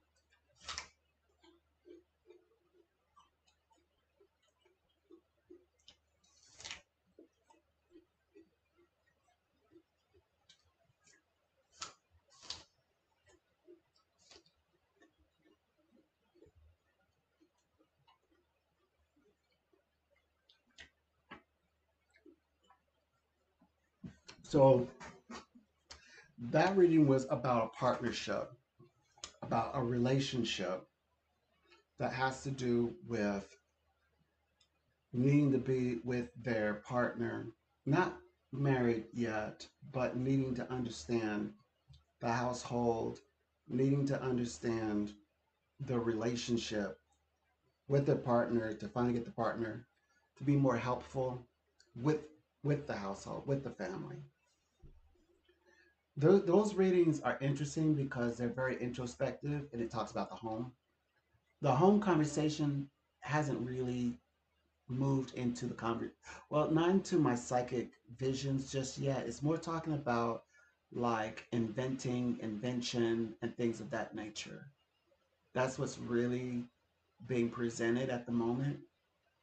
But it does come through though. It comes through in the sense that um, because the past few weeks it's been about the partnership elements and partners. These partners actually want to be around. They want to stay, and they want to build the relationship. They want to build the house together, and so a lot of emphasis is that um, partnerships are discovering why the relationship hasn't worked. Now you know that it hasn't worked, or admitting that the relationship hasn't worked, and not saying, "Oh yeah, it's okay, it's okay." Then now you're solving problems where the types of problems where they describe that, like in their case, it's a power dynamic. Sometimes he's trying like she's doesn't know what role she should be playing. He doesn't know what role he's allowed to play, but now they're starting to understand that it takes both of them participating. Both of them must play a role. They both get a role, but she has to be herself. He has to be his self, and then they begin to integrate the family between the both of them. Of course, then it's about establishing their house or their home together. That's where the relationship is leading. Described, they're not they're unmarried. They're unmarried though, but they're going to eventually maybe consider the actual symbols for marriage. They just haven't done it yet. Maybe they will. Maybe they'll do it at some point. That's what the direction is, or that's where it's at least that's where it's heading. Um, you know,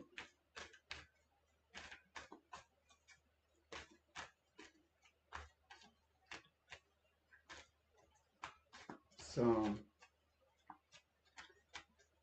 as long as only when like people who they're questioning if they even want anything real or want anything like meaningful with their relationship. That's the time when they're not really truly like able to understand commitment, because sometimes people confuse not understanding not with not just simply not wanting.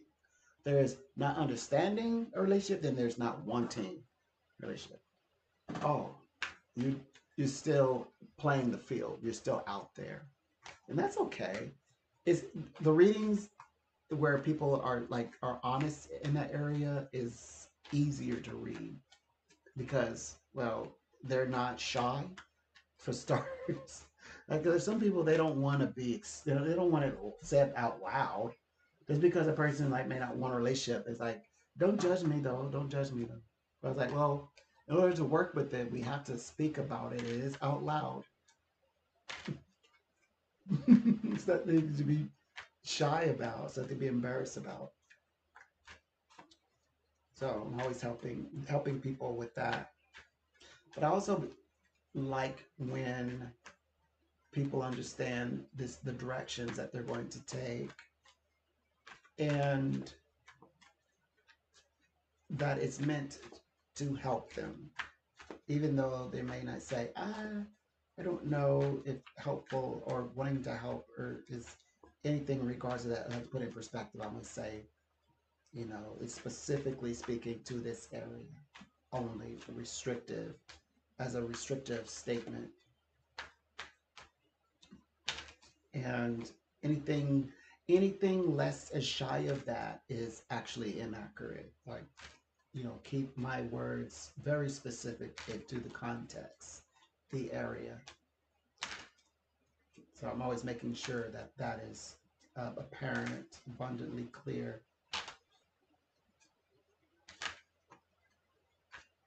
So yeah, so there's that section. Um, and see what we gather here.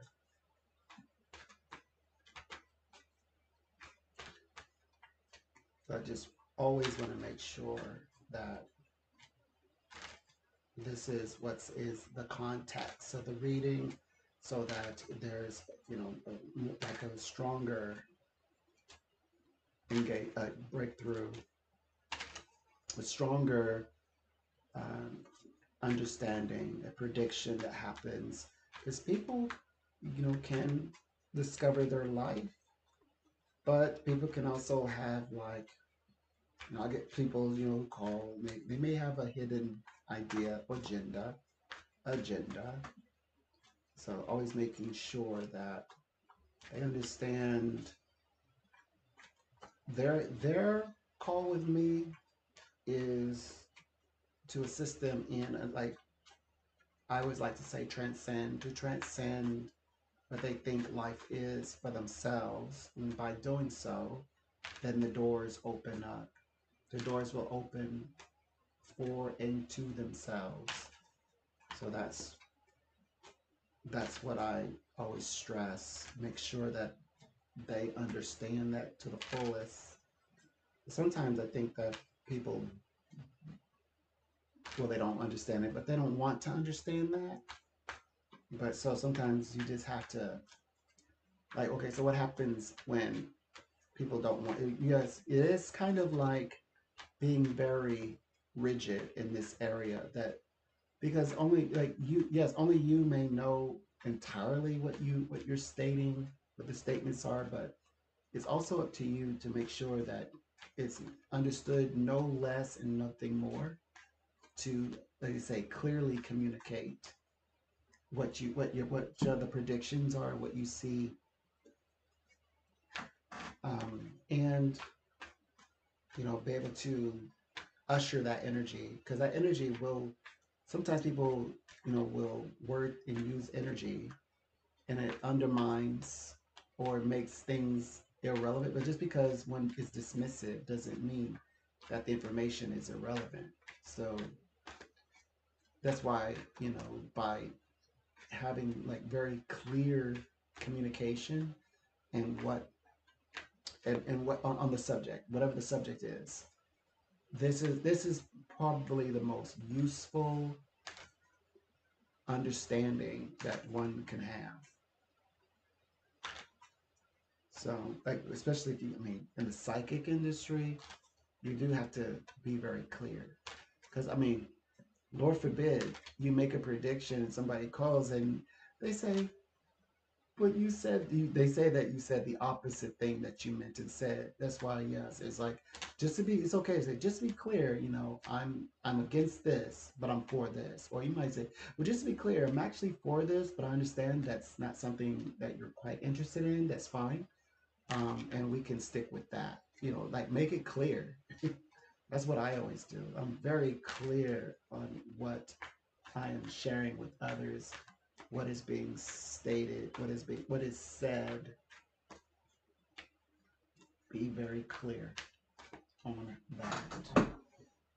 It's healthy experiences, healthy situation.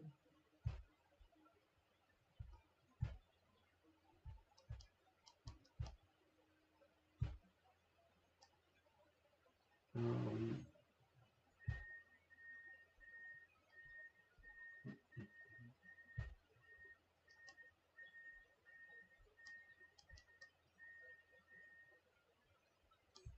yeah.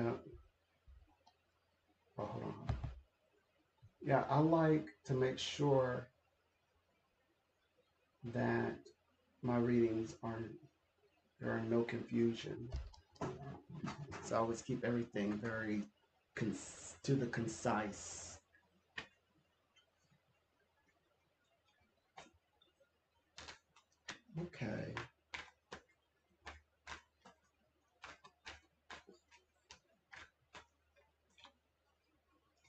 Hmm.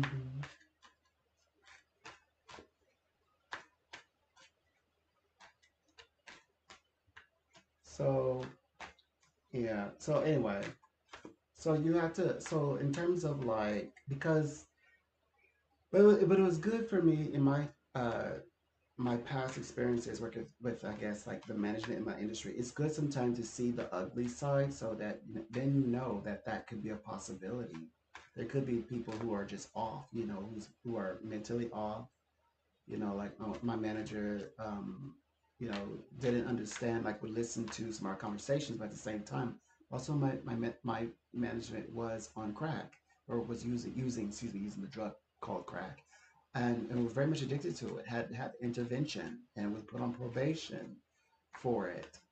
So what I'm saying is that you could have people who are unwell in a position where they're supposed to be maybe advisory to you, or supervising you in some way, managing you, and very much directly involved in the handling of especially in my realm where it's information and you want to deliver that information correctly. Sometimes people's issues, and of course they kind of start getting their ideas. They kind of want in on it. It's like, no, if you want to read, get on your computer and create your profile, and you just read for people.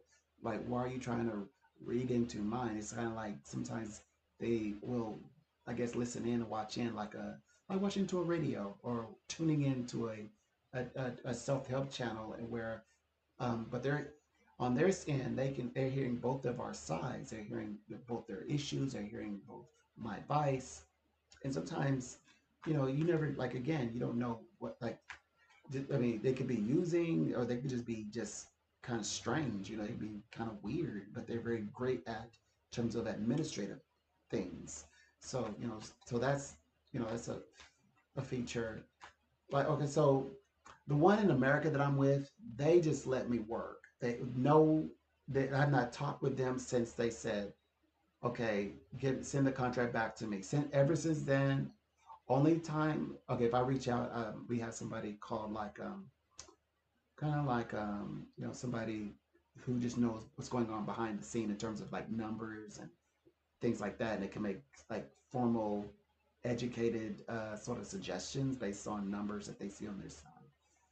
But they have not contacted me at all, and I can contact them at any time, and they can reach out to me, but they're not. Well, my point is, they're not. They see everything, but they let me take care of they let me do my job. But then other ones are more like they want to get involved, they want to draw opinion, and like, don't dare sit there and be judgmental and throw rocks at glass houses. And don't throw rocks at me either. So so I'm oh, of course, you always gotta kind of being that you could be in a situation where there's just these people over there like that, and they're just on the way, have no business being in that position because they don't have the level mind to do it. Yeah, just in case you do have to kind of you know kind of be on the wise side, be on the be wise and manage in that space as well. It's like each time that I'm working with someone, I'm always make sure that they understand very clearly what I'm talking about, even if I have to like sort of um, like encourage them to speak into the areas of like what I'm talking about, get them into the communication, the conversation, I guess is what I do, because I always want them to, and I always need them to be in that space so they just can understand that we're here to work with them in every way possible that I can, and I have a very specific way of doing the work that I do. But I definitely have to make sure, very clear and sure that they understand that. we're not creating a guru here. Um, they've had their uh, Uri Geller, and they will not be getting another Uri Geller. At least not from my side. Now, if somebody else wants to volunteer and sacrifice themselves on behalf of myself or any of us and want to go off and become, the great prophet, seer, and guru Uri Geller, then by all means, go. You may have at it. Go do so. But I will not be doing that. I will not offer that. I don't leave conversations open ended to even suggest that. Yeah. So in other words, yes, as you're learning all the other things that we talk about, remember how to close conversations or close auras. Close your aura. Close your door. So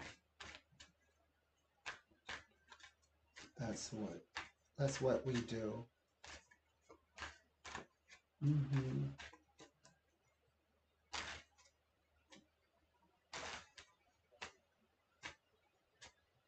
Yeah.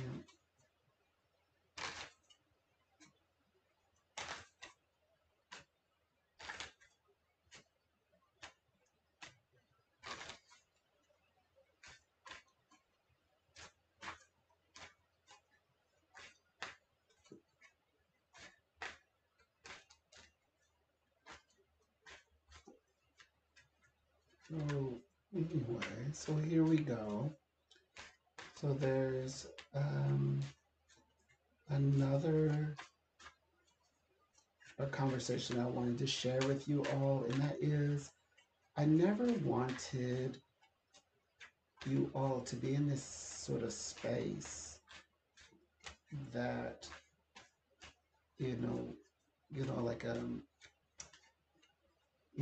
where one might be like grandiose like this, like the arrogance, and something that is as important as something that's happening in the real world, and with great confidence, you know, like make statements, and of course be in the, position oneself as like somebody who is knowledgeable or having um, a spiritual aura about them,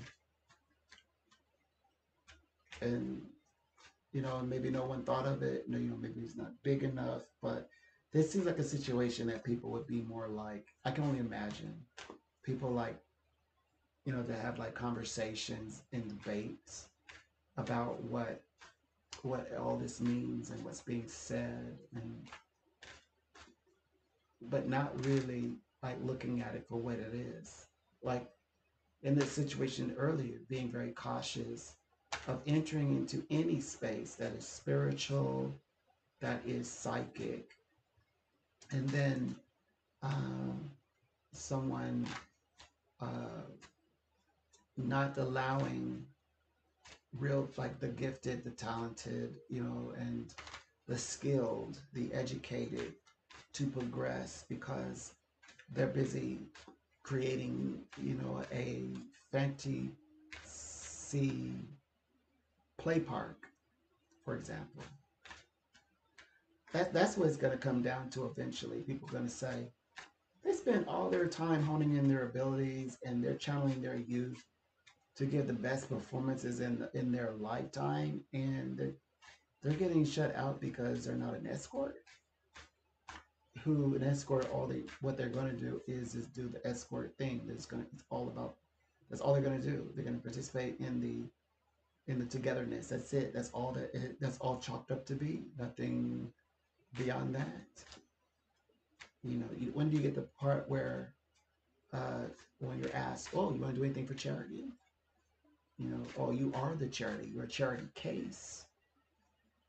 So, you know, that's not what a lot of people, who are attending those classes and, you both, by the way, making sure you keep your grades up so you can participate in any of those said things, and then go off. And then when it becomes money, then continuing to elevate your abilities, so you continue paying for those things, since you're gonna be paying for those things out of your pocket, the classes. And so tools you need, like if you play a trombone, that cost, if you a bass, whatever, bass guitar, that costs money. um to be able to go to a location, go to a dance studio, that costs money. And the classes, you know that costs money. You like, you want to pay by the month, you want to pay by per session, money. So just to be told, well, if you're given you're going to participate, you're going to participate. Or if you're just elected because only for that one thing, then because yeah, you're going to go in there, you're at your best top performance.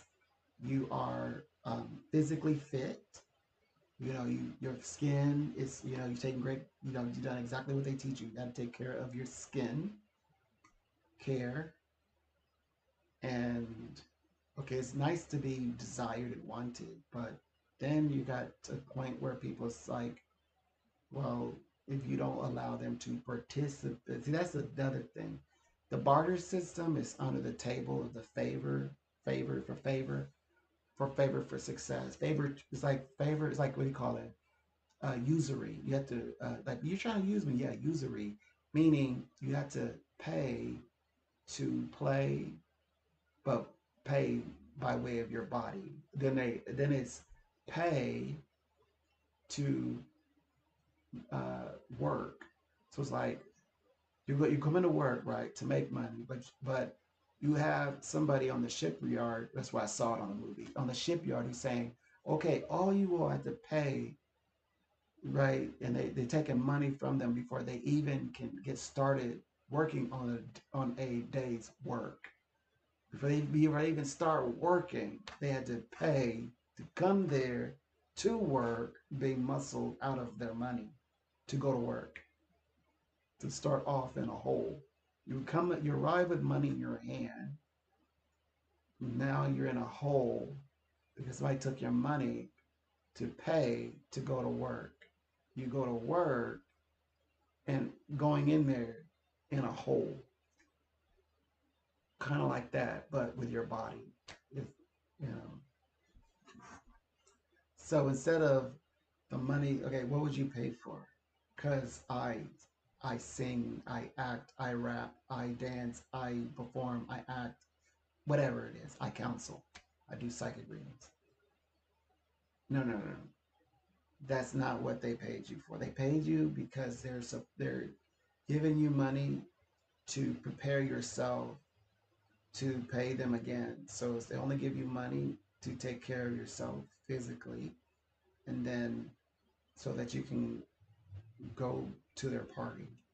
Not to go to a stage and perform and make your own money, where then you have financial freedom to travel the world like you thought, in the way that, Missy Elliott. You think of Missy Elliott when you think of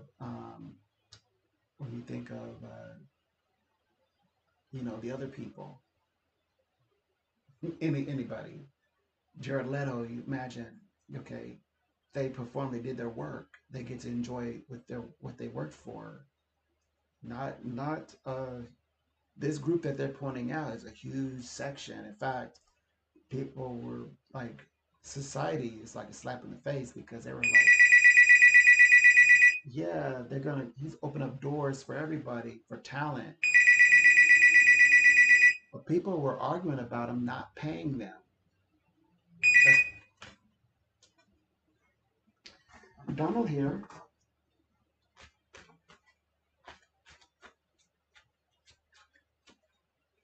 Okay.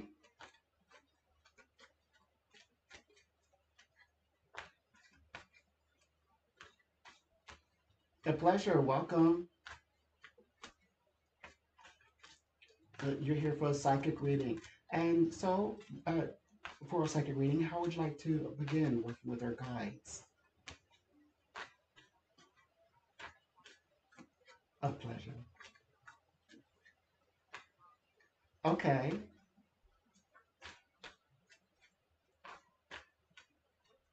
And so, what are your questions today?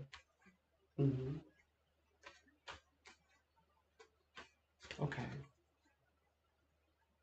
Hmm.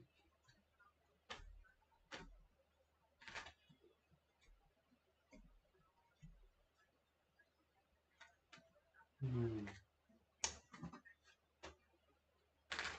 Okay. Got it. Makes sense. So let's ask the spirits. Right. Okay. So what I can see is this. The guides illustrate that.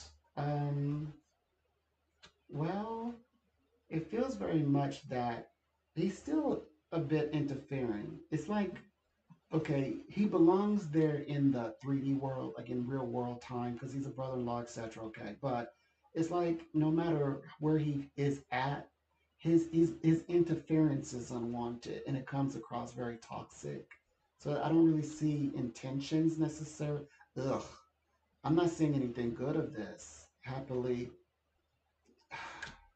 it's like it's like a double-edged sword with him because okay, first of all, I see a marriage that can be saved. Then on the other side, I'm seeing like hit like bad advice, maybe wanting, maybe like if, as if he's thinking, well, divorce is bound to happen. It's just a matter of when. Like he doesn't seem very favorable, the brother-in-law. He seems like he's interfering in things that doesn't have anything to do with him.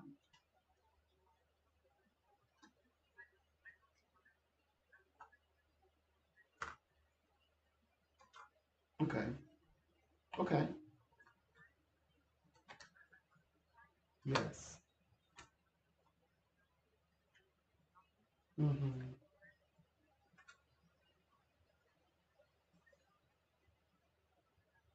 Right. Right. He's gaslighting you. That's that feeling of gas. He's gaslighting you. He's playing on your intelligence. He's playing with you. That's okay. That's why you feel that way. Your instincts are telling you this man is telling you your radar on the inside. This instincts is saying don't trust this guy. That's why you're getting those responses from him. Okay.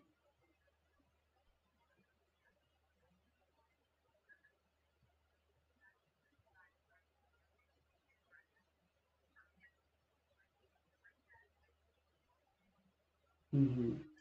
Well, you know how I read. We only read. We're like a GPS, and did you use a GPS to find out? I don't want to drive over a pothole. If there's construction ahead, I want to go around it. What's the best route? And I'm telling you right now, the spirit will, first of all, going into this conversation, are saying no matter where he is at, he doesn't belong there. And the fact that he doesn't belong there, he only can bring strife. So he's only going to bring problems. Even if he was to say, "Oh, you guys such a," you couldn't even trust if he said right now, "Oh, you both are such a beautiful couple. You got your whole lives ahead of you. Don't give up." Even if he said that, it's like that's still out of place because he might, even though he may try to be nice, but they're saying that you are actually just have to know that you are correct in everything you're saying, and you are following the right path. The path has been you want to bring calmness into your home, and yes, with your husband, and that is the action that you're trying to do. That's the action that you're doing, and that's makes you correct. This your brother-in-law is going to try to work against everything you're working so hard to bring into your house.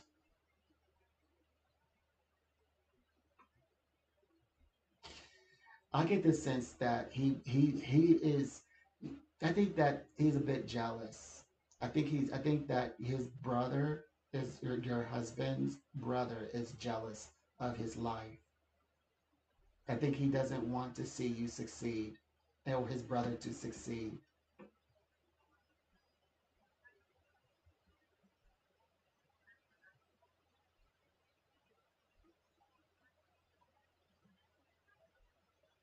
Mm-hmm.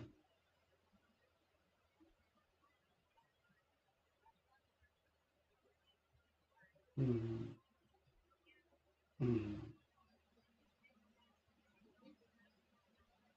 Mm-hmm.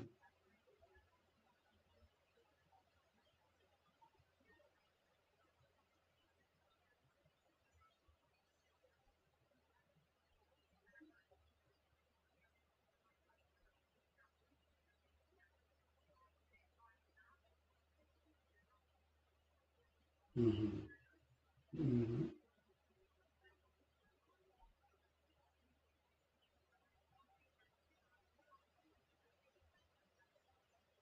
Mm-hmm.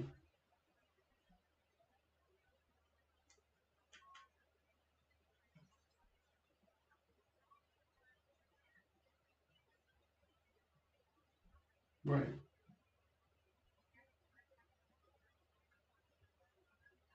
Mm-hmm. Mm-hmm. On purpose.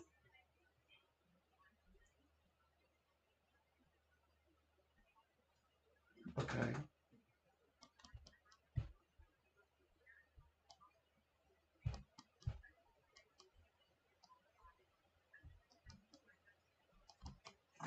Mm-hmm.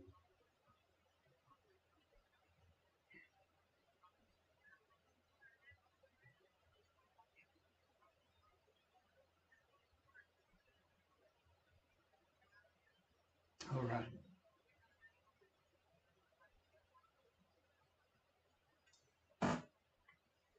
Mm-hmm. Okay.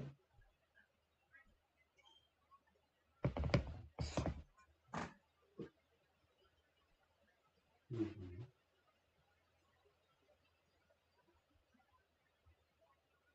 Mm-hmm.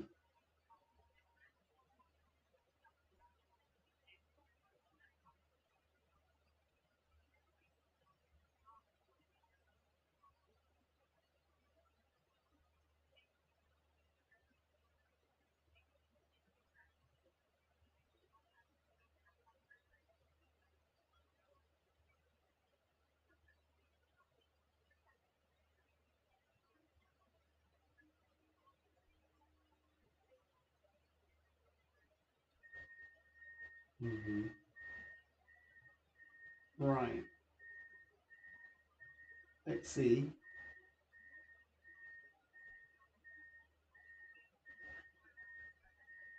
Mm-hmm.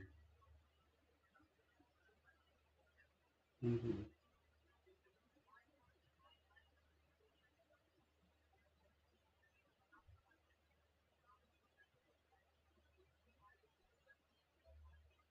Okay.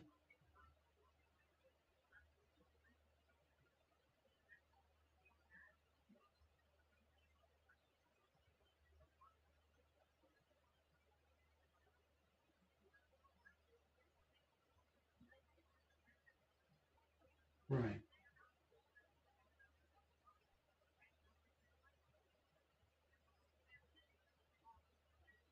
Yes. Yep, exactly. Exactly. You nailed it. You nailed it. That's that. You now you understand what his brother is up to. Now you're reading him.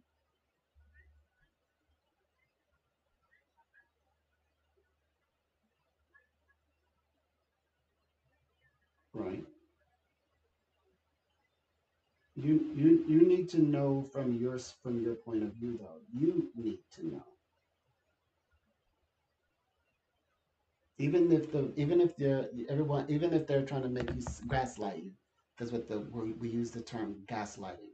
Even though they're trying to gaslight you, meaning try to make the circumstances like you don't know what you're talking about. You just out imagining in your own imagination, and you know full on well that you know is real, even if it's in front of you. Like you say, you're hearing them speak through the camera. That is called gaslighting. They're gaslighting you. They're trying to make you seem crazy, but you're not. You have proof.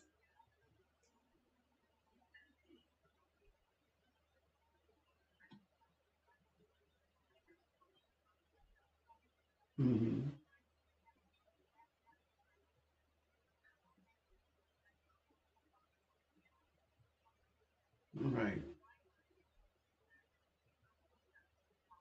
Yes.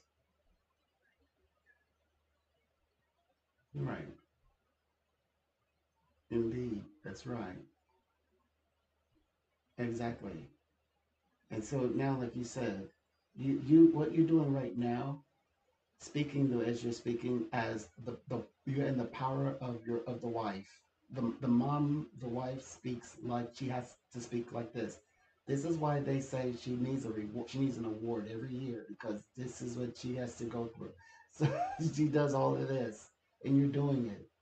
You're making sure they understand. They hear you. This is good because otherwise, now you know if you don't talk, the brother-in-law is going to talk. You don't need him to talk.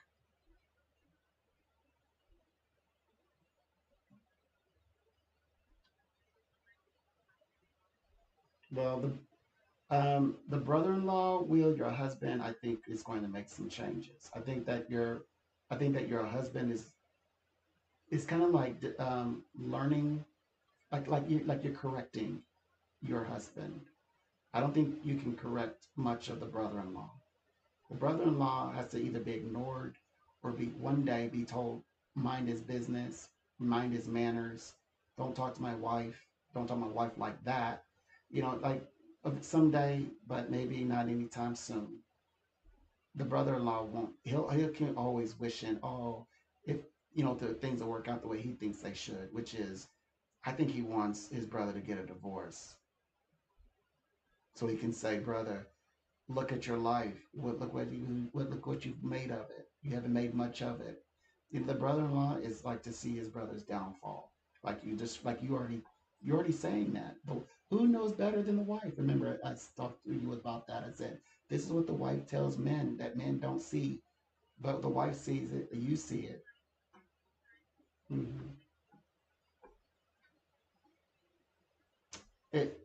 He's got again, again. Your husband has to learn. So it's like something that you haven't really had all your life, and now all of a sudden, as an adult, you expect to know it, to learn it. So he's learning right now. I know it's hard work, and a lot we're applauding you. You're doing marvelous up right now. But you're teaching your husband things that he didn't have before. So it's going to take some time. It is going to take some time. But I know one thing they told me to tell you. They said little by little, there are certain changes, but it's not a big, significant change like you would like it to be. It may not happen like in a flip of a dime, but it's happening. The changes you will notice.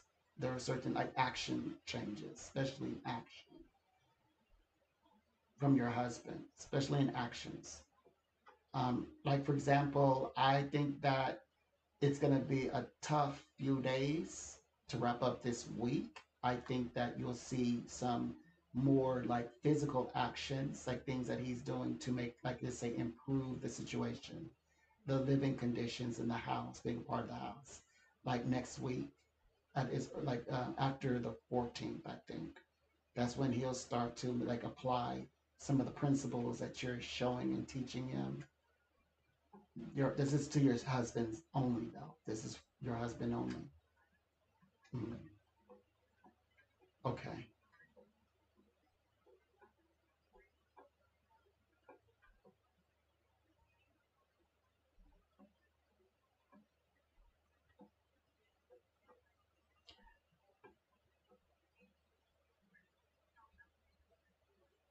Is the only information I have is the information I just shared. That's the way that it's going to play out. Mm, mm. No, this is the specific detailed answer I was given. That's a prediction that plays out in real life. The what I just shared. That wasn't. I wasn't. I'm not a preachy psychic.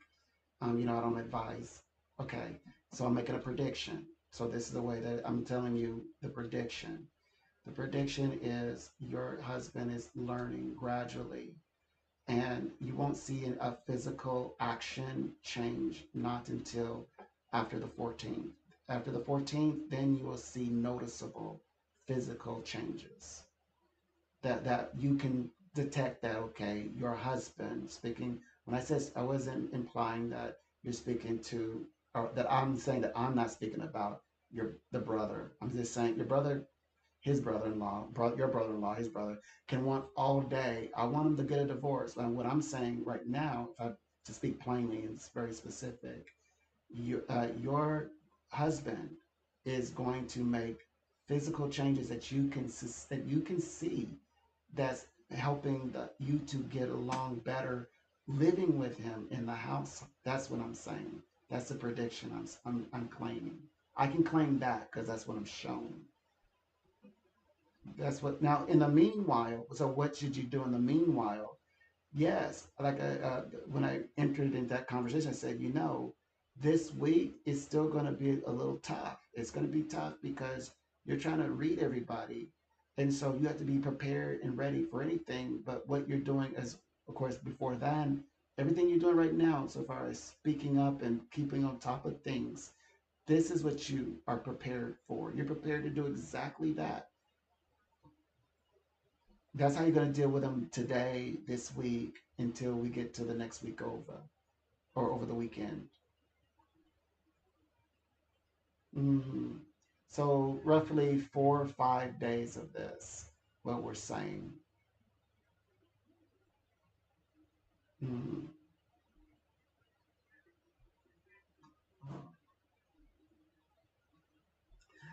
Well, that's up to you if you decide that. If you decide, I mean, that's something that you have to always contemplate. My style of reading always um, keeps with not being enslaved. I'm Black American, so it's always about free will, right? So what I'm illustrating is that the reading is always suggested that you actually are in position. So I'm about it's empowerment. This is to empower you. So you're empowered to stay in your marriage, but then you say in a sad marriage, or am I going to be happy? So this is about your happiness in your marriage, to stay in your marriage. So that's the way that I've read. Then you having the power to say, I want to leave anyway, and I'm happy. You're going to be able to walk out the door with everybody, the children, and be happy if you want to. But I see you actually in the marriage. I see you in the marriage and being happy. None any decision you make in the future. That's what I see.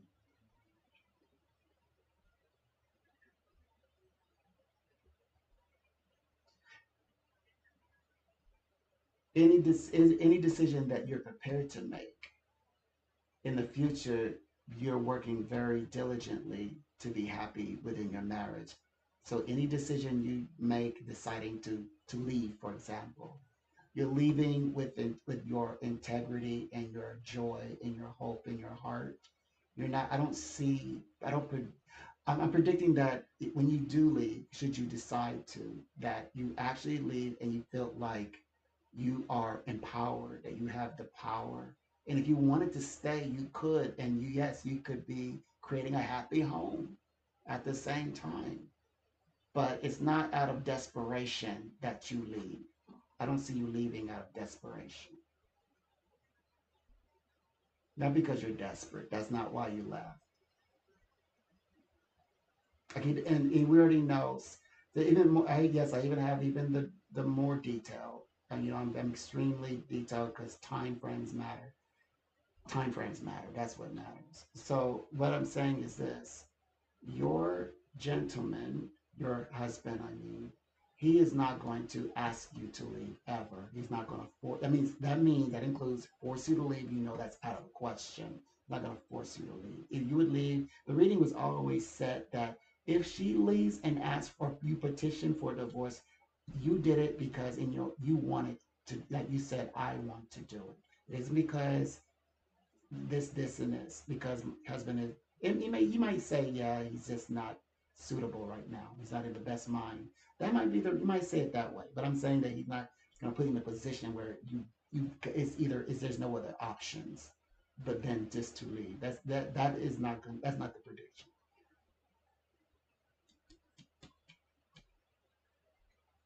Okay.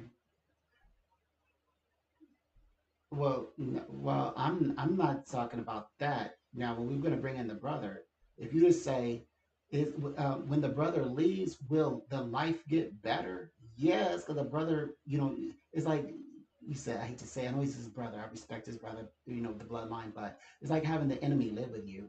Like, oh no, things are not fine. This is my enemy, wishing for my downfall every day.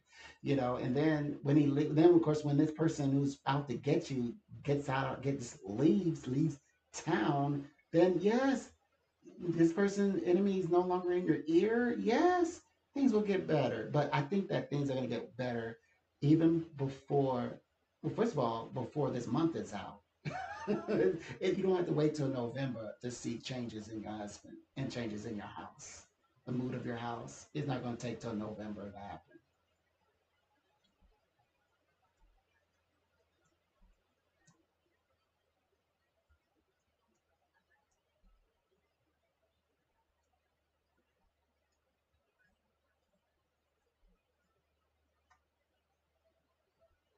Well, I only have I again in this context I can only speak to what's revealed to me in my reading, because in regards to, let's say, promptness to leave, the prompt to leave would be because there's no other choice. That means if there's no other choice, then that would illustrate that then it must be because there's physical danger or harm that is, somewhere that's in the possibilities. And to avoid that, then I had no choice but to exit the house. So this is going back to what is stated. I more see that as you're speaking into your marriage, and you're speaking in the realm of protecting your marriage, that in my readings you are capable of creating the environment for your house to creating a, when I say creating a home that where you actually want to stay in, and that implies that where you are at home and you're getting along with your husband, and also you feel comfortable and safe around your husband. So that's what's implied. So the guys here would say something to the effects of, okay, if you stay and you said you start investing the time into creating this safe home, this home that runs the way it ought to be ran, right? And then it starts to happen, but every now and then you've got to speak up on things, right? One thing is the reading illustrates is that you're able to voice your opinions and say the things you need to say to your husband, without the idea that it comes to the part where you're not allowed to, or there's some type of retribution for speaking up and speaking out. That's not even a prediction. That's not a prediction. I mean, this prediction is, in other words, you're speaking up and making changes. So you're making changes for a healthier environment, a healthy environment that's safe for both yourself, for the family, the household, the children. So that's in fact that's the reasoning. That's even more reason. Again, seeking and searching for reasons for an exit is something that is not it's something that is not predicted, because the true prediction is that you would have the ability. Yes, you could always leave. Anybody, you could leave if you want, but under what conditions is leaving? If it's based on, because again, um, by force, that would be your husband forcing you to leave. That's still not a prediction of mine. My prediction is you're able to stay put, and if you did decide to exit, you exit the house with definitely patient, like very very quietly, just deciding I don't want to be here anymore, and I just go, and you just do it because you want to, because you just weren't happy, and that's okay.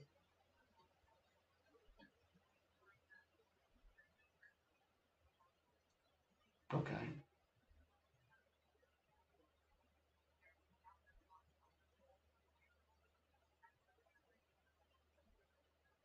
Mhm.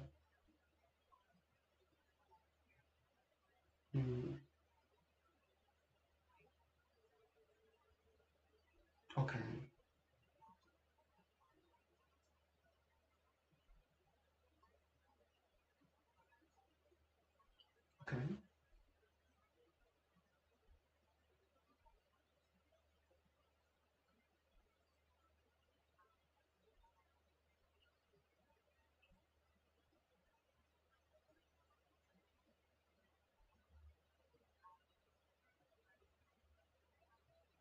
Okay.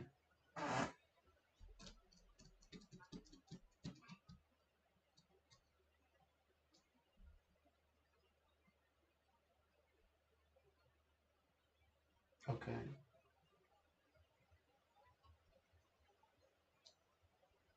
Okay. This is more honest. So the spirits thank you because then they can get you what you're asking for, what you're petitioning the universe.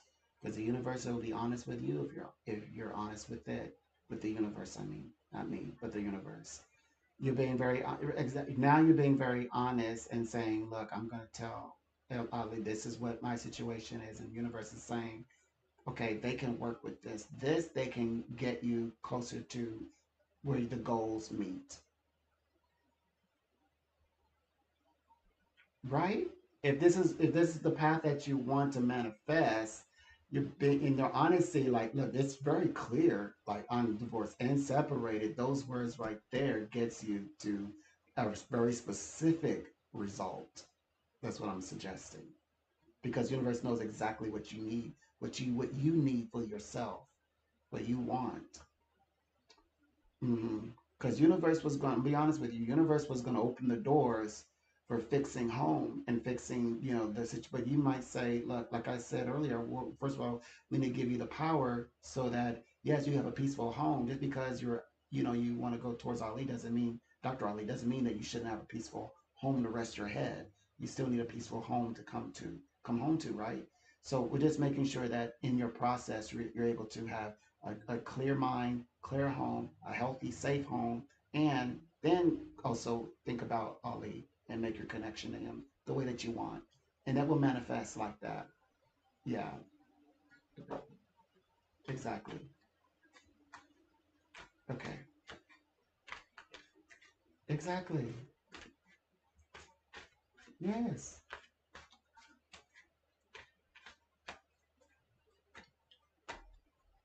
right. Okay, okay, okay, right. Okay. Hmm.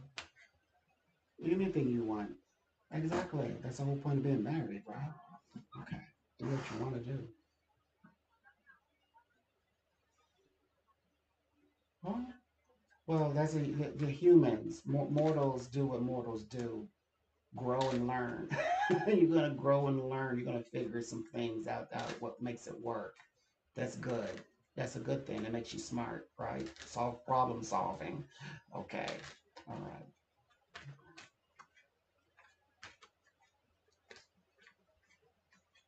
What you're doing, I'm describing this past minute, that you're commended, that this exactly, help to manifest the things you want. And this is very good. This is very wonderful because you're preparing to take on this experience and you're owning it. You're starting to own it and make it your own. And by the way, Ali, man, if you need me to be more clear, Ali is going to definitely work with you, work with this newfound information. He will be able to connect with this. And yes, you two are going to draw closer as well. Mhm.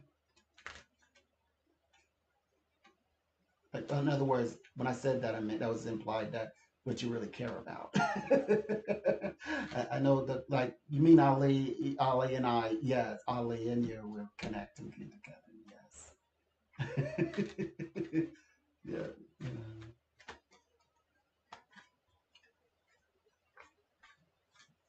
This week, every week is a beautiful week to me, but one thing I'm very certain is that you still have time to take advantage of the you kind this Venus magnetic situation.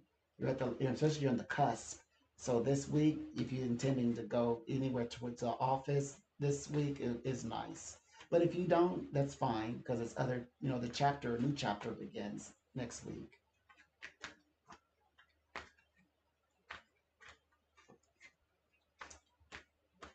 Oh, you're gonna love next week. You're gonna be so active. hmm next week brings about action. We've been talking a lot this time frame.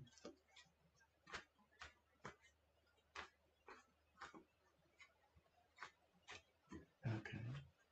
Okay. Oh, it's a time of inventing. So like create like inventions.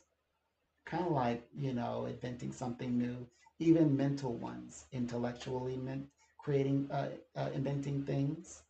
So like you said, like explaining to him, uh, like a way, logically to, to open up this new doorway, for example. Kind of like picking a lock, figuring and getting the right keys, open up the right door, the right key for the right door. That analogy. Yes.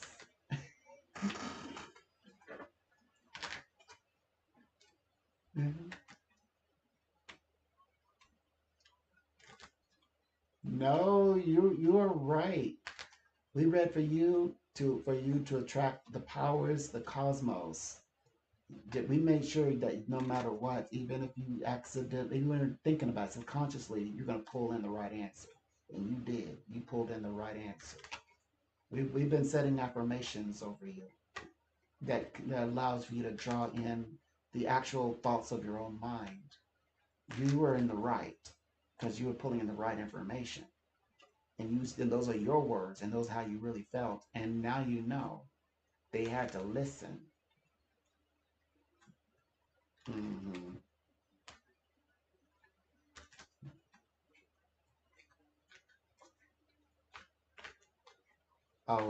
this not this time. The energy shifting where you're because it's also very action wise. You're going to be very clear in your thoughts. You'll be very clear in your intentions. And you're not going to have any trouble saying what you need to share with him.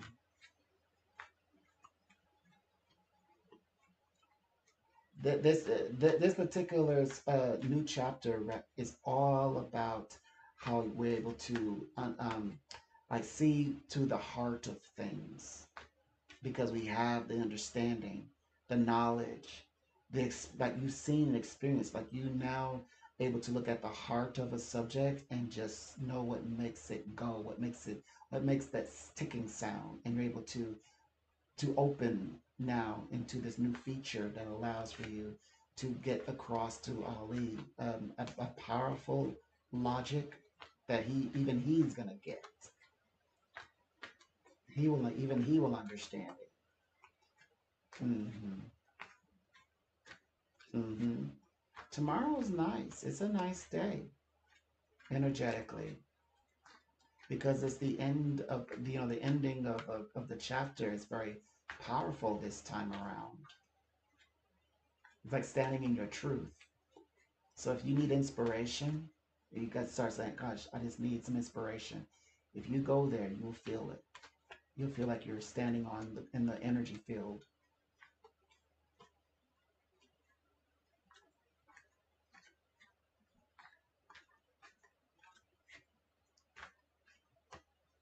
Well, what it means is that you've needed to open up a lot more, and you needed to open up a lot more for a long time.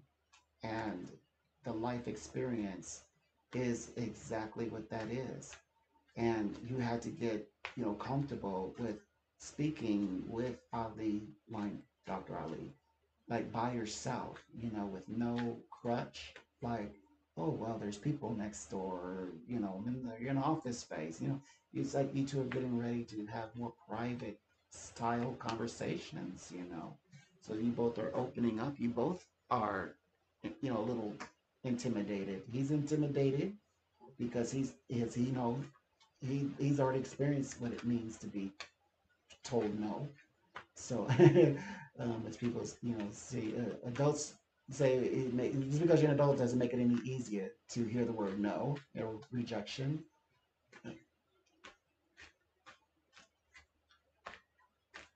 So he's experienced it. So you both are kind of getting that connection, getting that understanding. Like, okay, you both are on the same page. You both need this for yourselves and want this. Okay, okay. Good luck and good job, by the way. Again, you go, girl. That's what they say in America, I think. I know you're a woman. You go, woman. You're doing a great job. You're a wife and a mom. All right, bye. You're a great job. You're okay. You go, girl. Oh, that's what they say. I mean, okay, you're a woman. Okay, yeah. You're a great. You're a good woman. You're a great woman, and you're a wife, and you're a mom. Good job. You go. You go, girl. You go, girl. You go, girl. You go, woman. You go, woman.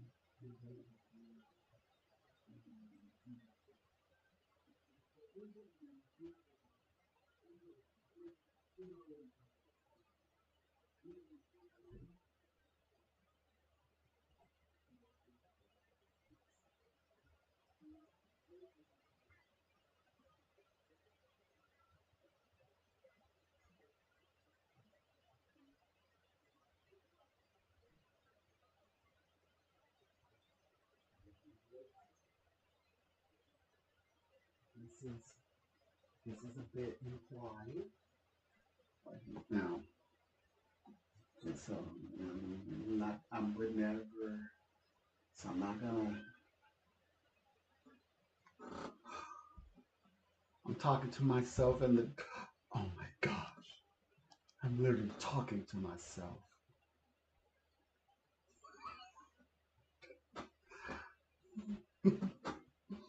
Mm, okay.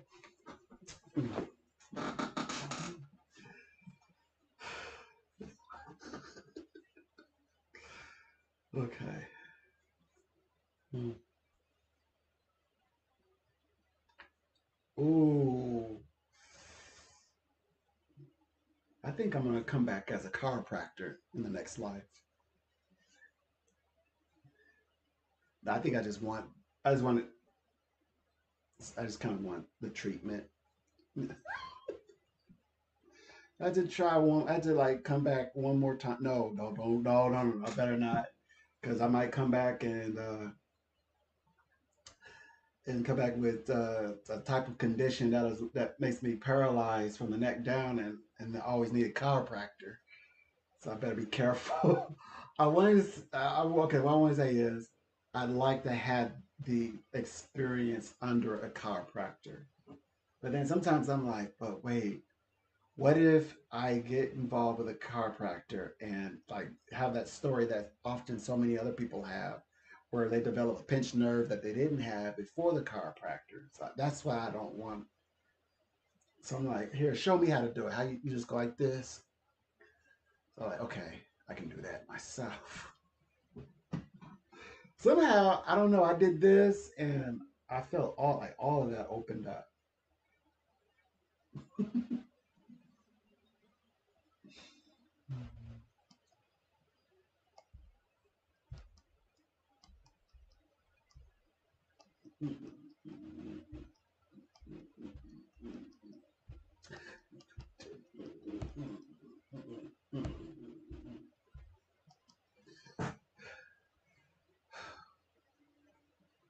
I'm not trying to be too mean to her. I had to be kind of strict. 'Cause I can't trust her because she's very those, like, she's a quiet devil. Like submissive until, and then when she's like a when the bunny gets the gun type personality. So I don't. I'm not. What's even more interesting is that she says, I have full green light. She says, like, correct me, go ahead. So I'm like, I'm guiding my daughter, okay? My psychic daughter. I'm guiding my psychic daughter to make right decisions. and I'm giving her, I'm explaining her power that she has. And right now, the her husband and brother-in-law don't know what to do with her because now she started to act like a woman who is modern, and like the woman that's like in the room and she is in front of all the cameras and can hear everything. She's hearing the conversations. She's like, oh, you think you gonna talk to me like that in my house? Like she like so, and her husband's like, oh my gosh, I'm in my brain. I'm going to contact your dad. They already threatened to call her dad. They already called the priest. It's like, I think my wife, she's possessed, speaking to me like I'm somebody. This it's like he touched her forehead. Oh, by the way, she went to a doctor who checked out her brain. Like, this is interesting. You need to speak to a neurologist. By the way, regardless of what I think, came back and her mind is 100% sharp. She's just realizing the fullness of her powers that she's in the West. Yeah, they are here in America. I didn't know that. That's new. I just learned that today. And as a citizen and woman of America, she might as well take some of the power. Take some of Yeah, use some of her power. Anyway, I think she's about to tell the brother-in-law that he's only here to November. Thank goodness, brother-in-law. One of like a jealous older sibling. Like, I haven't figured it out, and I don't want you to figure it out either. Type. Well, the husband hasn't caught on yet, and she's putting him on.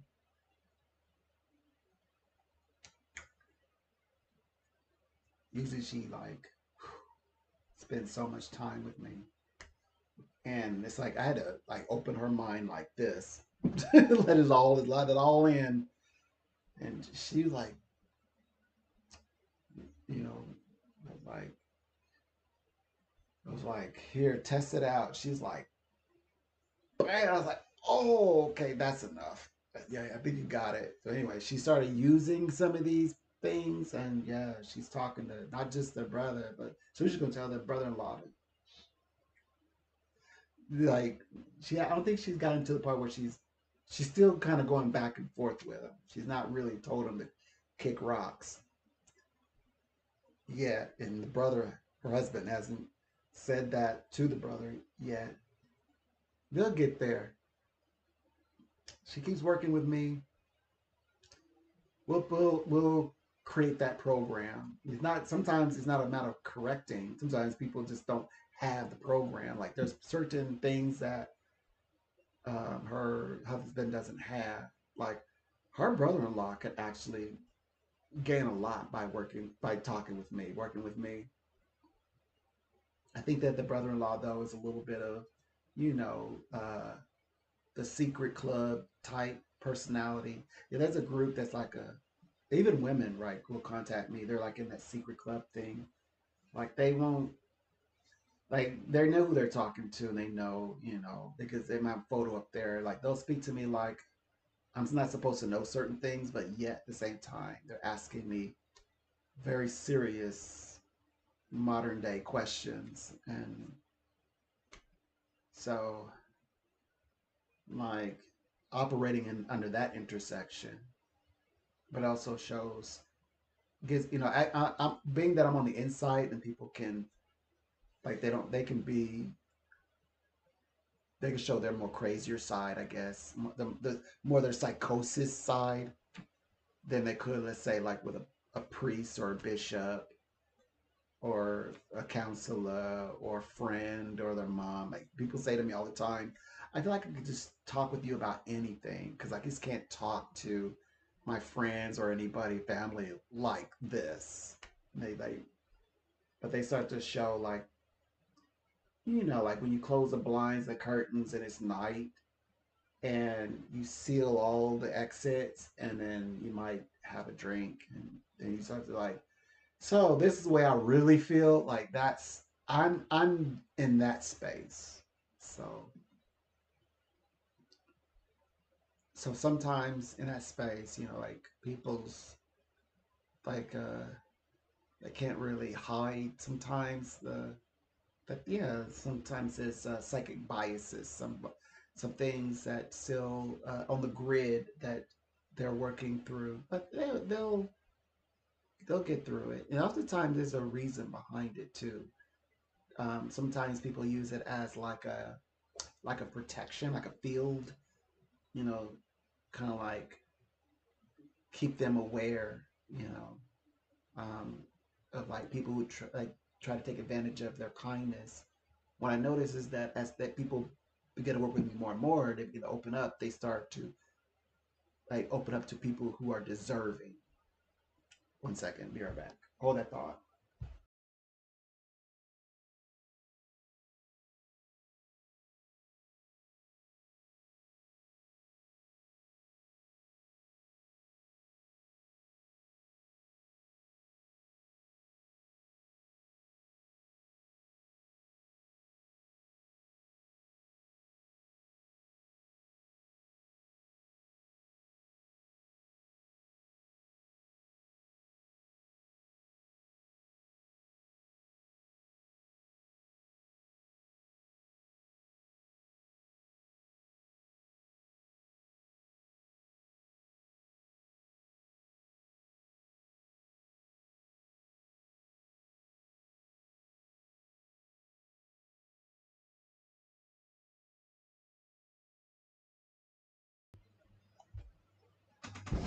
Okay, I'm back.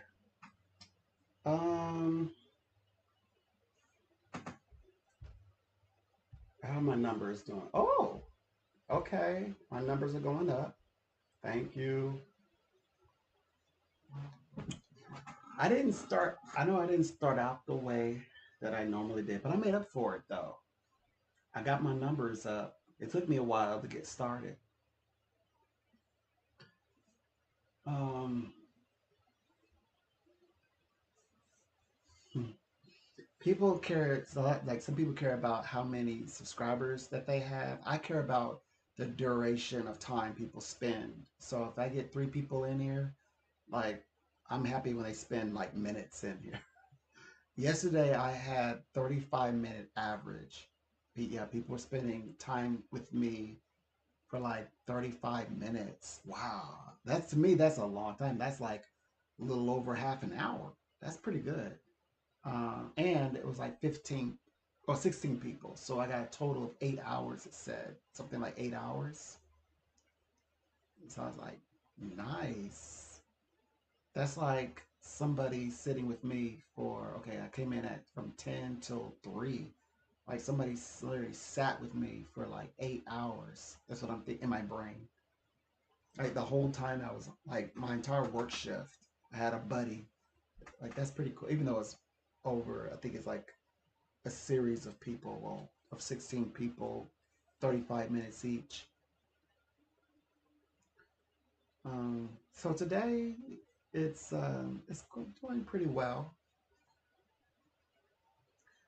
I know people like I got to get you guys okay.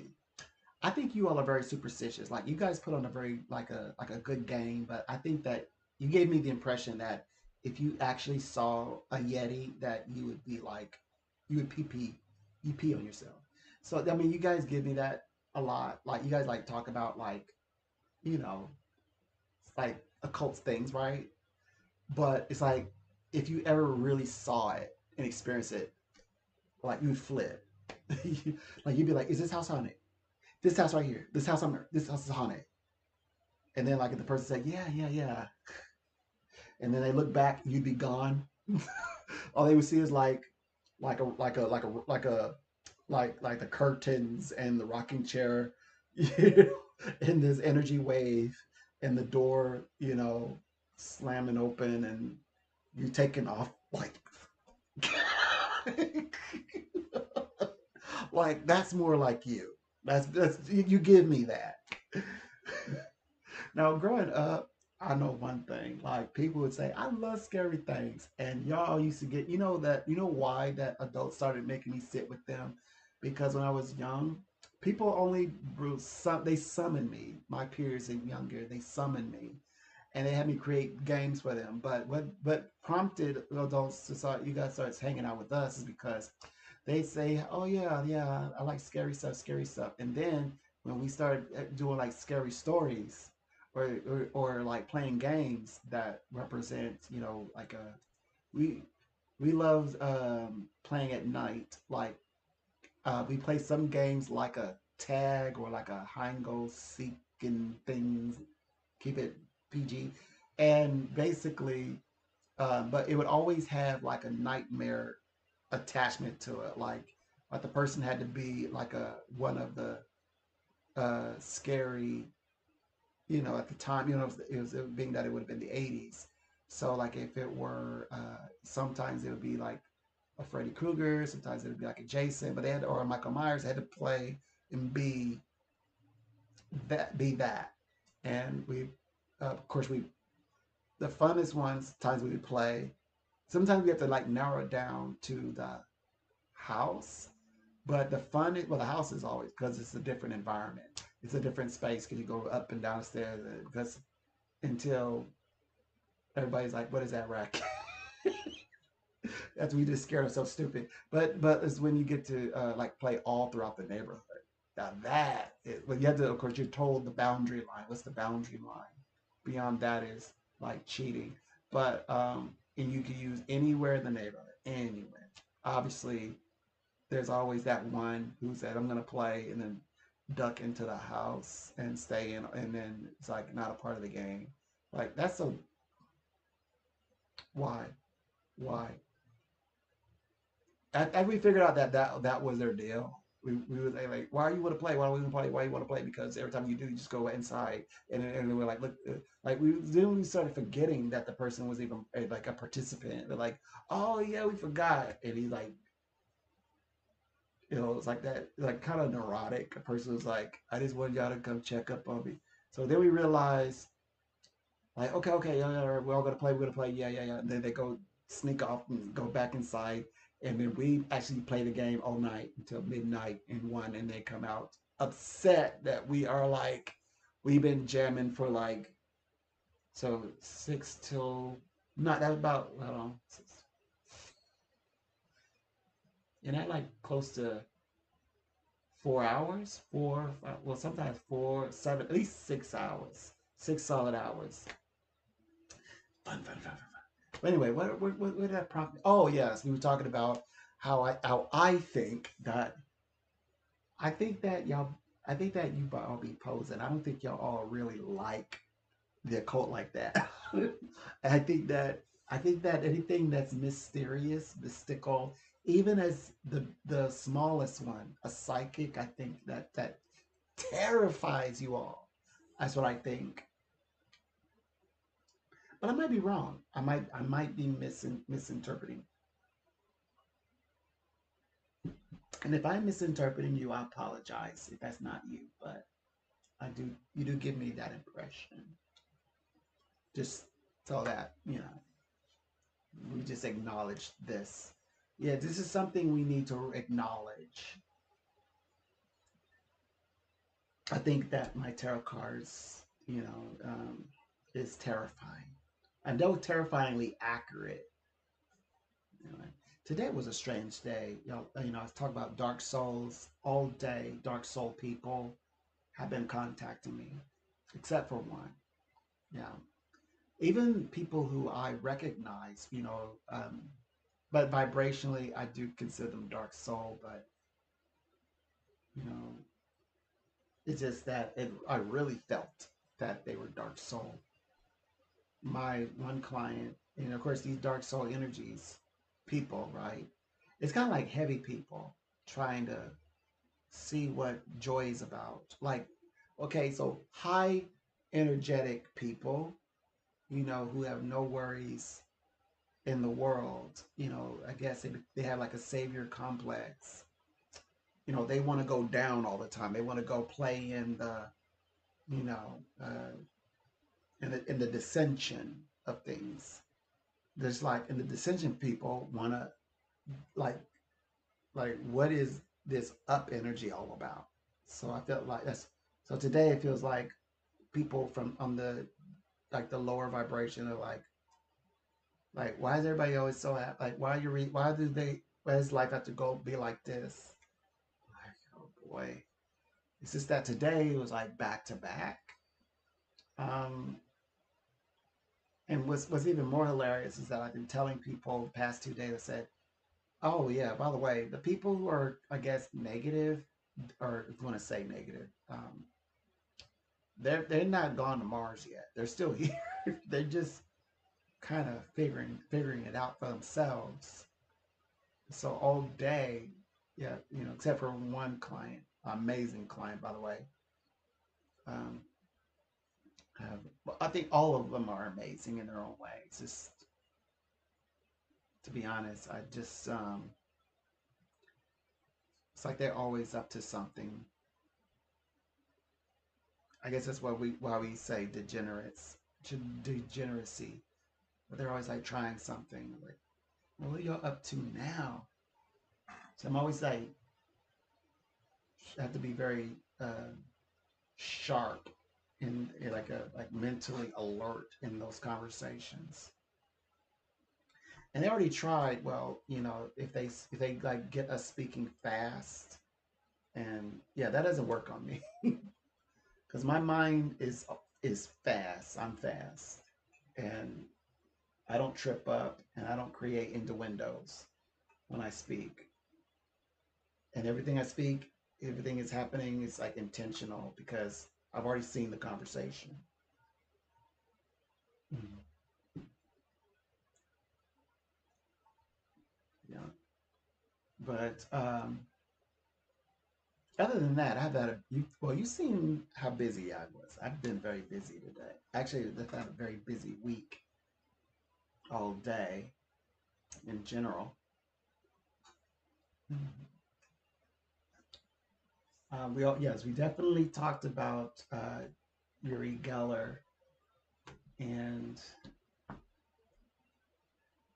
maybe that's why people are behaving so darkly with me today because maybe because I'm picking on, you know, hey, even psychics we know can be wrong. Even psychics can be wrong. I'm telling you.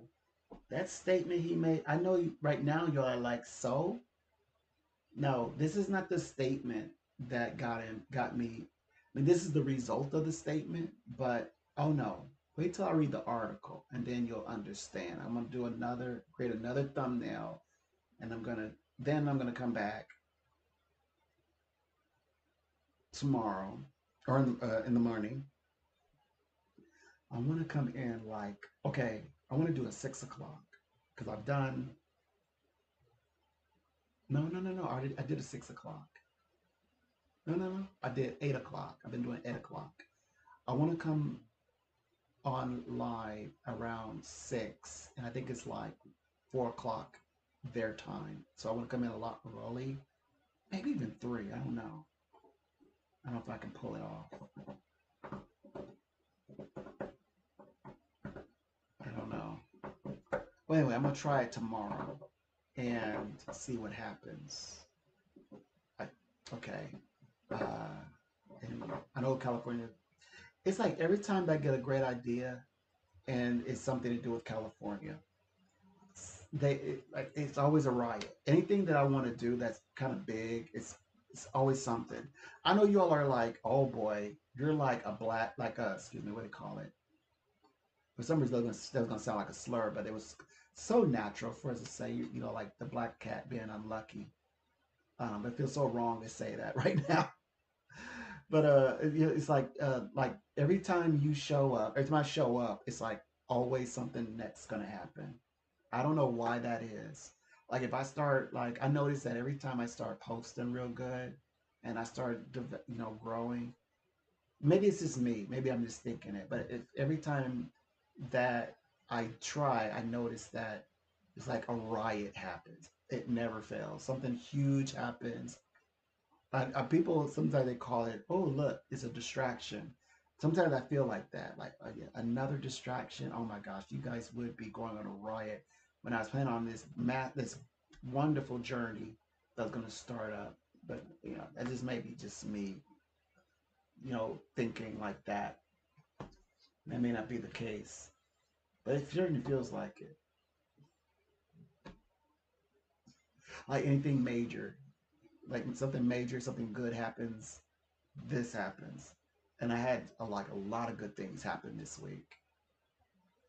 That made me busy. The channel is doing something interesting. I'm watching it. I'm like watching all my like watch hours go up, and then lo and behold, madness. Uh, uh, you know, California is this close from going into martial law.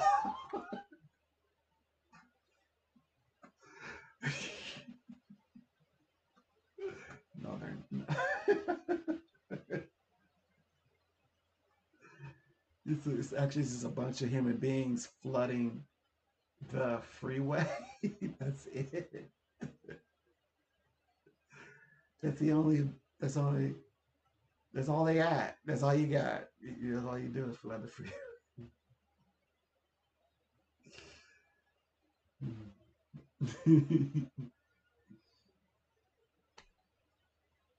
But yeah, we did speak to that though. We spoke. We made some good analogies, some correlations that you know, um, like that's called. I call that empathy. Like you see something, and for some reason, empathetically, like you see something bad happens to someone from your community, and how much it impacts you. But then you're realizing that, wait a minute, that's not me. And you don't even know if that person is actually part of your community. So the idea that, okay, like, because I want aid to reach Palestinians doesn't mean I can say that at the same time of saying I don't want aid to reach Hamas, who is the enemy of Israel and Palestinian. But does, yeah, the two things can be true at the same time. Likewise, I can want American, the Latinos that are there. I want them to be, want them safe and secure. But people who are harming them, because I see the videos, where they, because they, I mean, they're not in a place of being held accountable. The reason why a lot of us don't do crime, because they know our social security number, they know our identity, they know where we work, they know where we go in recreation, they know, where we live. But then there are people, and they know that they're off the radar. And how do people behave when, like Y2K, first 5 minutes, that's all it takes. Well, now, less than that, 2 to 3 minutes and less, because of the internet, for people to become primal. And so that, in other words, you got people allowed to be primate or be primal, because there's no structures in place where they can be enforced. So, and and it's actually harming people. I've seen harm happen, yes, to all nationality, but no greater than in terms of like quantity, um, like harm to the the group from um, from which the in this case the unlawful immigrant is happening with. So they're exposed to the same level, the same types of harm as other nationality. So it'd be more proper and more moral for me, rationalizing here, to want the security for American, Latino, any nationality, uh, and apart from people who are not regulated. Because the reason why people don't do things, break a law, the reason because you have tags on your car and they run your tags.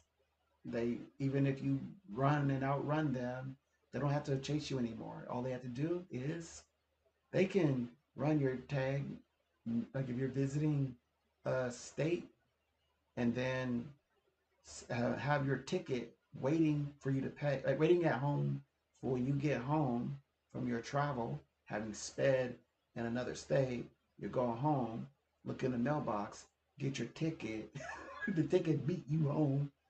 That was faster than you to getting home, and you had to actually go to your, or send off your payment or go to your local court to pay a ticket, that because they've run your tag. That happened to one of my managers. He ran a red light, and I know that's how he drives, and he was like, yeah, they said I ran a red light. You do that all the time. The way he sounded is like that was the biggest shocker, the biggest news. Oh my gosh, they ran my tag at a red light. No, you always run a red light, like because at the hours, the streets are clear, and so he would just go. It makes it like some maybe a car or two late night partiers, and they ran his tag, sent him his ticket in the mail. Didn't no traffic stop needed. So anyway, okay, so the point is, yeah, I'm rooting for, but I understand like they're still dealing with their empathy. Okay, so I think that there's a difference between compassion, and compassion is what allows me to, I can have compassion for the world. I don't think that everyone, including even within my own community, is deserving of my empathy. Empathy is reserved, I think, for the gods. Give your empathy to the gods or a higher power, which means I want to walk in the shoes of something of greatness. That's empathy. Compassion is being the ability to show kindness. And why limit yourself to just your community? Show kindness to Palestinian people. Um, the empathy would be empathizing. I can't even use it that way because you guys don't understand empathy. And I don't want to be that person that's like a earth god. I don't want to sound like an earth god. So scratch it. But empathy is, since empathy is about ethics, the ethic is okay to understand. Empathy is to understand in my reasoning and ethics that yes, Hamas is keeping aid and food, and said that they will fight other Palestinian who come and collect the aid for their people, for their family, for themselves, who are, though they just the word they use to describe their feeling is starvation, is starving and great need in their peril. And so so the compassion, kindness is that they should get those things that they like food. The ethic of it, in spite of like empathy, allows you one to say, okay, Hamas is, Israel must have considered Hamas to be Palestinians. Okay, oh, you're at war with Palestinians. When in actuality, they are a group who are, you know, they're okay. The disenfranchised part or aspects of Palestinian people. Well, that's not this organized group of Palestinians who are or are holding on or maintain or trying to maintain their power through coercion, force, and things like that, using um, the their fight with Israel as leverage to continue to to further and disenfranchise the Palestinian people who live there. All that is can be done through the word. Now I can apply it to the word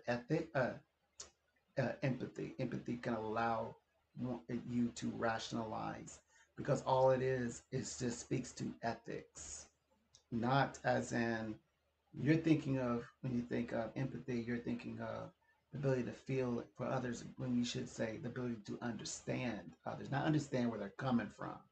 Like I do not understand.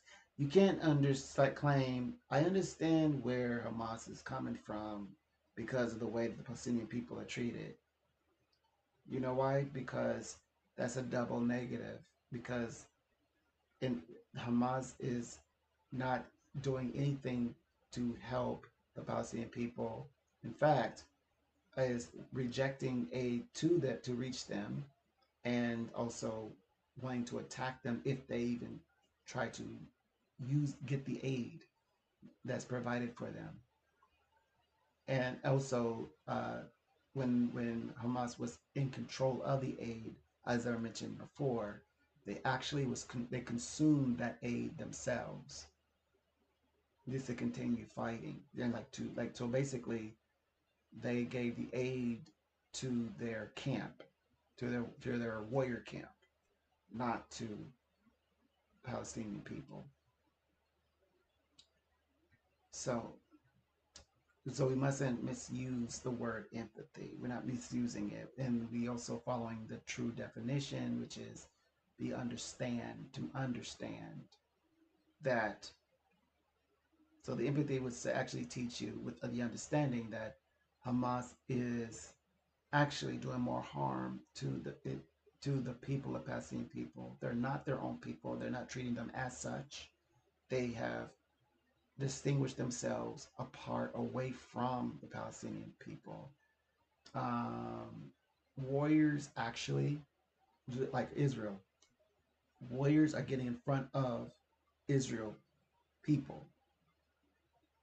Palestinian, in the Palestinian situation, Hamas is getting behind Palestinian people.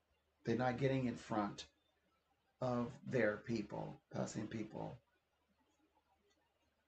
You know, as much as Israel, like saying, okay, head to head, they're not trying to go where they don't want to go head to head. One, that doesn't make any sense. The other one is they've they've no care for the Palestinian people, starve them, keep the aid from them, and also stand behind them and have them absorb whatever Israel is bringing, which Israel thought that you could tell by their choices and how they've had to adjust their strategy that they thought that Hamas considered Palestinian people to be their people. Like they even say empathy and like compassion for their own people. Like, Israel is to their own people, America is to their own people.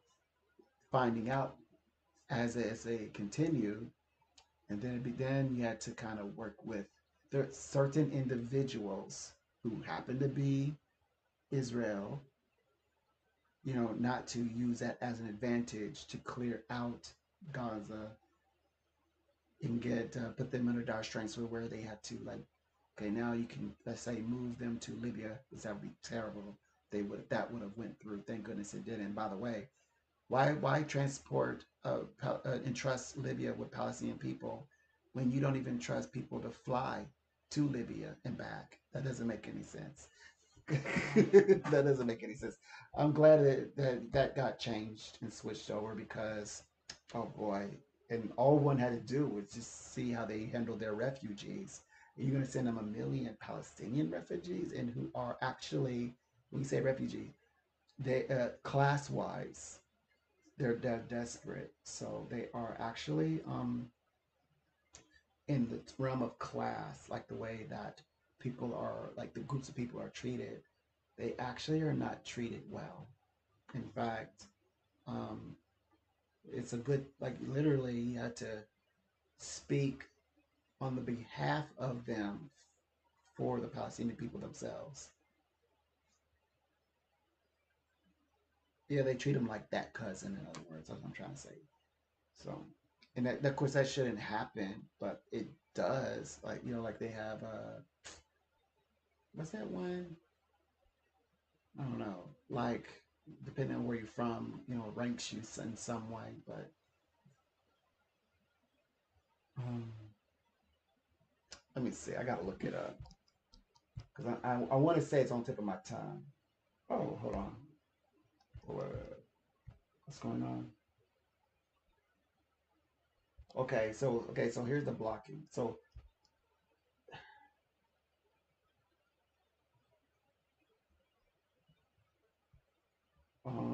let me see. Okay, here goes. Among the 12, Libya, and Libya was where they wanted to send 1 million Palestinian, but yet it's got a travel ban. That's why I was saying I would be the moment I would have said, oh yeah, courts won't, Supreme Court won't allow people to be transported to Libya. I would be like on my knees, be like praying, like thanking God, thanking the gods. So I mean that's not that speaks a lot. What I just said says a lot.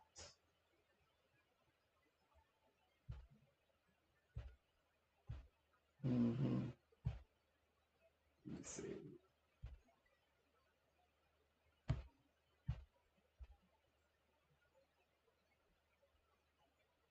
Okay, 40,000 French arms delivered, weakening Russian forces. Yay! Let's go. Let's go. Let's go. Actually, I want to read this on my own. Yeah, because, like, I mean, you gotta, like, tell people to leave you alone. Like, bro, like, leave me. Look, I don't want to be bothered. Leave me alone. Stop taking my villages, man. Stop ransacking where I pay rent. Stop ransacking where I bought it. If I bought it's mine. Why are you ransacking it? Like it's good that you know um, that Israel gets to say that. It's good that Ukraine gets to say that.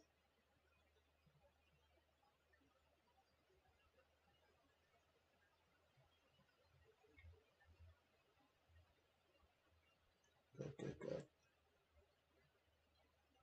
Very good.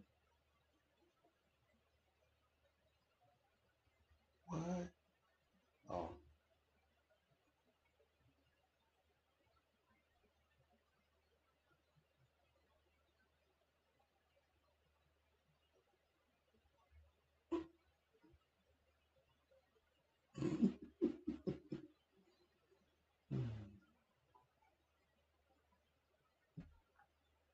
So, anyways, I just want us to think about uh, going like towards the future. Just think about things. Think about your